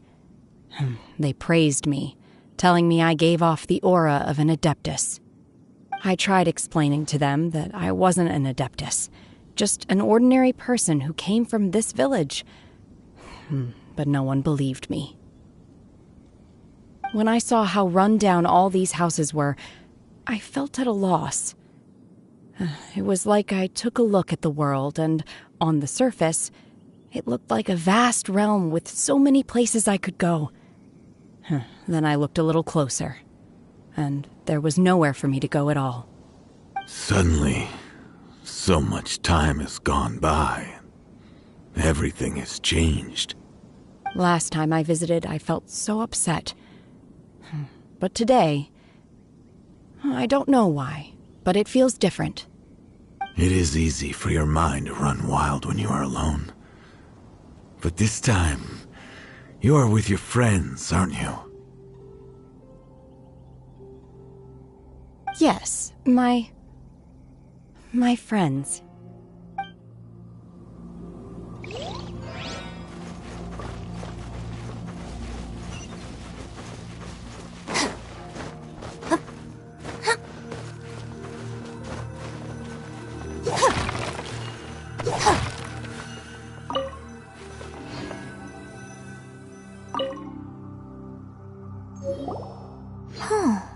What's this?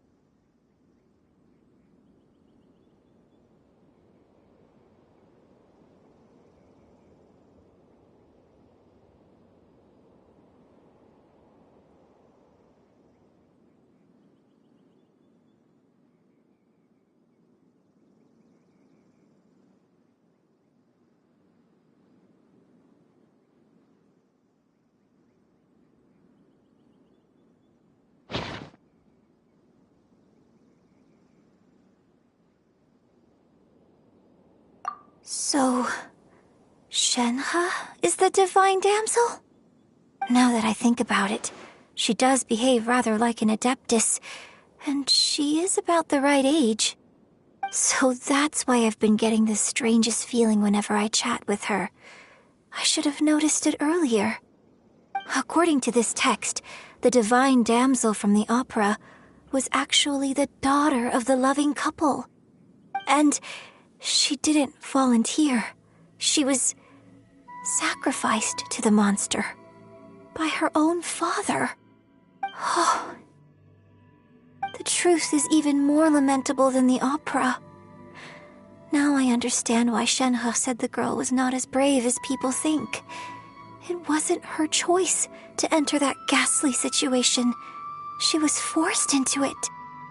Oh, it looks like my father may need to make a few revisions to his beloved opera.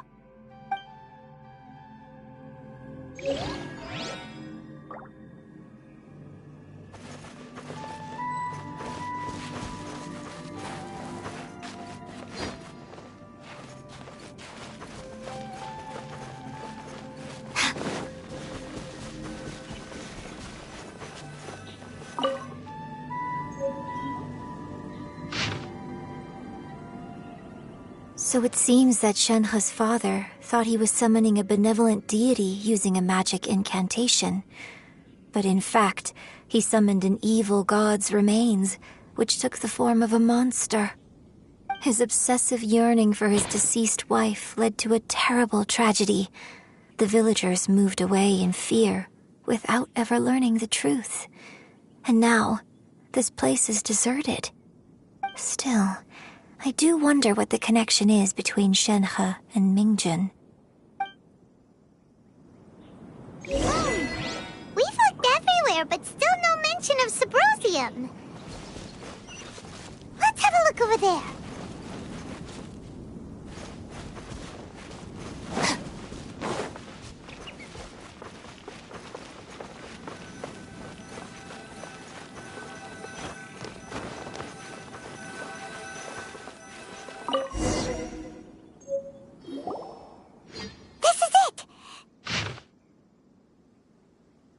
So basically, we need to go to the middle of the lake south of Mount Tianheng at dusk, and we'll find us some Subrosium! Let's go back and tell Shenhe the news!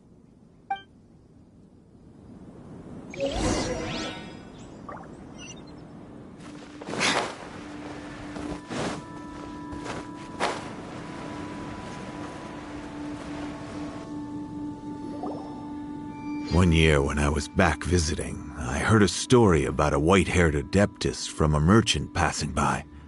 I never imagined it was you. I was a very close friend of your father's. I could have stopped him from performing the summoning ritual. I had plenty of chances, but I couldn't bring myself to stand up to him. I just let things happen, let it all escalate. Well, we all know how that story ended. I bring flowers back here every year. And each time I wish I had a chance to apologize to you.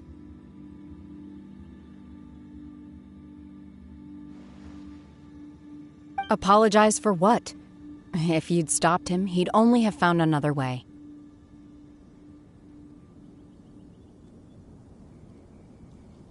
There is nothing he wouldn't have done for his true love. Nothing. Do you still hate him? I don't know what I feel. I'm told my fate is to bear the curse of calamity, so my master bound my soul with red ropes to curb my aggression. But it also dampened my emotions, making me dispassionate, like the Adepti. So if you ask me how I feel about the past, if I hate my father or not, the truth is, I feel nothing at all. It must have been so tough for you all these years. Shenhe, we're back! Oh, then I will leave you all in peace. Shenhe, it brings me some solace knowing that you are okay. I'll tell you more about the old times next time we meet. Thanks, mister. We found some info in the end.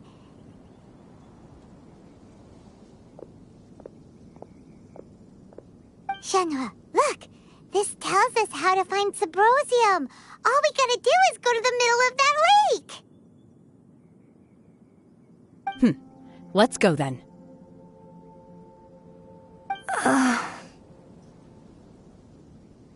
Miss Shenhe, there's something I'd like to talk to you about.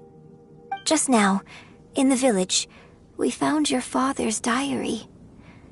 It turns out that many of the details in the Divine Damsel of Devastation are not true to the facts, so I'd like to change them.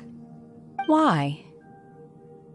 I know I say that opera always deviates from the truth, But now that the main character is standing right here in front of me, I cannot simply dismiss your lived experience in favor of my father's fiction. It's okay. I like your version.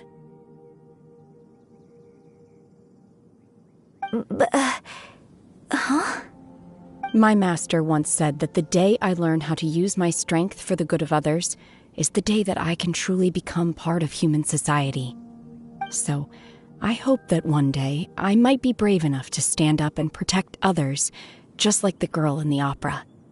But I've never thought this way before, and I wonder whether I will continue to think in this way. Don't worry. I believe you will. In fact, I think maybe you've already started to become the person you aspire to be. You just haven't had the opportunity to see it for yourself yet. Shenhua! Yunjin! Cut the chit-chat! Let's go!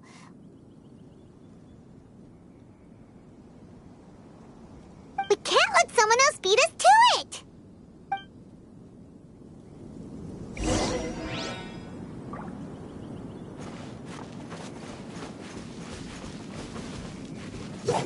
Yeah!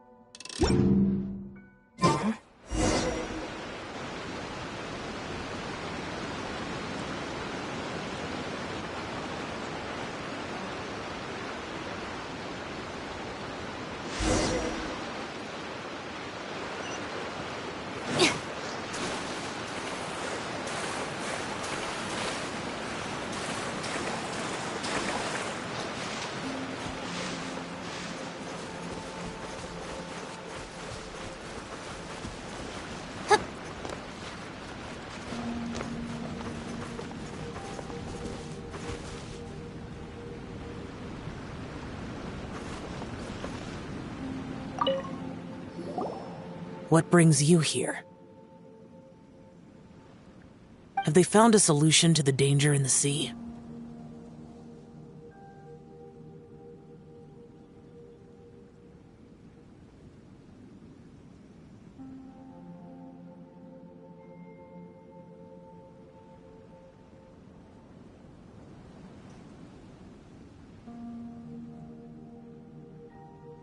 Ningguang didn't tell you. Something has happened in Guyan Stone Forest. According to the contract, as an Adeptus, I should not get involved for now.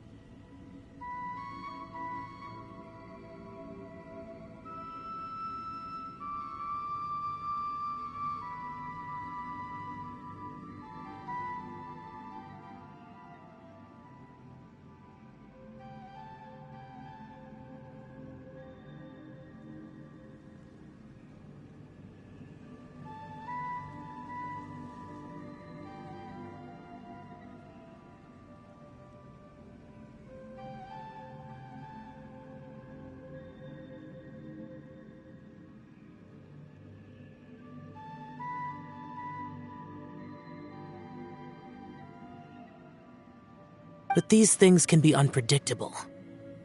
I have a contingency plan of my own.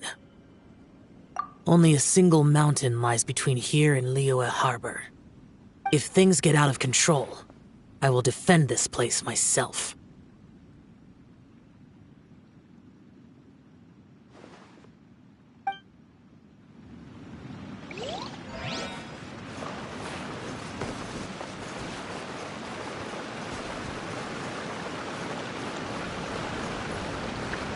That's everything we need! Let's head back and report in! Paimon's curious if Beto's made any progress.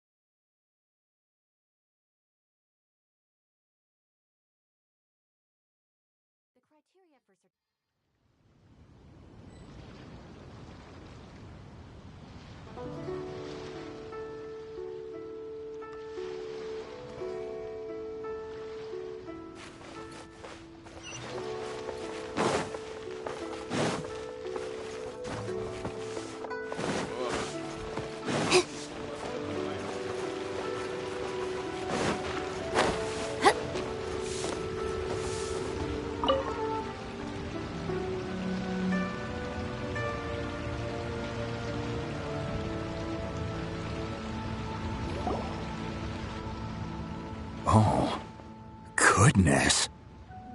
So, are they okay? This is some top quality ore you found. I think I'll get a good end product out of these. Guess now it's my time to shine. Hey everyone, how's the A-team doing? I ran into a bit of a brick wall on my end. Suling's never seen a Wonder Core before, and says it'd take a lot of research for him to get up to speed. Leave the Wonder Cores to me. I'll work on them while you go about your business. Don't worry. It won't take me too long. Much obliged, Master Zhang. We should look into the Adepti sigils next, but where should we find items relating to the Adepti? I'll sort that out. Oh? You got this then? Yes. I have been training with the Adepti for years. I know a thing or two about making sigils. When we first met, I told you I came for the Jade Chamber, not the contest. In fact, I came specifically to deliver Adepti sigils. Master heard that Ningguang was planning to rebuild the Jade Chamber, so she sent me to deliver some Adepti sigils to her. Master also said she hoped that I can take this opportunity to rejoin human society. But now that I'm here, I wonder if I've been removed from the world for too long. There's so much basic knowledge that I lack. Maybe it won't work for me to stay here after all.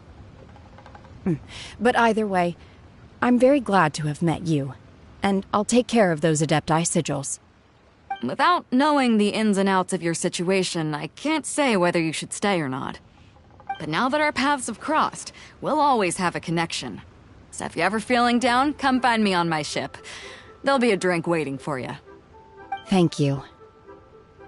So, Master Zhang, I'll need to use your facilities to make the sigils. Fine by me. I'm actually curious to see how the Adepti arts work. Maybe I'll learn something.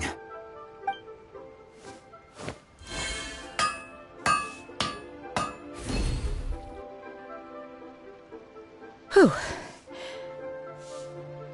The sigils are ready. Though they are in some respects inferior to my master's, I can assure you there will be no quality issues. I've finished forging the things you asked for, too. Great! Let's go submit them before someone else gets there ahead of us!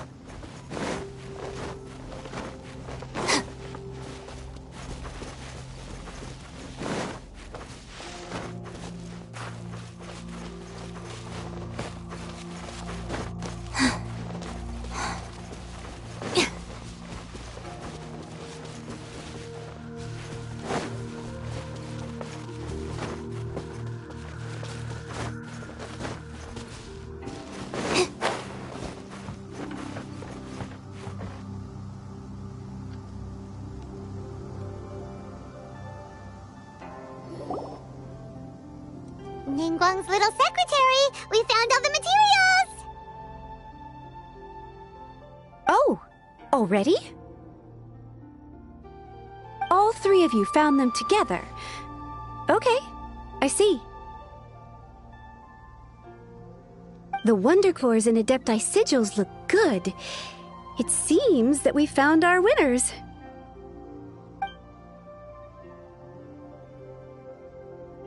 I hereby announce that the winners of this material procurement contest are the Traveler, Yunjin, and Beidou. What? It's over already? I haven't even found the Plustrate yet! Oh, I can't believe it. So close, but so far. I'd like to invite our three winners to please proceed to the Jade Chamber, where Lady Ningguang is waiting for you. Huh? Where's Beidou? She was right here. Captain Beidou has some business to attend to. She will join later. Please come with me for now. Alright then, guess we'll head on up to the Jade Chamber first. This has been a long time coming. The last time we went up to the Jade Chamber was ages ago.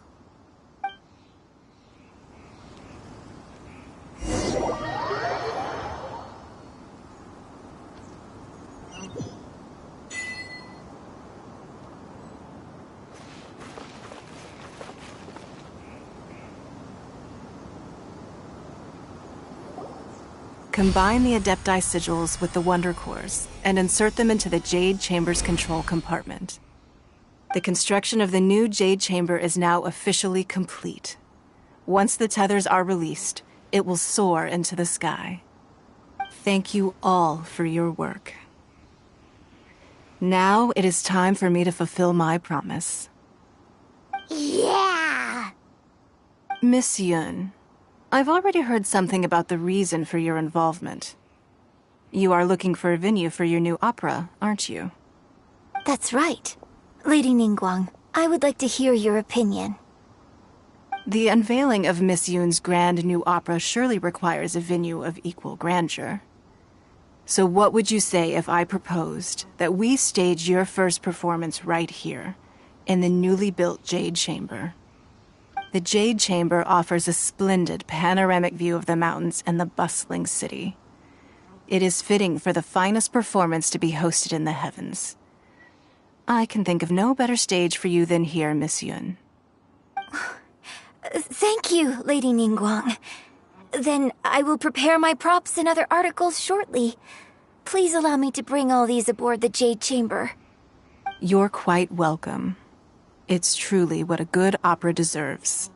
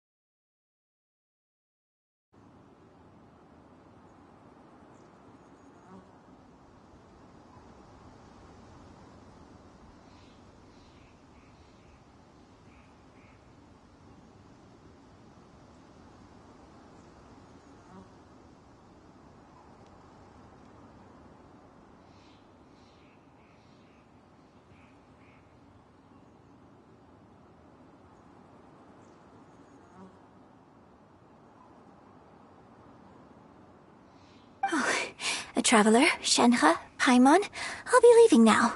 Do come and see my play when the time comes. You're next.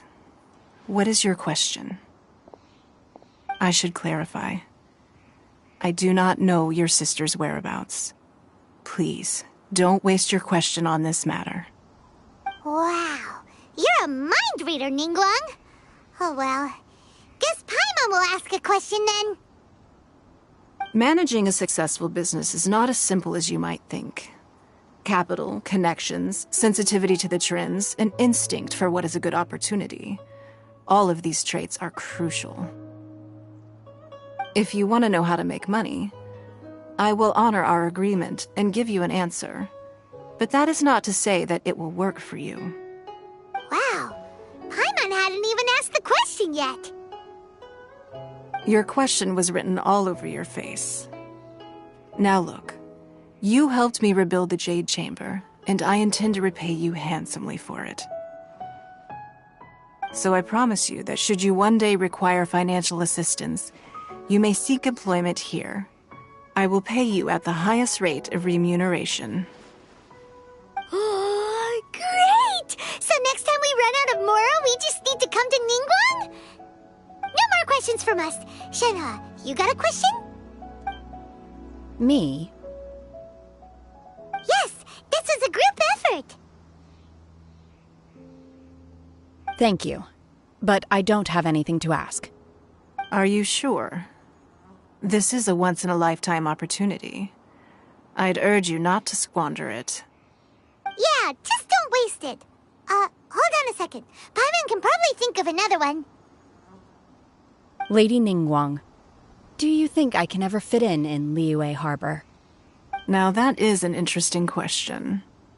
Liyue Harbor is very inclusive. As long as you respect the rules here, you will not be turned away. So, the key is whether or not you yourself can develop a sense of belonging in Liyue Harbor. Huh. A sense of belonging? Yes. To become fond of a place, to feel part of it, it always requires a reason. Perhaps someone you've met, or something you've experienced here. Or perhaps you enjoy the atmosphere of Liyue, and you will become accustomed to it. In short, everyone needs a reason to stay. I hope you can find yours soon. I see.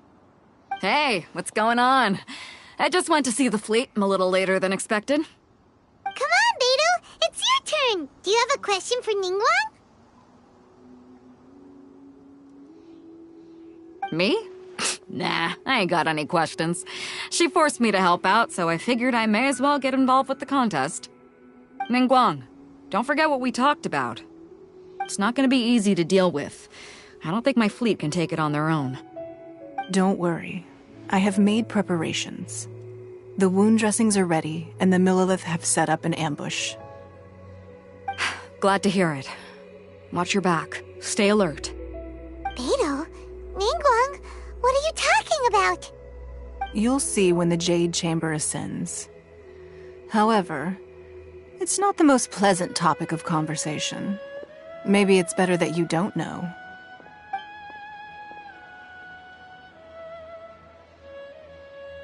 When I first set foot in the Jade Chamber, I stood at the edge of the platform and looked down upon Liyue Harbor far below. At that time, I dreamed that one day the Jade Chamber's shadow would be seen in all 7 nations of Teyvat. My wish has not changed to this very day. However, it is not only out of consideration for myself that I have built the Jade Chamber anew at this time. I hope the Jade Chamber will always float in the skies above Liyue Harbor, bearing witness to the prosperity and peace of the human world.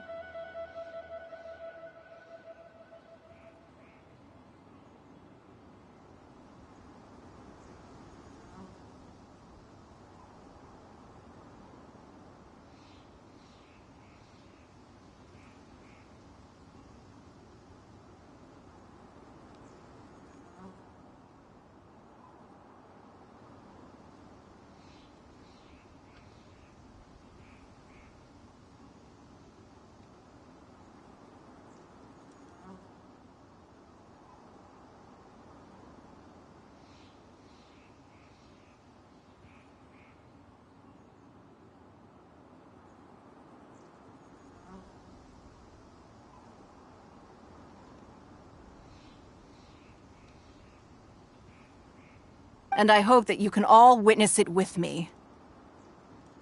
Let the Ascension ceremony commence!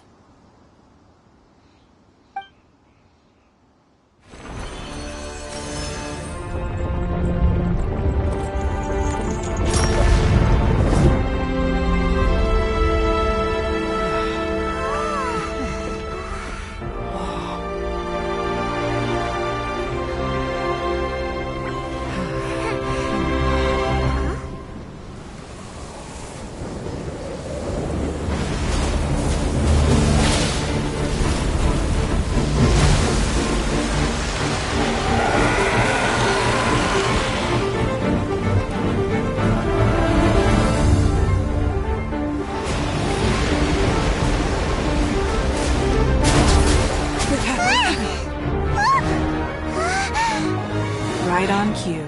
The Avenger of the Vortex, Beisht. Who is that? Osial's wife. Final follower of the Overlord of the Vortex. Sounds like you knew this was coming! Beidou sensed something was stirring in the deep. She warned me months ago. Knowing she harbors hatred toward the Jade Chamber, I chose to rebuild it now as a way of drawing her out. Got it. Well, let's go fetch the Adepti. No. In this human age, the people of Liyue must find a way to overcome this crisis on our strength alone!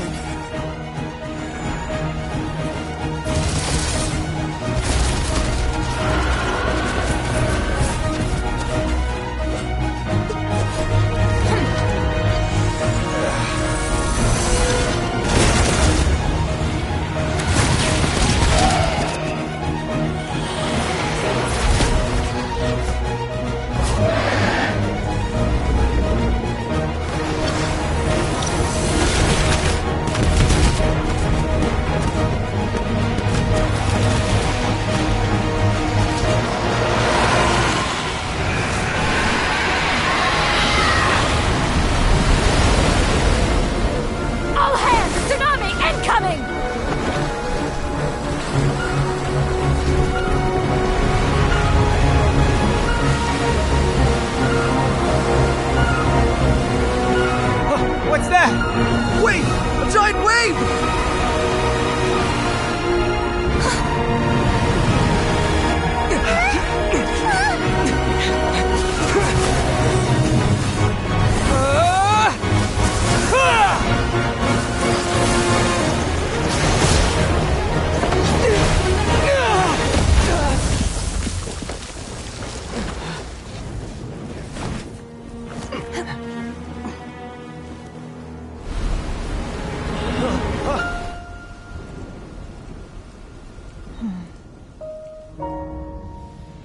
You are a cursed child.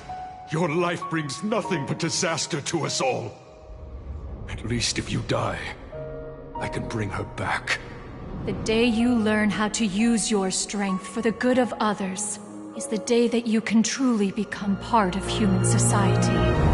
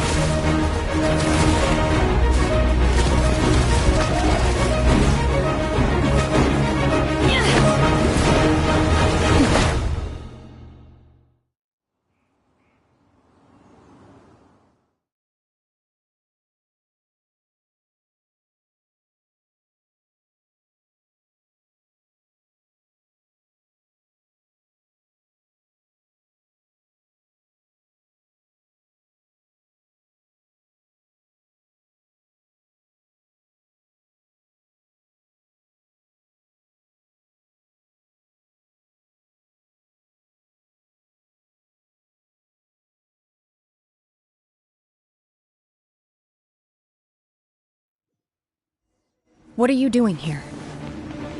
We can't let you be the only one taking this risk! I hardly see this as a great risk. The people of Liyue Harbor are well prepared, and she is already badly injured. Only sheer willpower is keeping her alive. I may be nearing the end of my stamina, but in a fight to the death, I think I have the upper hand. We'll help too!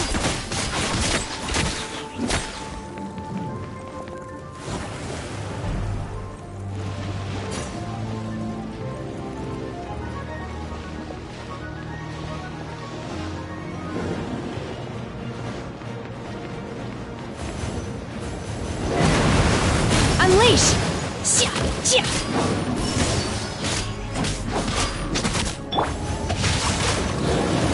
Rain outlines your fate.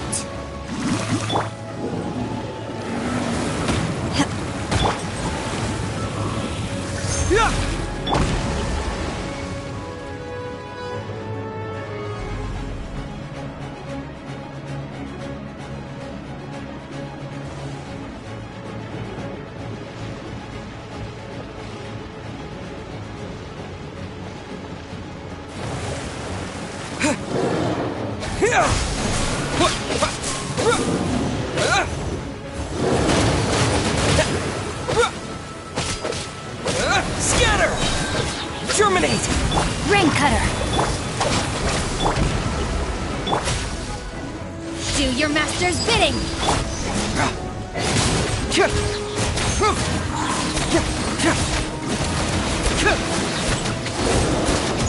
Cyclone!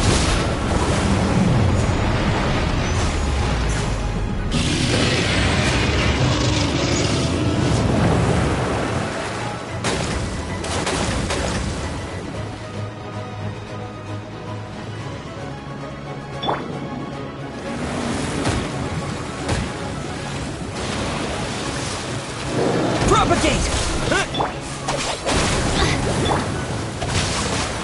Know my sword! Manifest! Obey! Out of my way!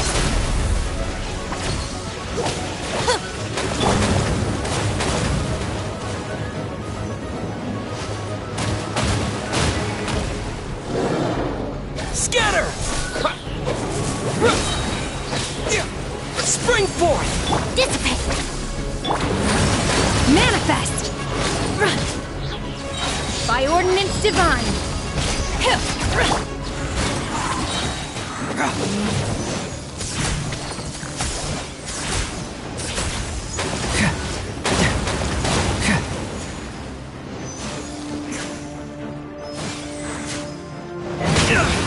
Gotta straight.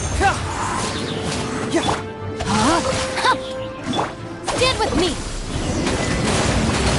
She's getting away! Shouldn't we go after her? This place is unstable. It is too risky to continue pursuing her. If the place collapsed, the consequences would be disastrous. Let's head back.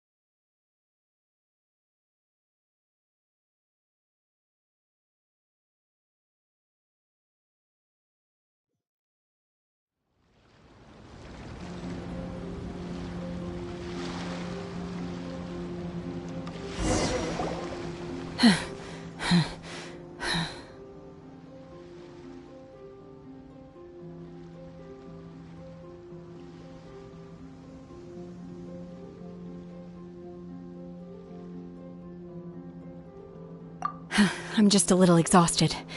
Otherwise, fine. I wanted to deal with it myself. I didn't expect you to follow me. Don't worry. She's not coming back anytime soon. After an injury like that, she'll likely seek refuge somewhere else. How did things go underwater? It's been dealt with. She was injured before entering the water. It didn't take too much effort to finish the job. Good. So the crisis has been safely averted. When you visit the Jade Chamber in the future, you will be afforded generous treatment. Lady Ningguang, the fleet reports that the sea monster has left Guyan Stone Forest and the surrounding waters have returned to normal. Thank you. How are the Millilith?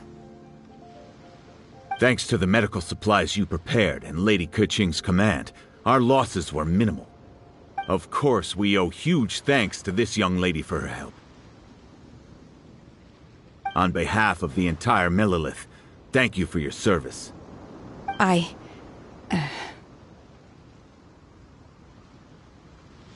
Great. Then next time I watch Miss Yun's opera, I'll be able to take the compliments.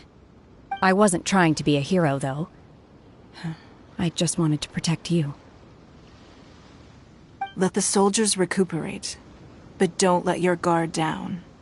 If she returns with a vengeance, we must be prepared. Yes, ma'am. You've been monitoring us for some time now. I trust you've reached a conclusion.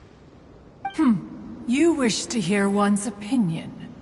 Well, things would have hardly gone so smoothly had it not been for Shenhe. That I do not deny. However, final victory was always going to be ours, even had things been a little more arduous. If it came to it, I could always destroy another Jade Chamber. One has observed your adaptation of the Guizhong Ballista, and find oneself compelled to admit that you have evidenced some degree of novel thinking. You have learned from past failures and prepared for this crisis in advance. This is considerable progress compared to the last time. Hence, on balance, one finds your performance during this trial satisfactory enough. But there will no doubt be further trials to come in the future.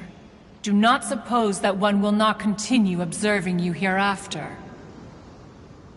While the position of Tianquan remains mine, I will always ensure Liyue's safety. Shenhe, one saw you secretly venture out from the mountains a few years ago, and noticed the air of dejection in which you returned. Hopefully this trip to Liyue Harbor has been a different experience. Yes. I can't explain it, but I feel happier than I expected. Good. Traveler, please take good care of Shenhe. She is a dear child. In fact, one has many fond memories of Shenhe's childhood that she may be interested to hear about.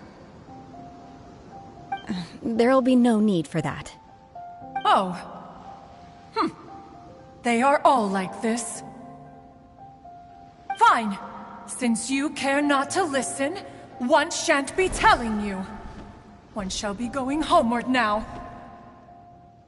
Please, have a good rest. Come to the Jade Chamber when you have recovered your energy. We must celebrate both the completion of the Jade Chamber and the fact that Liyue has weathered another crisis. This banquet must be the most spectacular ever.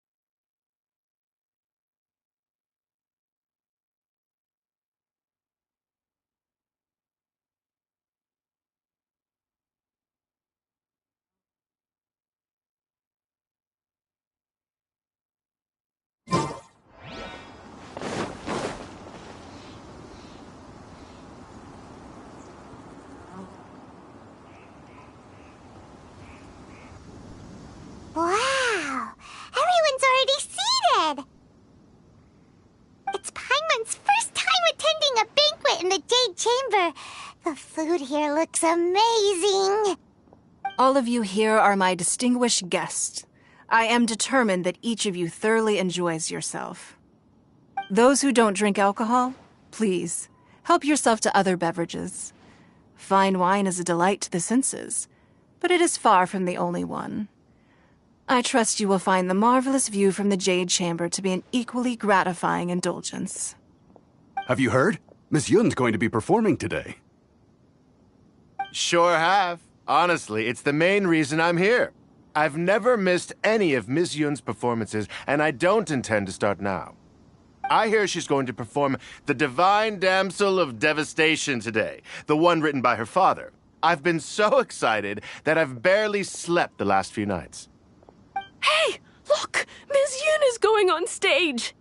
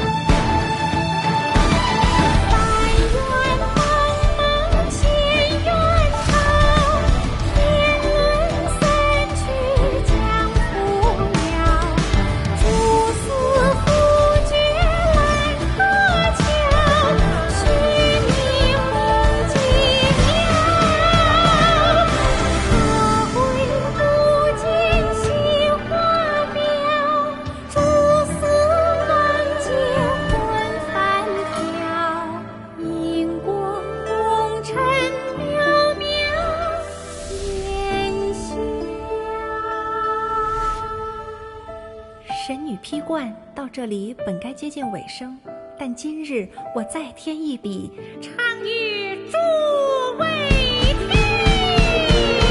知道为敌人不是，自有知音多情思。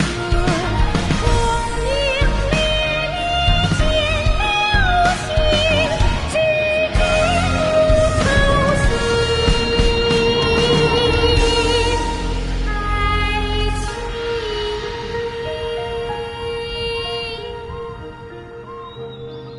彼时鹤归，茫茫天地无依靠，孤身离去。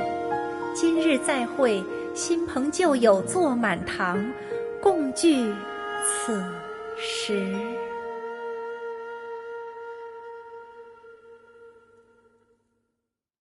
What did you think? Personally, I thought I sang rather well. It was beautiful. Paimon wants to learn too.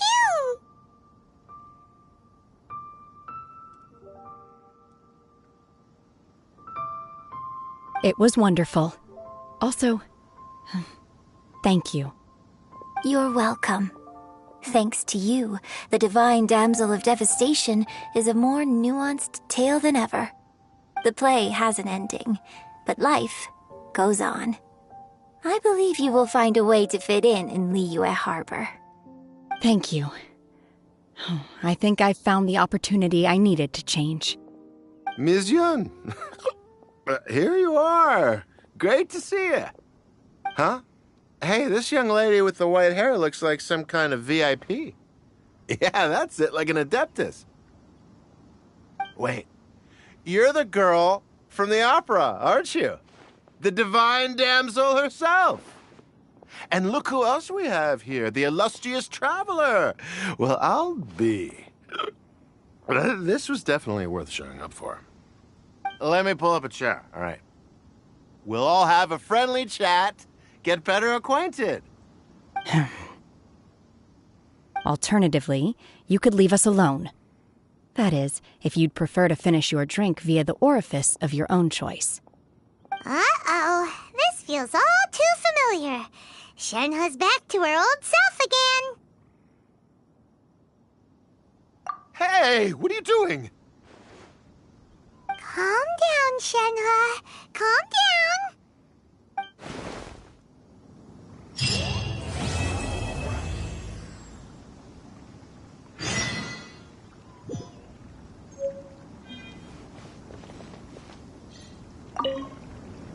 To act, one must first feel. After our trip to Mount Tianheng together, I felt much more in touch with the character today. I believe I was able to deliver a more profound performance because of it. Next time I have a new opera, may we study the character together again. Now that I think about it, I'm glad Master sent me here to deliver the sigils. Otherwise, I wouldn't have had the chance to meet you. I'm sure I have much to learn from you in the future. You've made an exceptional contribution toward the building of the new Jade Chamber. I will not forget this. I shall be sure to repay your kindness at an appropriate juncture.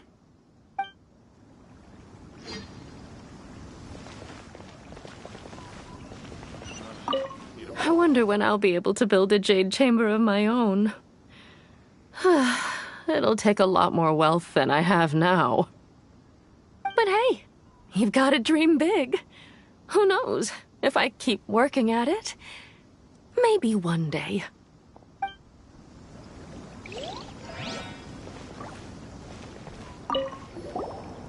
Drinking and watching opera in the Jade Chamber.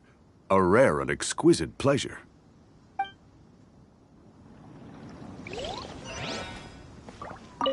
More wine! More wine!